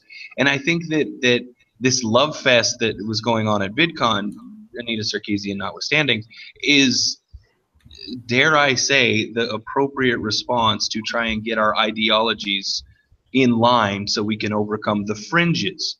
Third wave feminism exists because second wave feminism was successful. The only thing left after a movement is successful are the people whose ideology or entire being is based on the movement. They can't die with it. They have to keep it going. So now we have the insanity. Oh man! And as much as I love you, logical lie, I almost called you conscious clerical. How rude would that be? I've not got an accent. Yeah. No. As much as I love you, come on, man. SJW shit's over. Mark Doppelganger, I know, sir. If I just may interject, given that yeah, go ahead. I'll shut up. Go ahead. Given that you managed to get the logical lion before to say Count Donkula, given that he seems to be willing to edit you in certain ways out of your own clip, don't do that. It might be worth you just editing that snippet of his saying Count Donkula, and then sending that to Dankula. Oh yeah. With the advice as to where it came from. Yeah, well, that could happen. That was so funny though. I tell you, his video, because he's so chill that he is that guy, Brett, that you often refer to. He's that dude that he strikes me as this way. Yeah, he's there having fun, but if you really was to, heaven forbid, if you really were to get on like the man's bad side, I see that he would get quieter and quieter. Then eventually you would just be on the floor wondering why you were there and dusting your back off. Because if you remember, sir, he was like that. He showed those two guys, big dudes. They got like their YouTube buttons up behind them and whatnot. They'll be all pompous Britisher. And they're like, "Oh, Count Dankula," or excuse me, I can't even say it wrong. Count. And I'm sorry, I did that to you, logical line. I was just seeing if you knew who he was. It was just a joke. Oh yeah, it's not a joke. I made you the butt of it. Sorry. Count Donkula. I'll say it all day. Count Dankula. Anyway, they were like Count Donkula, and then the next guy, Brett, the clip, and he was sitting there. He's like, Donkula, you cheeky baby. He's getting up, and you can see the tattoos rippling on. It's like you can feel the Celtic fury in that. It was so wonderful. He's hilarious. I love his videos. Count Donkula, or no? I'm over it. Yeah, Count Donkula. He's awesome. Oh, he's very good, but perhaps if one is within his immediate presence, referring to him as Donkula might be unwise. He's the biggest Donkula there is. Brett, please explain to him how he. Okay, right now you definitely have to edit that and send it to Dankula. Oh my gracious, you know it, Britisher, because that's like he doesn't even know it now. So it's so funny. I'm crying. I'm weeping. No, his name, Sir Logical Lion. His name is Count Dankula, as in the dank weed, Count Dankula, and he kind of takes exception to folks calling him Donkula. That's all. But he's so what were we Scottish. talking about? Because I don't want to make this some kind of joke or whatever. It was already. I think Britisher was taking exception to my idea of the social justice warriors and the anti-social justice warriors sitting around a campfire singing Kumbaya is actually a good thing, and we can counter the fake news when we come together and actually can mesh some ideologies. I thought that was a wonderful point. Oh, well, thank you. And I'm sorry about the tornado that is affecting your home. Talk to us. I think it was actually his house was on fire rather than it being a tornado. Yeah, it does sound like a roaring fire. But you haven't said much there, Clint. Expand a little bit, man. We got a little bit of time. I haven't heard much from Mark either. I really want to talk about something other than SJWism, but as usual, you can't always get what you want. Oh, that was my way of saying, do you have something to say? Please, Clinton, say something just to stop him from singing. You cheeky bastard. Well, you kind of broke my train of thought here, and I'm pretty sure I had something to add just a minute ago. You were asking something of me before the Britisher interjected. Perhaps we can go back to that subject. Yeah, no, go where you want. Dop, did you see? Look, you were the one. Before we go there, let me just say this, Doppelganger. Thank you, sir. Because whereas, Dop, you're not always the best influence on me in certain aspects, and it's just the way it is. But you're a great guy. You were telling me that, why you were like ogre. Why I can't do your accent. I would try ogre. I can't even do it, so I'm not gonna try. So you were saying about the smoking. I got this. And this goes out to who was just saying that, to Staggerson Jags. I got this 4 days ago. Britisher, was it 3 days ago? I told the Britisher, I was like, man, I ain't smoking cigarettes no more, man. I would have failed. But I have this wonderful nicotine delivery system. It's called the Stick V8 that will give me a blast of wonderful, rejuvenating, invigorating, mind-stimulating nicotine, with none of the regret of lung cancer or COPD. I found out from SoFan. I know it's SoFan. I'm sorry, man. SoFan. I'm so hillbilly. SoFan that the juice is all now industry-wide. No popcorn lung. I've got the drops, but the next jar of juice that I get will be the same kind that he uses. Only I will be getting the sour watermelon. So hey, look, that diatribe. Thank you, Doppelganger.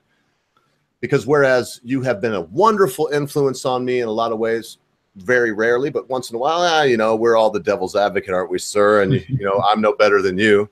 But this big swat is for you. My wife's going to go running in 5 minutes. Well, there you go. Yeah, and talk amongst yourselves. That was all. Because look, if you're trying to quit smoking, I'm not going to do another long diatribe like I did before. I think I just did it. If you're trying to stop smoking and you love nicotine like I do, look, and you love this, the smoke, blowing smoke rings, having the smoke, go get a vaporizer, man. Get a real one. Don't spend $10 to get some piece of garbage. I think this one cost me like 50 quid. So go get a real one, get some good juice, a 6 milligram nicotine, and blast away, man. It'll make you feel good. Well, yeah, it's a very good point in that basically skimping on the money here will only get you burned. You will get something that's very unpleasant and tasteful. Whereas if you spend a decent dollar on it, yeah, it's pleasure, it's relaxing, and it's everything you ever wanted. Do it. Gentlemen, I think I will depart now. Okay. Well, thanks, Britisher. That's a good signal for me. That means I've only got like 40 minutes left after you leave. Could you condescend to at least tell the people that may be here or listen later who the hell you are? I am the Britisher, and I come from the country where the history is from. God save the Queen. God that save is the all Queen. from the side of the past for now. Thank you very much, and goodbye. See, Brett. I thought history was written by the winners. Now I can. Now I really. He did that, so I really would cut some stuff up from this last little chunk. I know he did. That was good. It's all from the cyber past. So anyway, look, folks. If there's any last words, I'd like to hear them. But I know, Dop, man, come on. This last week has been full of news. If you don't have something, I got something right here that I'll break out in like 5 minutes. It's on you. Sorry, please go ahead. I've been busy with work. It's end of month. It's crazy here. I'm actually going to bounce. Like I said, my wife's going to get up in 5 minutes, so I'm going to go to bed. It's 5:30 in the morning. Yeah, man. Thanks, Logical Line, for swinging by, brother. Of course, I really enjoy this. Anytime you want me, man, I'm available, and I'll No, stay it's up for you. good. Good night, All gentlemen. right. Yeah. Good night. It was very nice to meet you. Yeah, you too. It's nice talking to you again. Good time. So the end for me is this. I've got just a little bit of time left, and I do have Review the Earth here with me. Yeah, I'm down to hang as long as you want to, bud. What's Oh, up? yeah, we're going to go for at least till the top of the hour. But here it is. We're off the SJW. I even would like to be off Trump. Thanks for coming, bro. I've always got to play devil's advocate. Good. And, you know, let me end all this on this. Trump is badass, man. He's badass. Deep down inside, everybody that hears me right now, and including Logical Line and Britisher, he is what you want to be, and you damn well know it. So why can't we have a little bit of love for the man? Why can't we see that if you had that platform, he's not a politician. Everybody wants to be a politician, Clint. He ain't a fucking politician. He's out there doing the do. He's working his ass off for you to make your life better. And so, yeah, once in a while when he gets attacked, he fucking busts out. So deal with it, man. Yeah, feel the flow. You know, you gotta love the flow. That's what I meant to say. Love the flow. There you go. Yeah. So Doppelganger, everybody here. Oh, unless you got something, one last thing to add on that, man. Because tell us how you feel about Donald Trump, Clint. Man, I mean, did that wrap it up for you, or do you have some other words to add about our beloved president? I mean, I love him so far right now. I think it's important for us to, you know, stay focused, watch for what he's doing. If he does anything really bad, then, you know, hold his feet to the fire, keep him honest. Try to work on. I'm going to start working on the midterm stuff. That's part of my website deal that I'm doing is looking into some midterm stuff and trying to. I'm going to look into trying to reach out to the left, to the sane left, to the rational left. Maybe that's the best word for him, the rational left. That was kind of Logical Lion kind of spouted the rational community thing. So maybe the rational left. I really want to work on reaching out to them and saying, okay, well, let's make little deals here. Maybe that's something we can do. Like, you know, Paul Ryan, let's get him out of there. What does it take? There's like some Democrat construction worker dude running there, and I'm not big into Democrats, and I would support the primary candidate in that situation. Obviously, I can't vote in Wisconsin, but we can still hammer from anywhere in the world to put our message out about that. And I think it's important. We need to get rid of Ryan. So I'm gonna put together a little coalition for supporting the guy who's the Republican that would be running against him. And when and if that guy fails to gain steam over him and Paul Ryan becomes the candidate, team up with the Democrats to throw that construction worker guy in. That's one of my little plans. Paul Ryan sucks. How well do you know Scott Pressler at all? No, but I heard you talking about him. I don't know Scott Pressler. I've heard his name around on Twitter and stuff, but I don't know who he is exactly. I gotta hook you boys up, man. He's a serious activist, man. He's like right up your street too. Right on, man. From Michigan? No, he's in Virginia Beach. He's the vice chair of the Republican something or other in Virginia Beach. Oh man, sorry Scott that I didn't remember your title right, but he's the vice chair of the Republican. Man, it's he's a deal, and he's one of the organizers for the March Against Sharia Law, and he does a lot of stuff, man. You would just really dig him. Plus, a guy with your energy on this topic, you know, you two could do nothing but help each other. So I'm actually gonna be getting a hold of him and hopefully have him on sooner than later, especially with all this stuff. Because man, I've got to get you on here with me because nobody. I mean, it's like I feel like I'm the lone. But when I'm out in public, Clint, everybody's like, "Oh yeah, Trump's great, Trump's great." But then I don't know. I get on here and it seems like when people are talking and no folks are listening, I'm not saying they changed their mind. Maybe that's the way they feel all the time. But nobody wants to stand up for the guy. And let's face it. He is the underdog right now. Everybody's against Donald Trump. Everybody's against doing what they would probably do in his same situation. So look, I said I wasn't going to drag this out. He's definitely the underdog. He's been the underdog. That's kind of what drew me to him, was the fact that I was a libertarian type Ron Paul supporter who was planning kind of on going with the libertarian vote for the good portion of the beginning of his campaign. But what turned me on was his populism, and the same thing I saw in Ron Paul, which was the fake stream, dinosaur, prostitute, correspondent media going after him on every single front, card and all that. I had to support him and watch a guy with one hand tied behind his back fighting 3 dudes in a ring. And I mean, it's not a fair fight. No. His points weren't, he wasn't wrong enough to warrant such a backlash by the media. So I knew it was all fake. I know they're all fake media because I've been onto this stuff for a long time. So I didn't think he was the best candidate in the whole world I've ever seen, but I had supported him, and now I love it because he's destroying PC. Like it's making people just get over it. It's the sunglasses come down and Joint goes in. Mm-hmm. Wrecked videos, man. I love that Centipede bone. Wow. I love Centipede, man. I used to watch that shit like an addict. I'd be waiting for the next one to come out. But Doppelganger, you just posted something out in here, and we're off this, man. I am glad.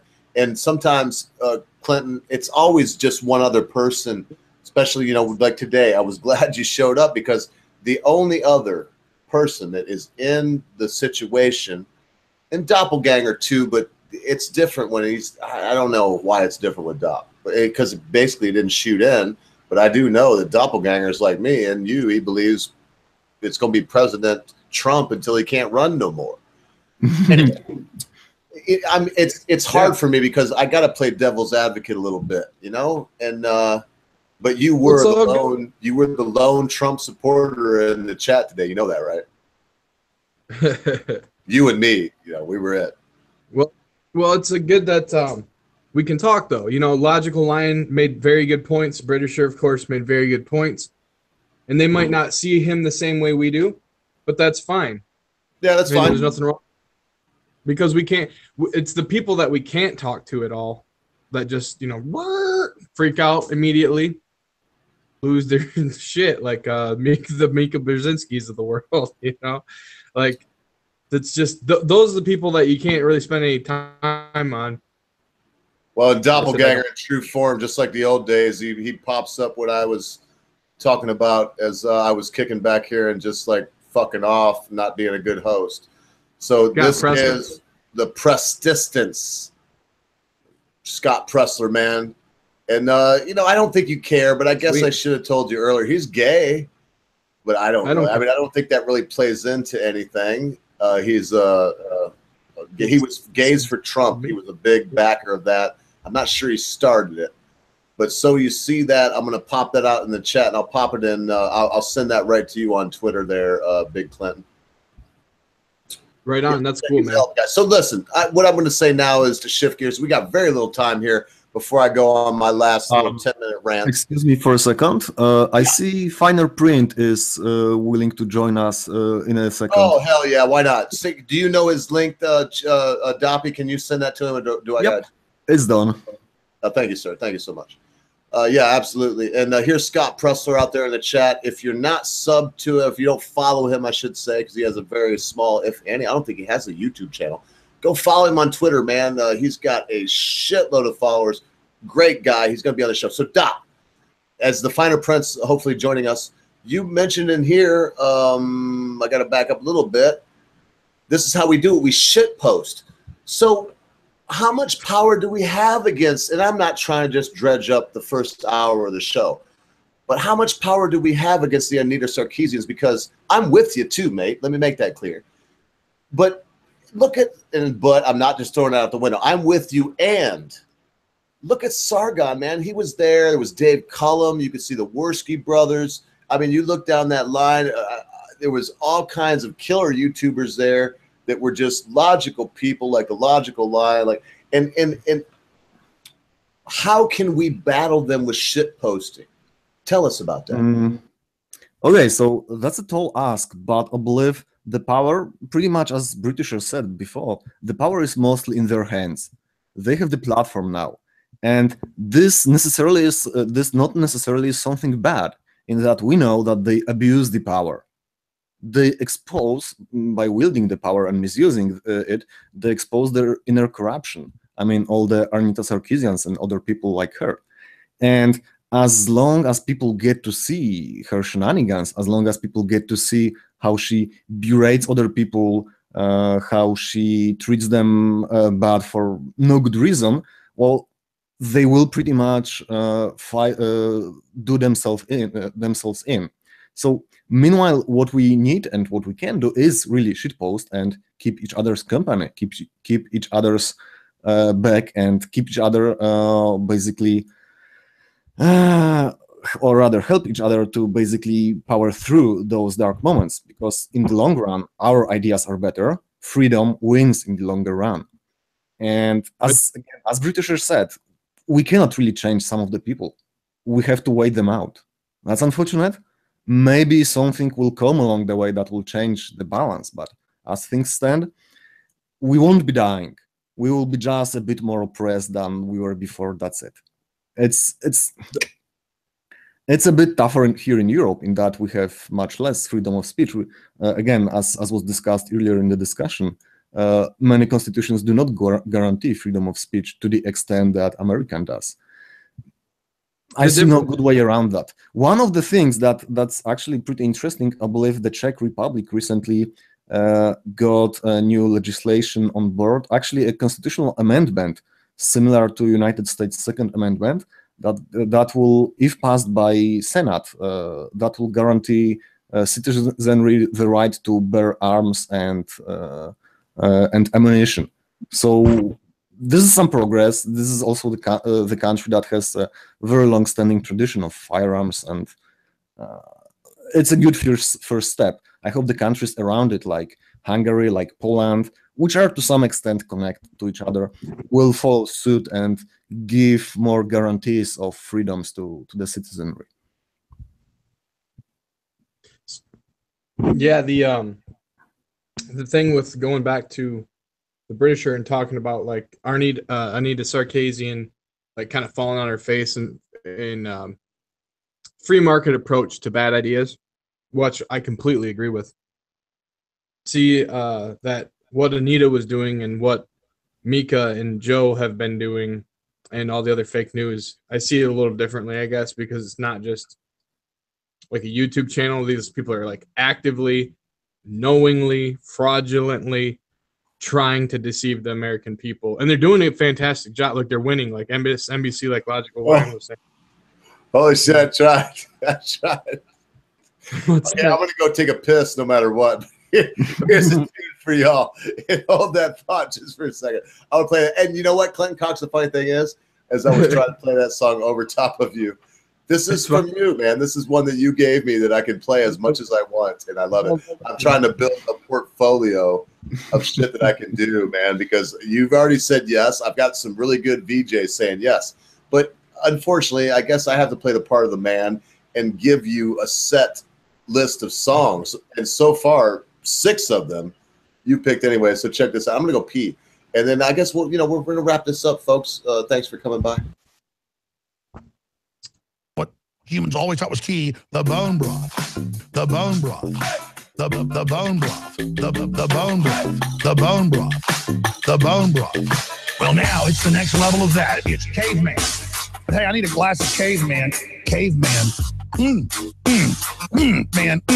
It's better than Ovaltine. Better than Ovaltine. It's just unbelievable. It's unbelievable. Caveman is just over the top. What in the world? But now with the milk, I was like, whoa, this has milk in it. Whoa. It tastes like good. Damn, this tastes so good. Tastes like the best milkshake ever. It tastes like Ovaltine. It tastes like Ovaltine. It tastes like Ovaltine. Like good. It tastes like Ovaltine. It tastes like Ovaltine. It tastes like Ovaltine. Like good. Whoa. This is I can say without a doubt, at least in my experience, that this is literally. This is a super home run available at InfoWarsLife.com, and it supports the broadcast. All right, all the big news straight ahead. Thanks, Buckley. Whoa. Thanks, Buckley. Yo, that's too funny, man. Those fake news remixes and love the flow and all that. He baited him. He trolled him. He baited him. He trolled him. He baited him. I wish I was that smart. See, that's the Trump dimension. That's the Trump dimension. He trolled him. That's the Trump dimension. He baited him. That's the Trump dimension. He trolled him. That's the Trump dimension. That's the Trump dimension. He trolled him. That's the Trump dimension. He baited him. I wish I was that smart. That's the Trump dimension. It's Trump. The plan of Trump. And thus by extension, Trump. Trump just trolled you. But that's okay. It's Trump. The plan of Trump. And thus by extension, Trump.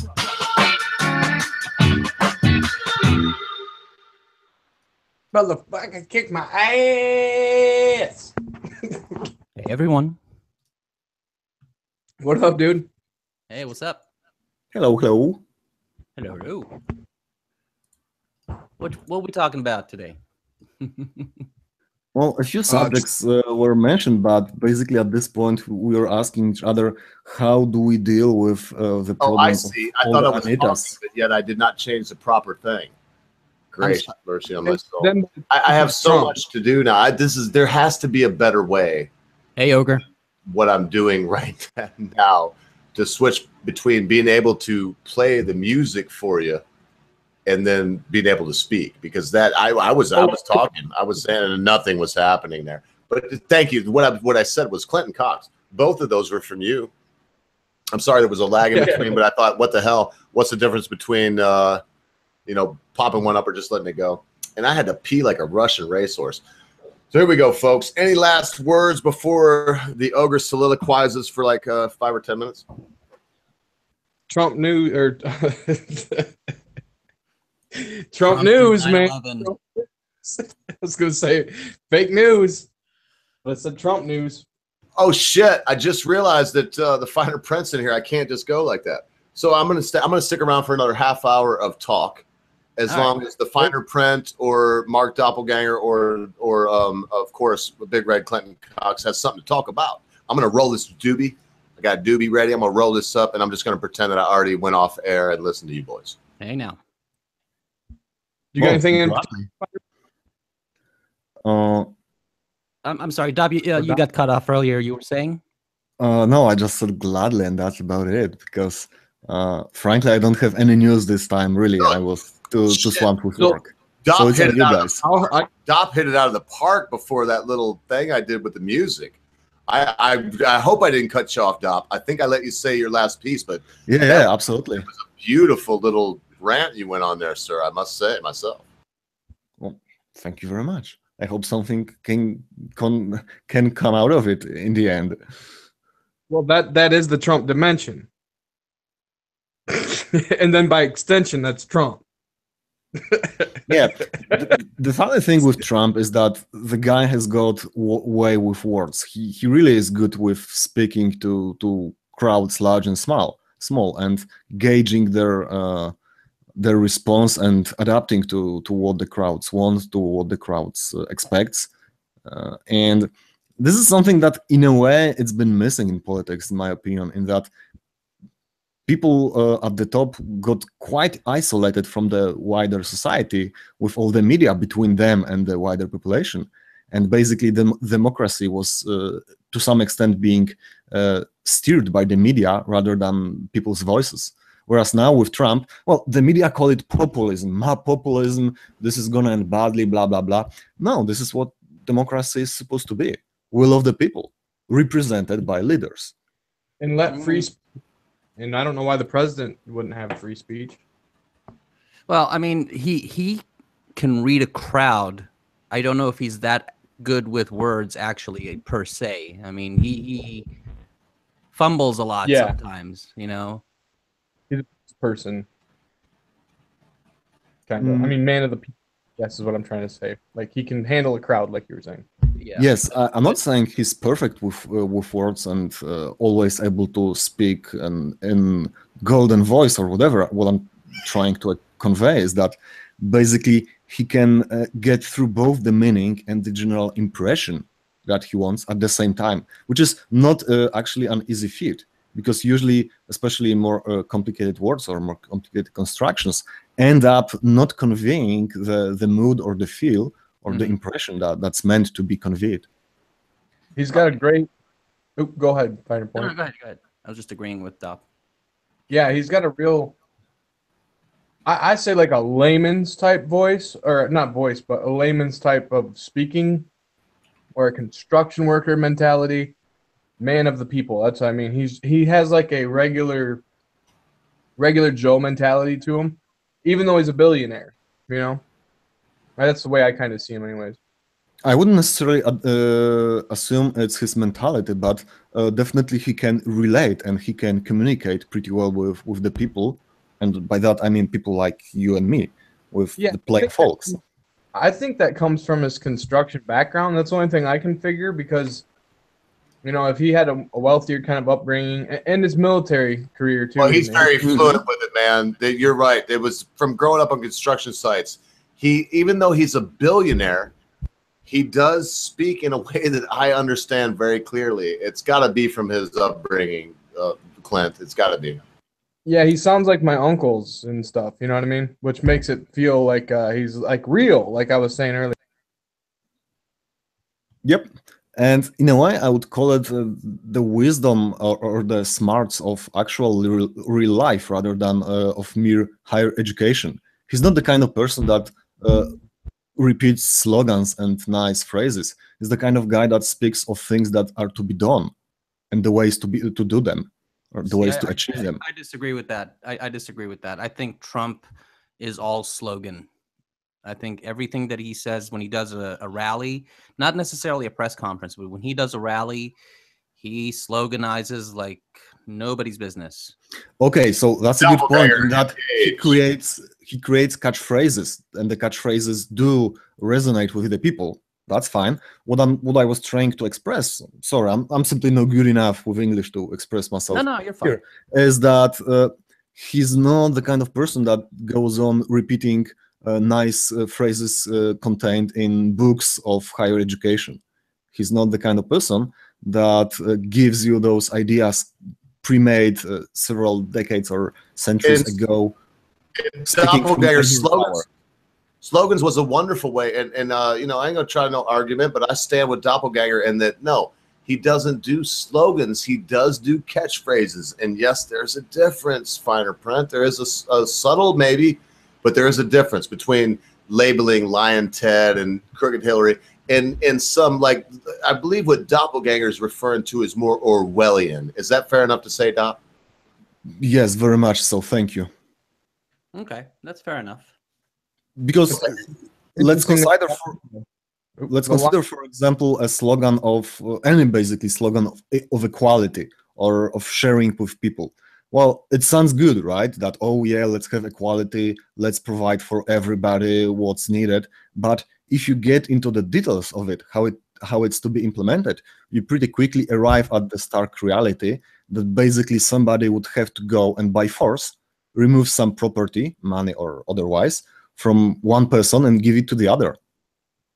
Well, Robin Hood is a good legend, but it's not necessarily the way to run a country, right? Right. Yeah, it's a parable.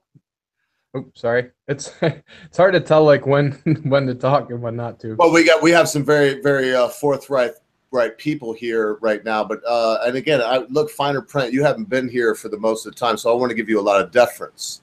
So all I will say is that I'm right with Dop all the way down. That yeah, Robin Hood sounds good, but what, we're Maxine Waters now? you know what, we're going to take, because it sounds good, it really does. But the rich, in the case of Robin Hood, were the monarchy and were the ones that would help folks if there was any help to be given. So there does come a point where, remember this, and I'll shut up.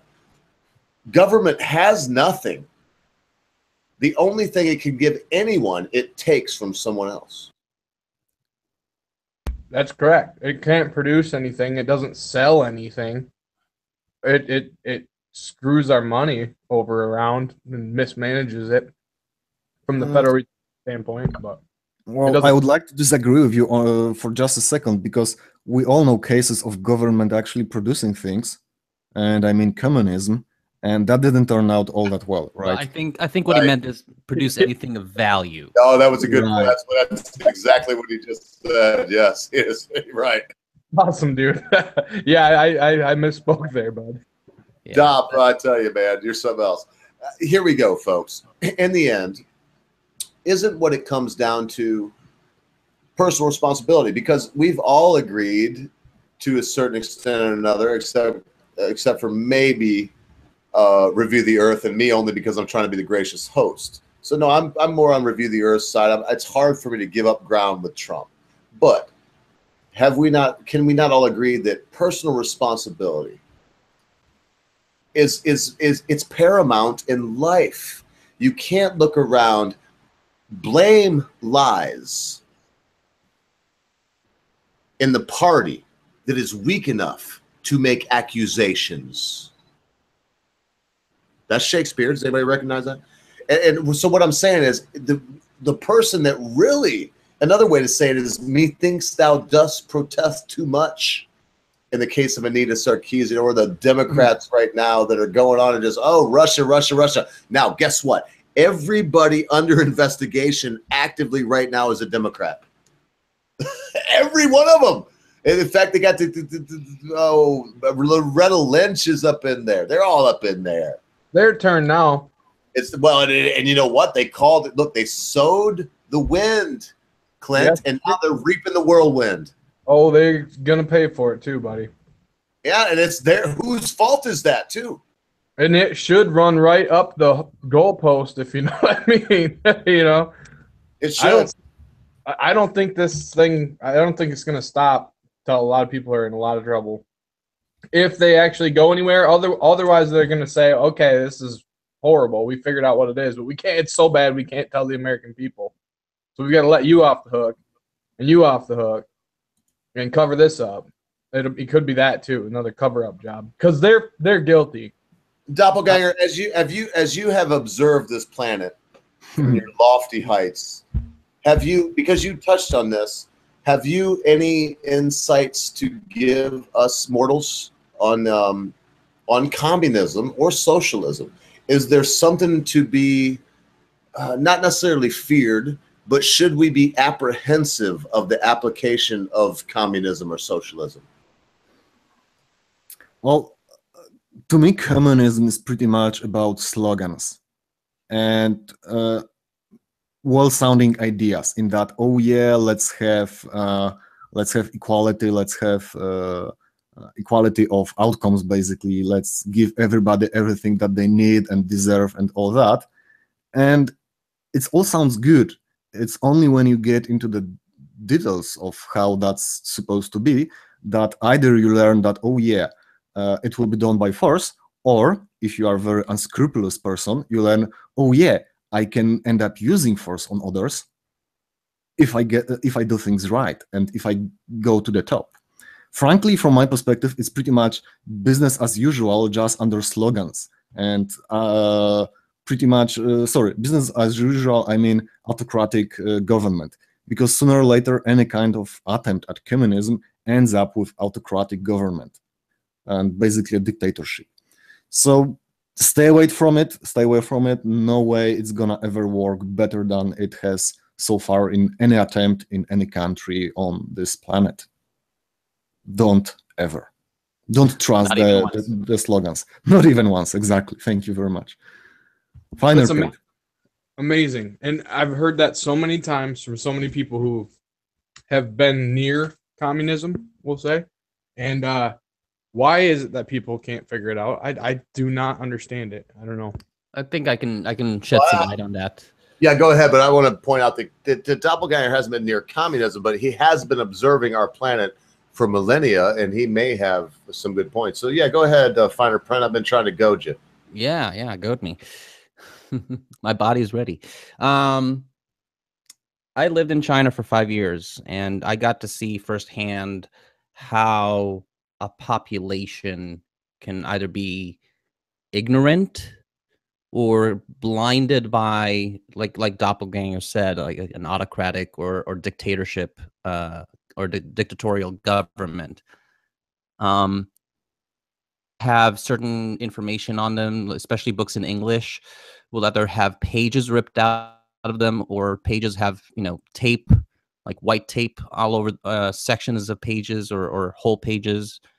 If you get your population completely ignorant and completely naive as well, not just ignorant, you have to make sure that they're naive, then it's very easy for you to them exactly what you want them to think. If you ask Chinese about Jews, for example, they'll automatically think, oh, all Jews are good with money.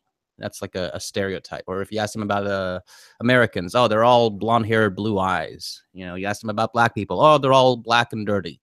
It's just it's conditioning that's been going on for years and years and years and generations, and that's what you see there. And Doppelganger, maybe you can illuminate us more about that, because I don't know whether or not you did live in under a communist regime, or you were, parents or family. Oh Lord, no! I've been trying to say it so delicately, but he doesn't even hail from our planet.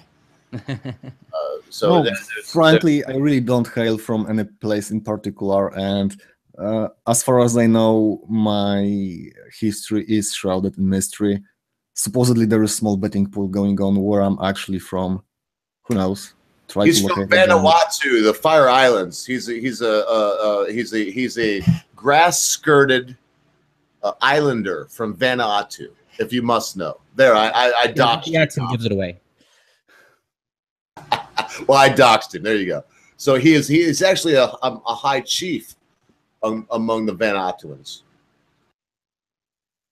No, and we won't stay on that. The fact of the matter is, Dop doesn't want to, even really talk about where he's from or who he may be. Yeah, the point is, he has good ideas and he has good insights. And what I heard from him is the idea of slogans, the idea of get behind this. Oh man, come on, be yourself. Think for yourself. How about this? How about a little capitalism, man? Yeah, and I see pretty nice point raised here on text chat by Zero Cool, who says, it seems a lot of Americans are lazy and fail to accept personal responsibility. Frankly, Zero, I would kind of disagree with you. From my perspective, Americans are pretty good at this whole capitalism thing, and you will encounter a lot of people who act lazy and fail to accept responsibility, but that's mostly because they stand out. They are the lazy ones, they are the ones that are trying to get voicefully trying to get themselves cared after by the government or some organization, and that's why you see them all that often.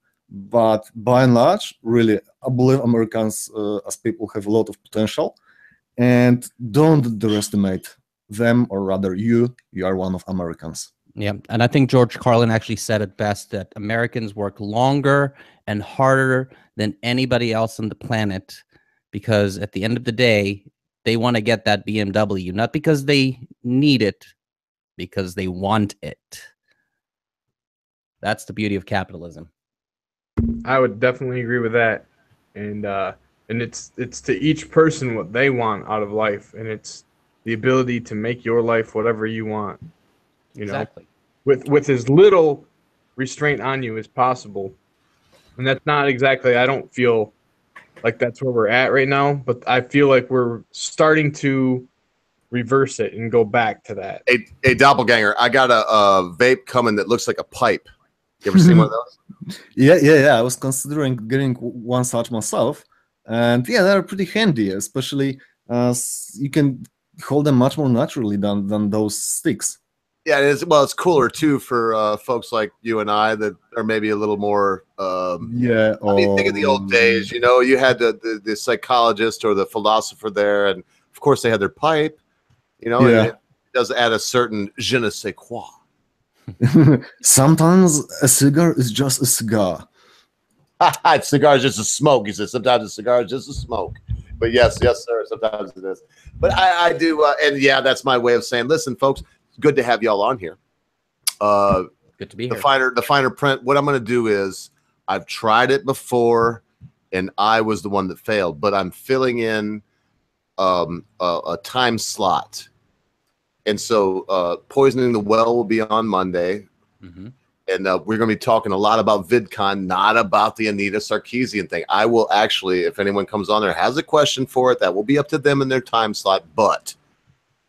And that is a conjuncture, but I will be steering away from that because we talked about tonight and a lot of videos about it. Doppelganger, hasn't the whole Anita Sargon thing been done to death? Can we get off that topic?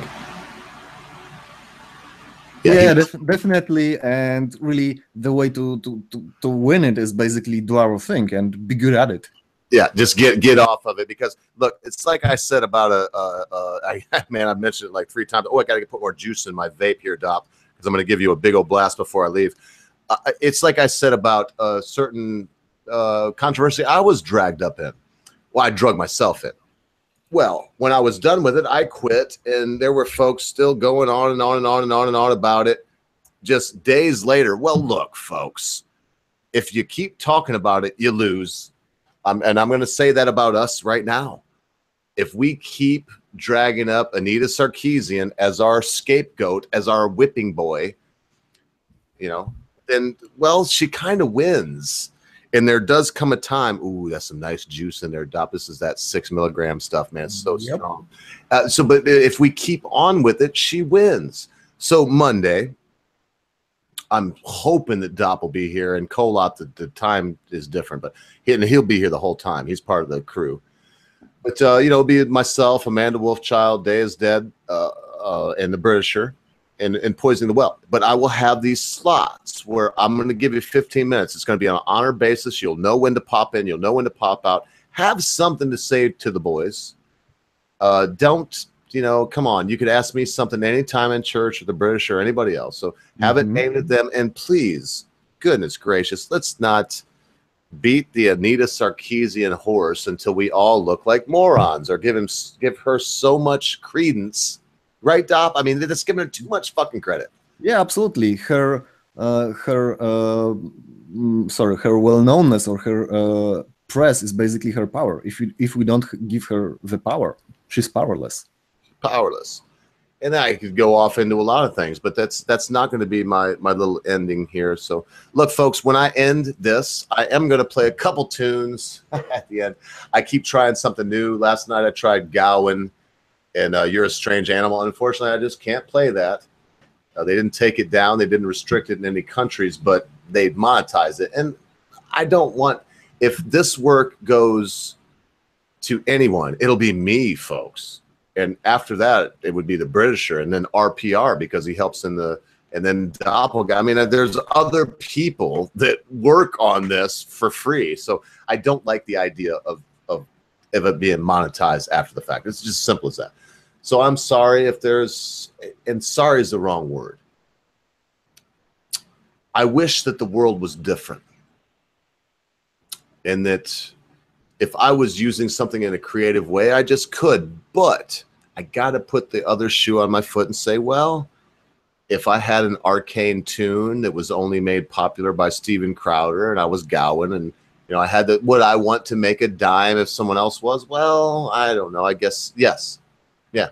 Can't even weasel my way out of that. So I've got to segue into this. Thank you so much for showing up again, folks. You can stay as long as you want, but this is the end. When I'm done with my little tirade here, I'll be playing a couple tunes. I'll be giving proper credit where credit's due in that. And we'll all get together here on another time. Doppelganger, man. Thanks for coming by. I've missed you, brother. You helped me more than you know.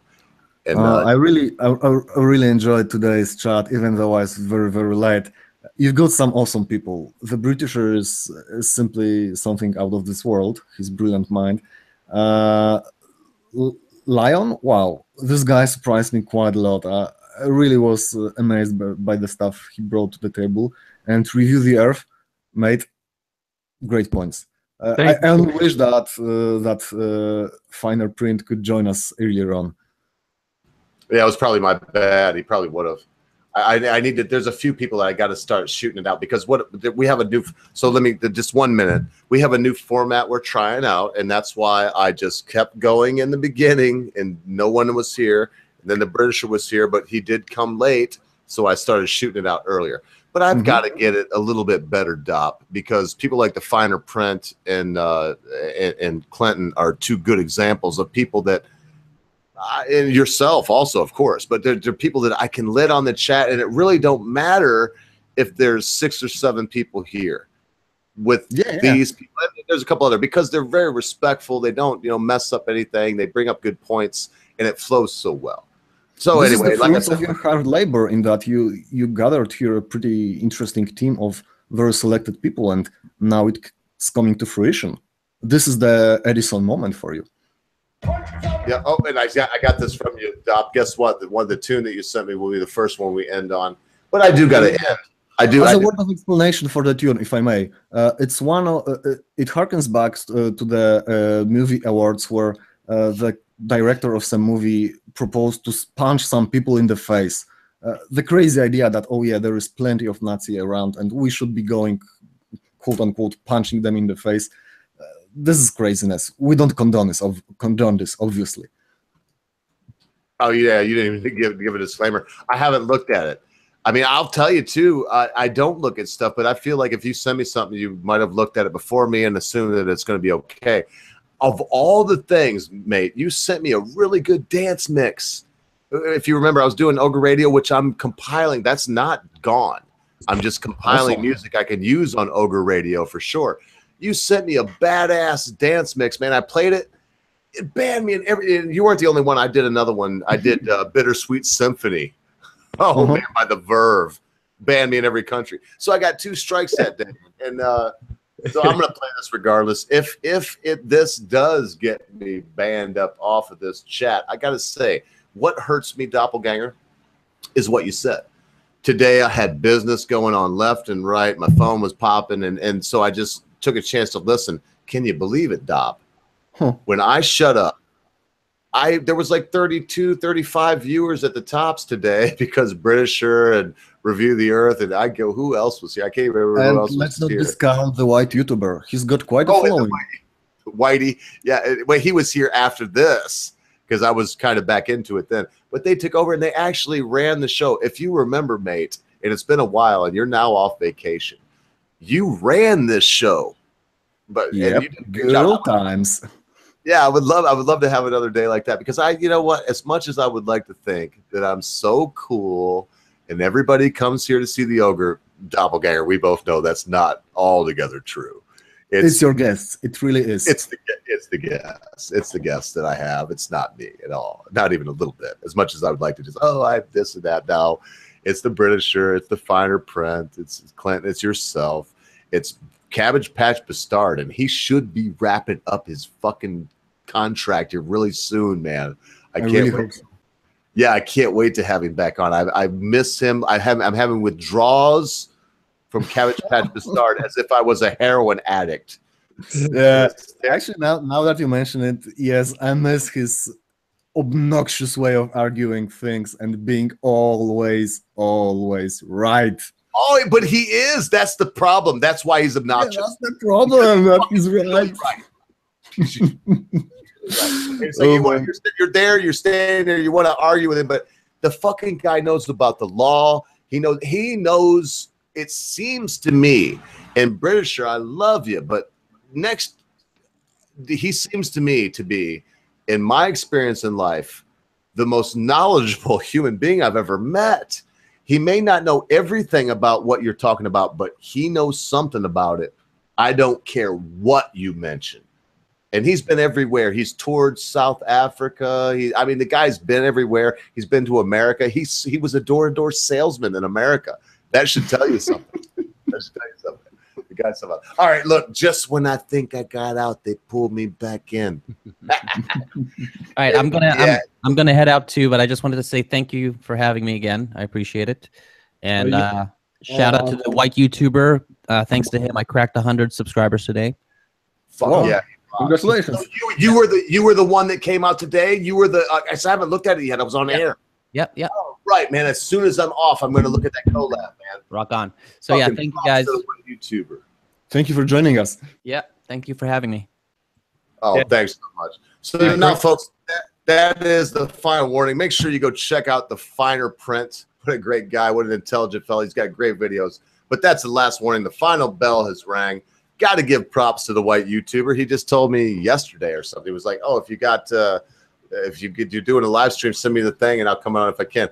He had to have been listening a little bit. And he came onto this political shit, even though this is not what he wants to do. And sorry, the finer print. I thought that you were the one with the baseball stream because I know a lot of people and it all got mixed up. It was actually Mad Dodge Production.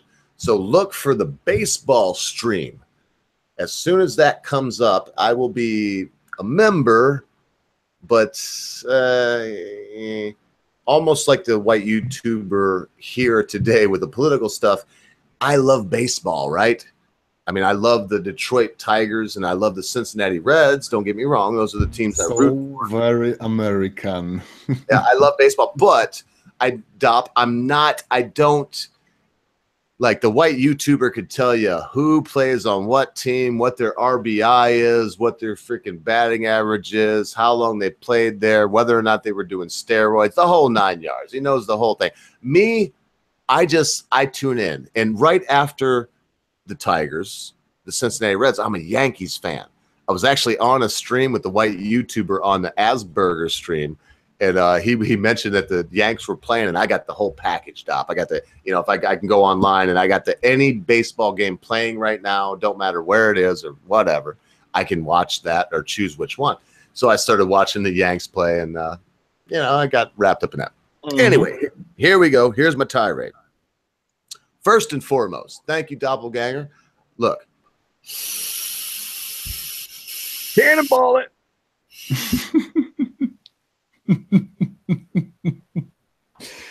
You should do a ninja disappearing act, behind the cloud. It's so huge. Well, just for that, I'm going to do one more just for that because I'm going to present myself and say, once again, thank you, Dop. Keep going, keep going, keep going, keep. White out. Because I don't miss Marlboros at all. Ooh, my lungs actually, wow. And I'm a little bit. So I don't miss Marlboros at all. So before I begin my tirade, I just want once again, as I did the other day, to encourage you. If you're a slave to nicotine, if you can't seem to find a way to break the chains that bind you, if you can't find a way out, if you feel like when you're done with the joint, marijuana, cigarette, that you've got to have that Marlboro, I implore you, you spend enough money on cigarettes as it is, go out and spend 50 quid, spend $50 on a good vape. I'd really recommend this Stick V8. This is the one that Sofane uses.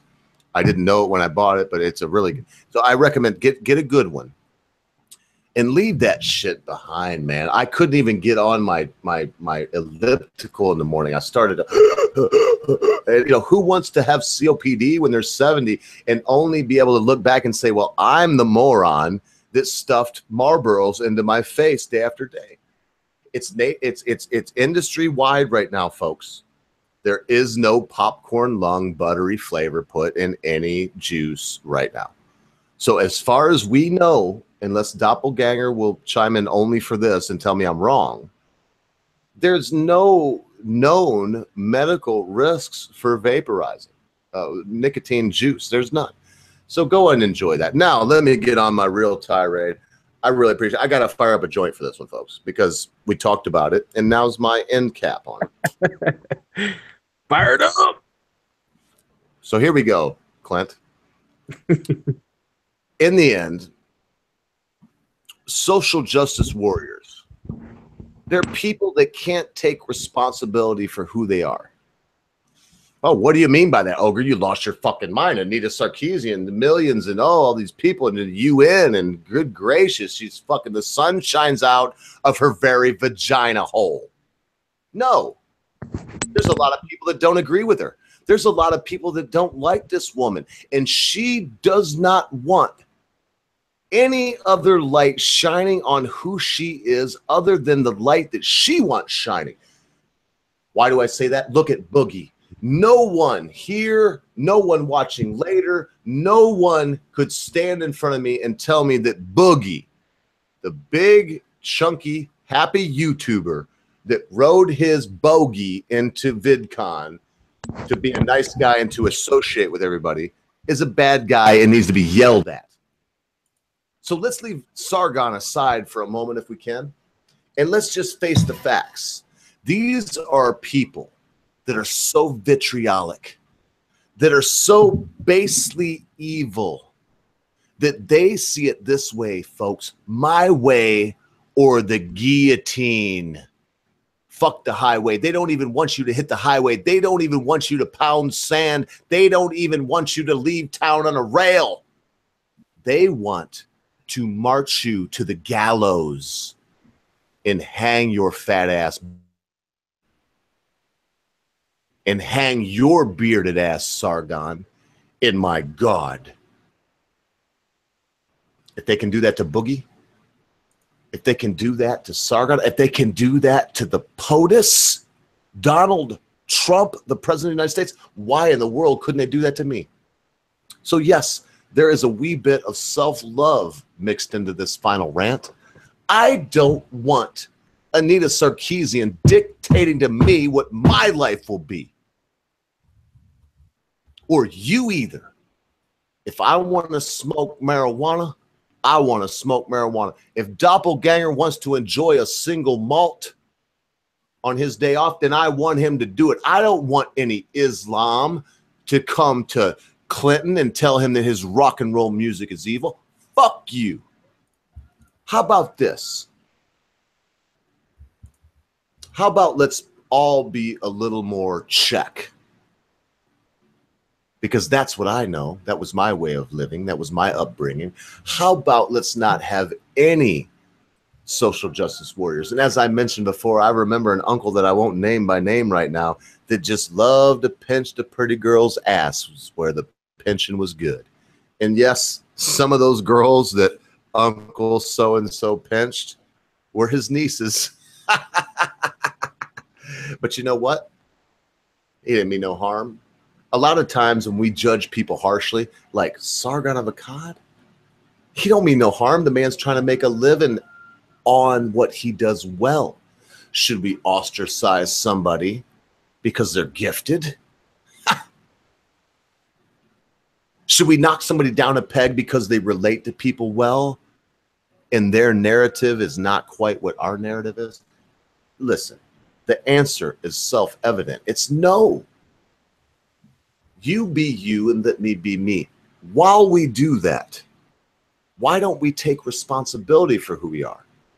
I mean, for goodness sake, if you rob a bank, of course, I would like there to be some kind of retribution for that. I don't mean do as thou wilt. I'm not going to go down that path quite. But here's the end of it, folks. If you wouldn't like something done to you, Anita Sarkeesian, if you wouldn't like to be sat with your friends enjoying a seminar for all intents and purposes with a neutral look on your face, there with a few people, if you can't accept that, if you can't take criticism, maybe it's because your point of view sucks. Maybe it's because we don't need hall monitors at this late date in our lives. Maybe it's because we don't like you. Hell, maybe people don't like me. That's okay. I can live with myself. Can you, Anita? Oh, I'm not going to name any more names today. So here we go, folks. Thank Doppelganger for this one. And before I go, I got to say, be good to your friends. Be good to your family members. Be good to your loved ones. Be quick to say you're sorry. Be even quicker to accept an apology, especially when that thing your friend, your family member, or your loved one has done seems to be so huge you'll never be able to forget about it. Because constant viewers, at a time you think not, your friends, your family members, your loved ones, your life, your cause, and your president of the United States, Donald J. Trump, will depart from you. And then what will you have, folks? Hey, Sydney Rough Diamond, I ain't forgot about you, man. Check me out. Thanks a lot for showing up, folks. This is the end. Look for 3 tunes. The first one being from Doppelganger. The second 2 from Review the Earth, Big Red Clinton Cox. God bless you, everyone. Black Tooth.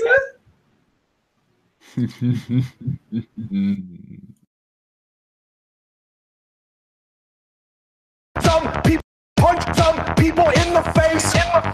Punch some people in the face. Punch people in the face. Punch some people in the face. Seriously. Punch some people. Punch some people. Punch some people in the face. Punch some people. Punch some people. Punch some people in the face. Punch human beings in the face. Punch some people in the face. Punch human beings in the face. Punch people in the face. Seriously. Punch some people. Punch some people. Punch some people in the face. Punch some people. Punch some people. Punch some people in the face. Punch people in the face. Punch people in the face. Punch people in the face. Punch people in the face.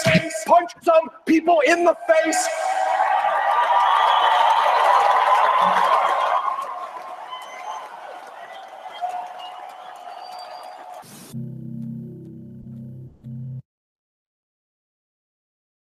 He trolled him.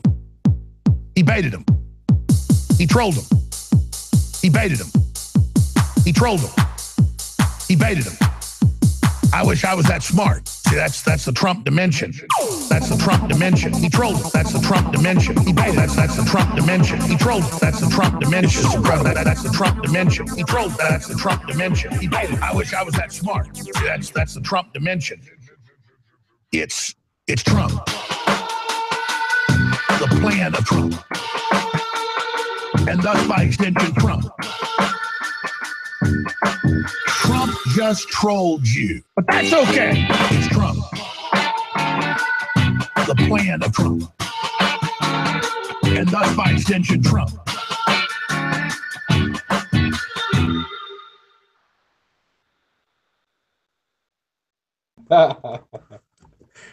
Yep, nice one.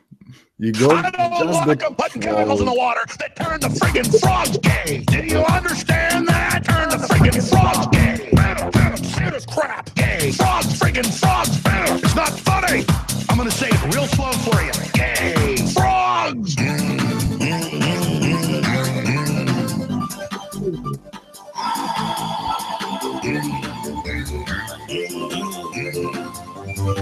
Won't you fight for your life? Gay. Frogs, friggin' frogs. I don't like a frog.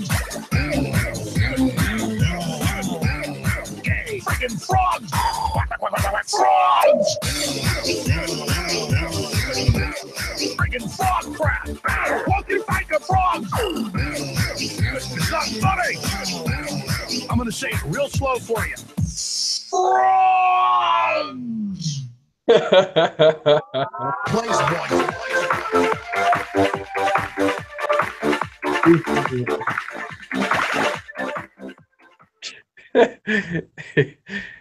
Oh, goblins and trendies.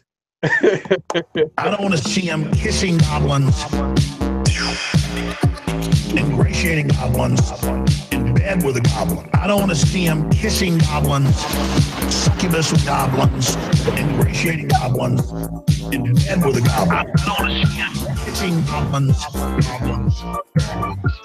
Ingratiating goblins. In bed with a goblin. I don't want to see him kissing goblins. Ingratiating goblins. Bed with a goblin. Dump it. Charging into a goblin's nest, some goblin vomit and slop and blood on it, especially up to his ankles. Trump charging into a goblin's nest, some goblin vomit and slop. Goblin vomit and slop. I'm not expecting him to not get dirty slop. Kissing goblins. Ingratiating goblins. Succubus with goblins. Bed with a goblin. Kissing goblins.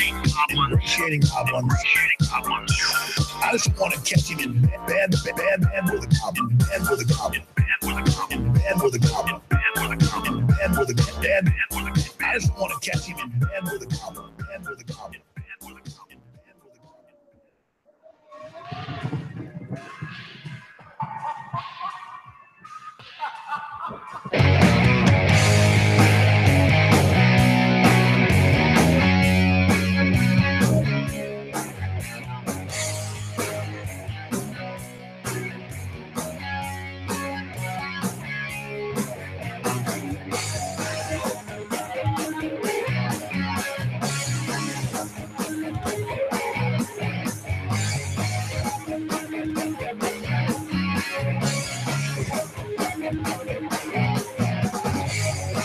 Your hair look cold so tight, turn me on. It's not your love that tastes so sweet. Look, your lips and red eyes can get me going on. It's nothing new from what I've seen. So many women say they all got something, but they only want to show me what. But I don't need that much. It only takes a touch.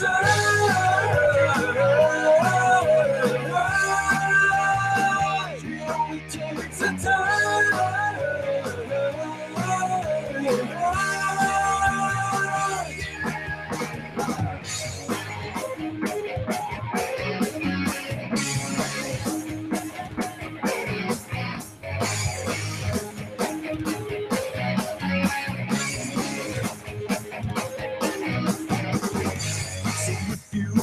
To take me on, just try it. There's no one else there's never been. And every time I see that look in your eyes, yeah, you just might get the best of me. Too many women, then they all come running down and at me, but you never do. Yeah, 'cause I don't need that much. It only takes a touch.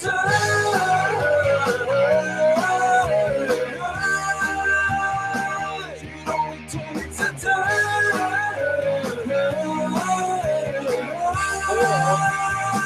It only takes a touch from the head. You know nobody can do like you when you burn me up. It only takes a touch.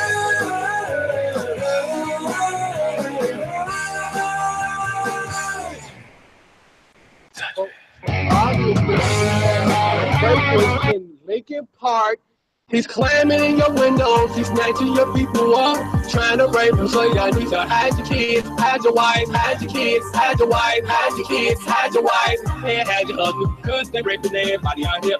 You don't have to come and confess. We're looking for you. We gon' find you. We gon' find you. So you can run and tell that. Run and tell that. Run and tell that. Oh boy. Oh boy. We got your t-shirt to the left fingerprints and all. You are so dumb. You are really dumb. For real. The man got away, leaving behind evidence. I was attacked by some idiot in the project. So dumb, so dumb, so dumb, so dumb. He's climbing your windows, he's snatching your people up, trying to rape them. So y'all need to hide your kids, hide your wife, hide your kids, hide your wife, hide your kids, hide your wife, and hide your husband, because they're raping everybody out here. You don't have to come and confess. We're looking for you. We gon' find you. We gon' find you so you can run and tell back, run and tell back, run and tell back. Homeboy, homeboy. He's climbing in your windows.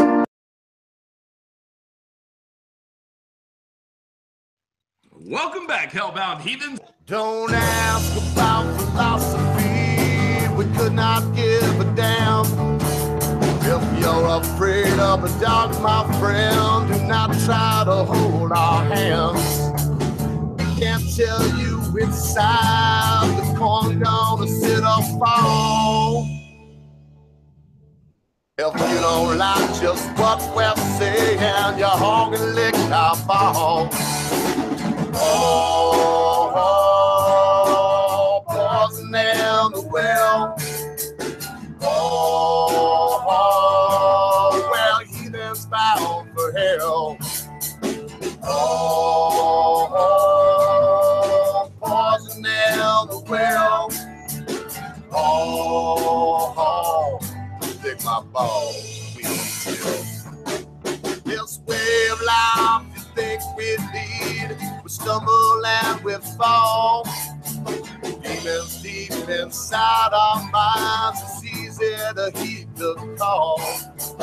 Fractured pieces of our lives, we fill with what we see. You can't get what you need from pad or fame. What's to be will be. Oh, we're poison in the well. Oh, two heathens bound for hell. Oh, poison in the well. Oh, yeah. Stick these nuts, we won't tell. If you're not content with what you have, you know it's your own fault. Fired into the no-man game, you're a bitch and a fucking call.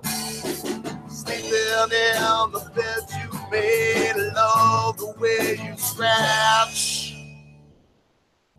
That oppressive fear of what you preach, you're another for the batch. Oh, poison in the well. Oh, two heathens bound for hell. Oh, poison in the well. Oh, yeah. Lick these nuts, motherfucker, I will tell. Kick it.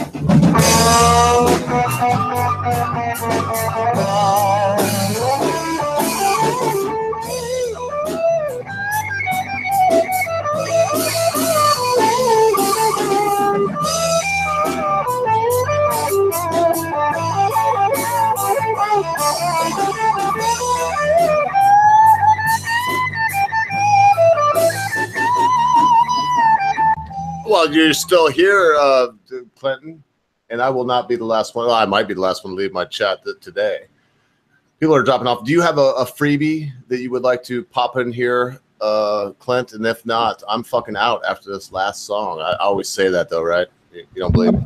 Man, I got to get cracking on my website again, but it was great to hang out as per usual. Great conversations today and great show. Thanks for having me, bud. Well, thanks for being by, Clint. I'll look for another freebie right here. I'm going to end it with a couple jams. Thank you so much, Clint.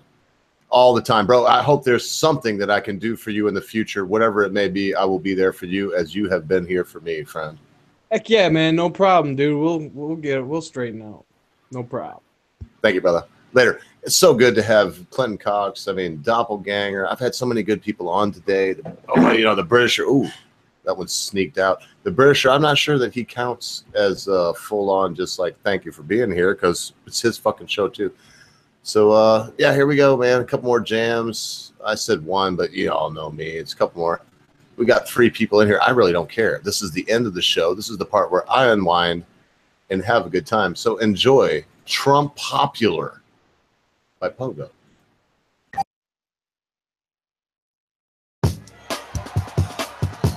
Love the flow.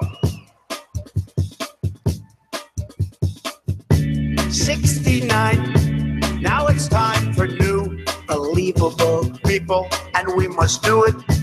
If we don't control insiders, this will be over and over. To lead by an any big fat love, find common ground to halt the spread of lies, and we must do it big fat love, find common ground to halt the spread of lies, and any America first. America first, non-fatal. We want to build a much better, believable people, and we must do it non-fatal. Communication very much higher. America first. To lead by an any insiders fighting for insiders. Time to stop. Insiders fighting for insiders. More of insiders fighting for insiders. Time to stop. Insiders fighting for insiders. America first. Love the flow. 69. Now it's time for new, believable people, and we must do it.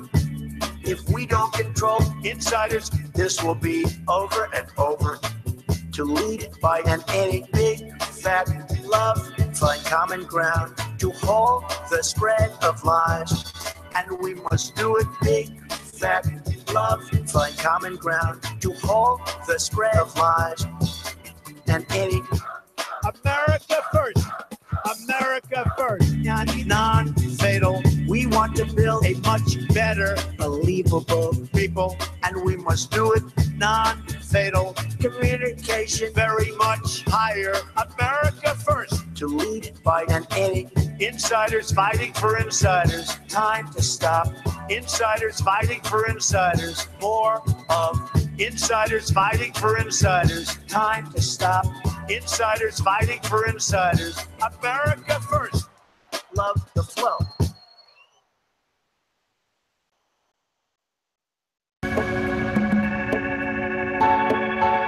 You know, I've been hearing more and more about a thing called fake news. Fake news. I've seen people destroyed, and I think it's very unfair. Some of the media outlets that I deal with the fake news. Fake news. I think it's a disgrace. An absolute disgrace, but I don't think they care. Well, first of all, one of the reasons I'm here today is to tell you the whole Russian thing, that's a ruse. It's a ruse. I own nothing in Russia. I don't have any deals in Russia. Russia is fake news. I just see many, many untruthful things. The press has become so dishonest. The public doesn't believe you people anymore. You have a lower approval rate than Congress. You know, I've been hearing more and more about a thing called fake news. Fake news. I've seen people destroyed, and I think it's very unfair. Some of the media outlets that I deal with the fake news. Fake news. I think it's a disgrace, an absolute disgrace, but I don't think they care. I'll tell you something, I don't mind bad stories. I can handle a bad story better than anybody as long as it's true. But I'm not okay when it is fake. It's all fake news. I mean, it's story after story after story. We're not gonna let it happen again. The public gets, when I go to rallies, they want to throw their record to CNN. Here's the thing, I want to see an honest press. I want to see an honest press. I want to see an honest press. It's so important to see an honest press. I want to see an honest press. I want to see an honest press, but our nation's reporters will not tell you the truth. So I'll go over just some of them. MSNBC, you are fake news. The New York Times, you are fake news. CBS, NBC, ABC, BBC, LA Times, you are fake news. The Washington Post, you are fake news. CNN, very fake news. Politico, AP, HuffPo, BuzzFeed, failing pile of garbage. And I've been hearing more and more about a thing called fake news. Fake news. I've seen people destroyed, and I think it's very unfair. some of the media outlets that I deal with, the fake news. Fake news. I think it's a disgrace, an absolute disgrace, but I don't think they care.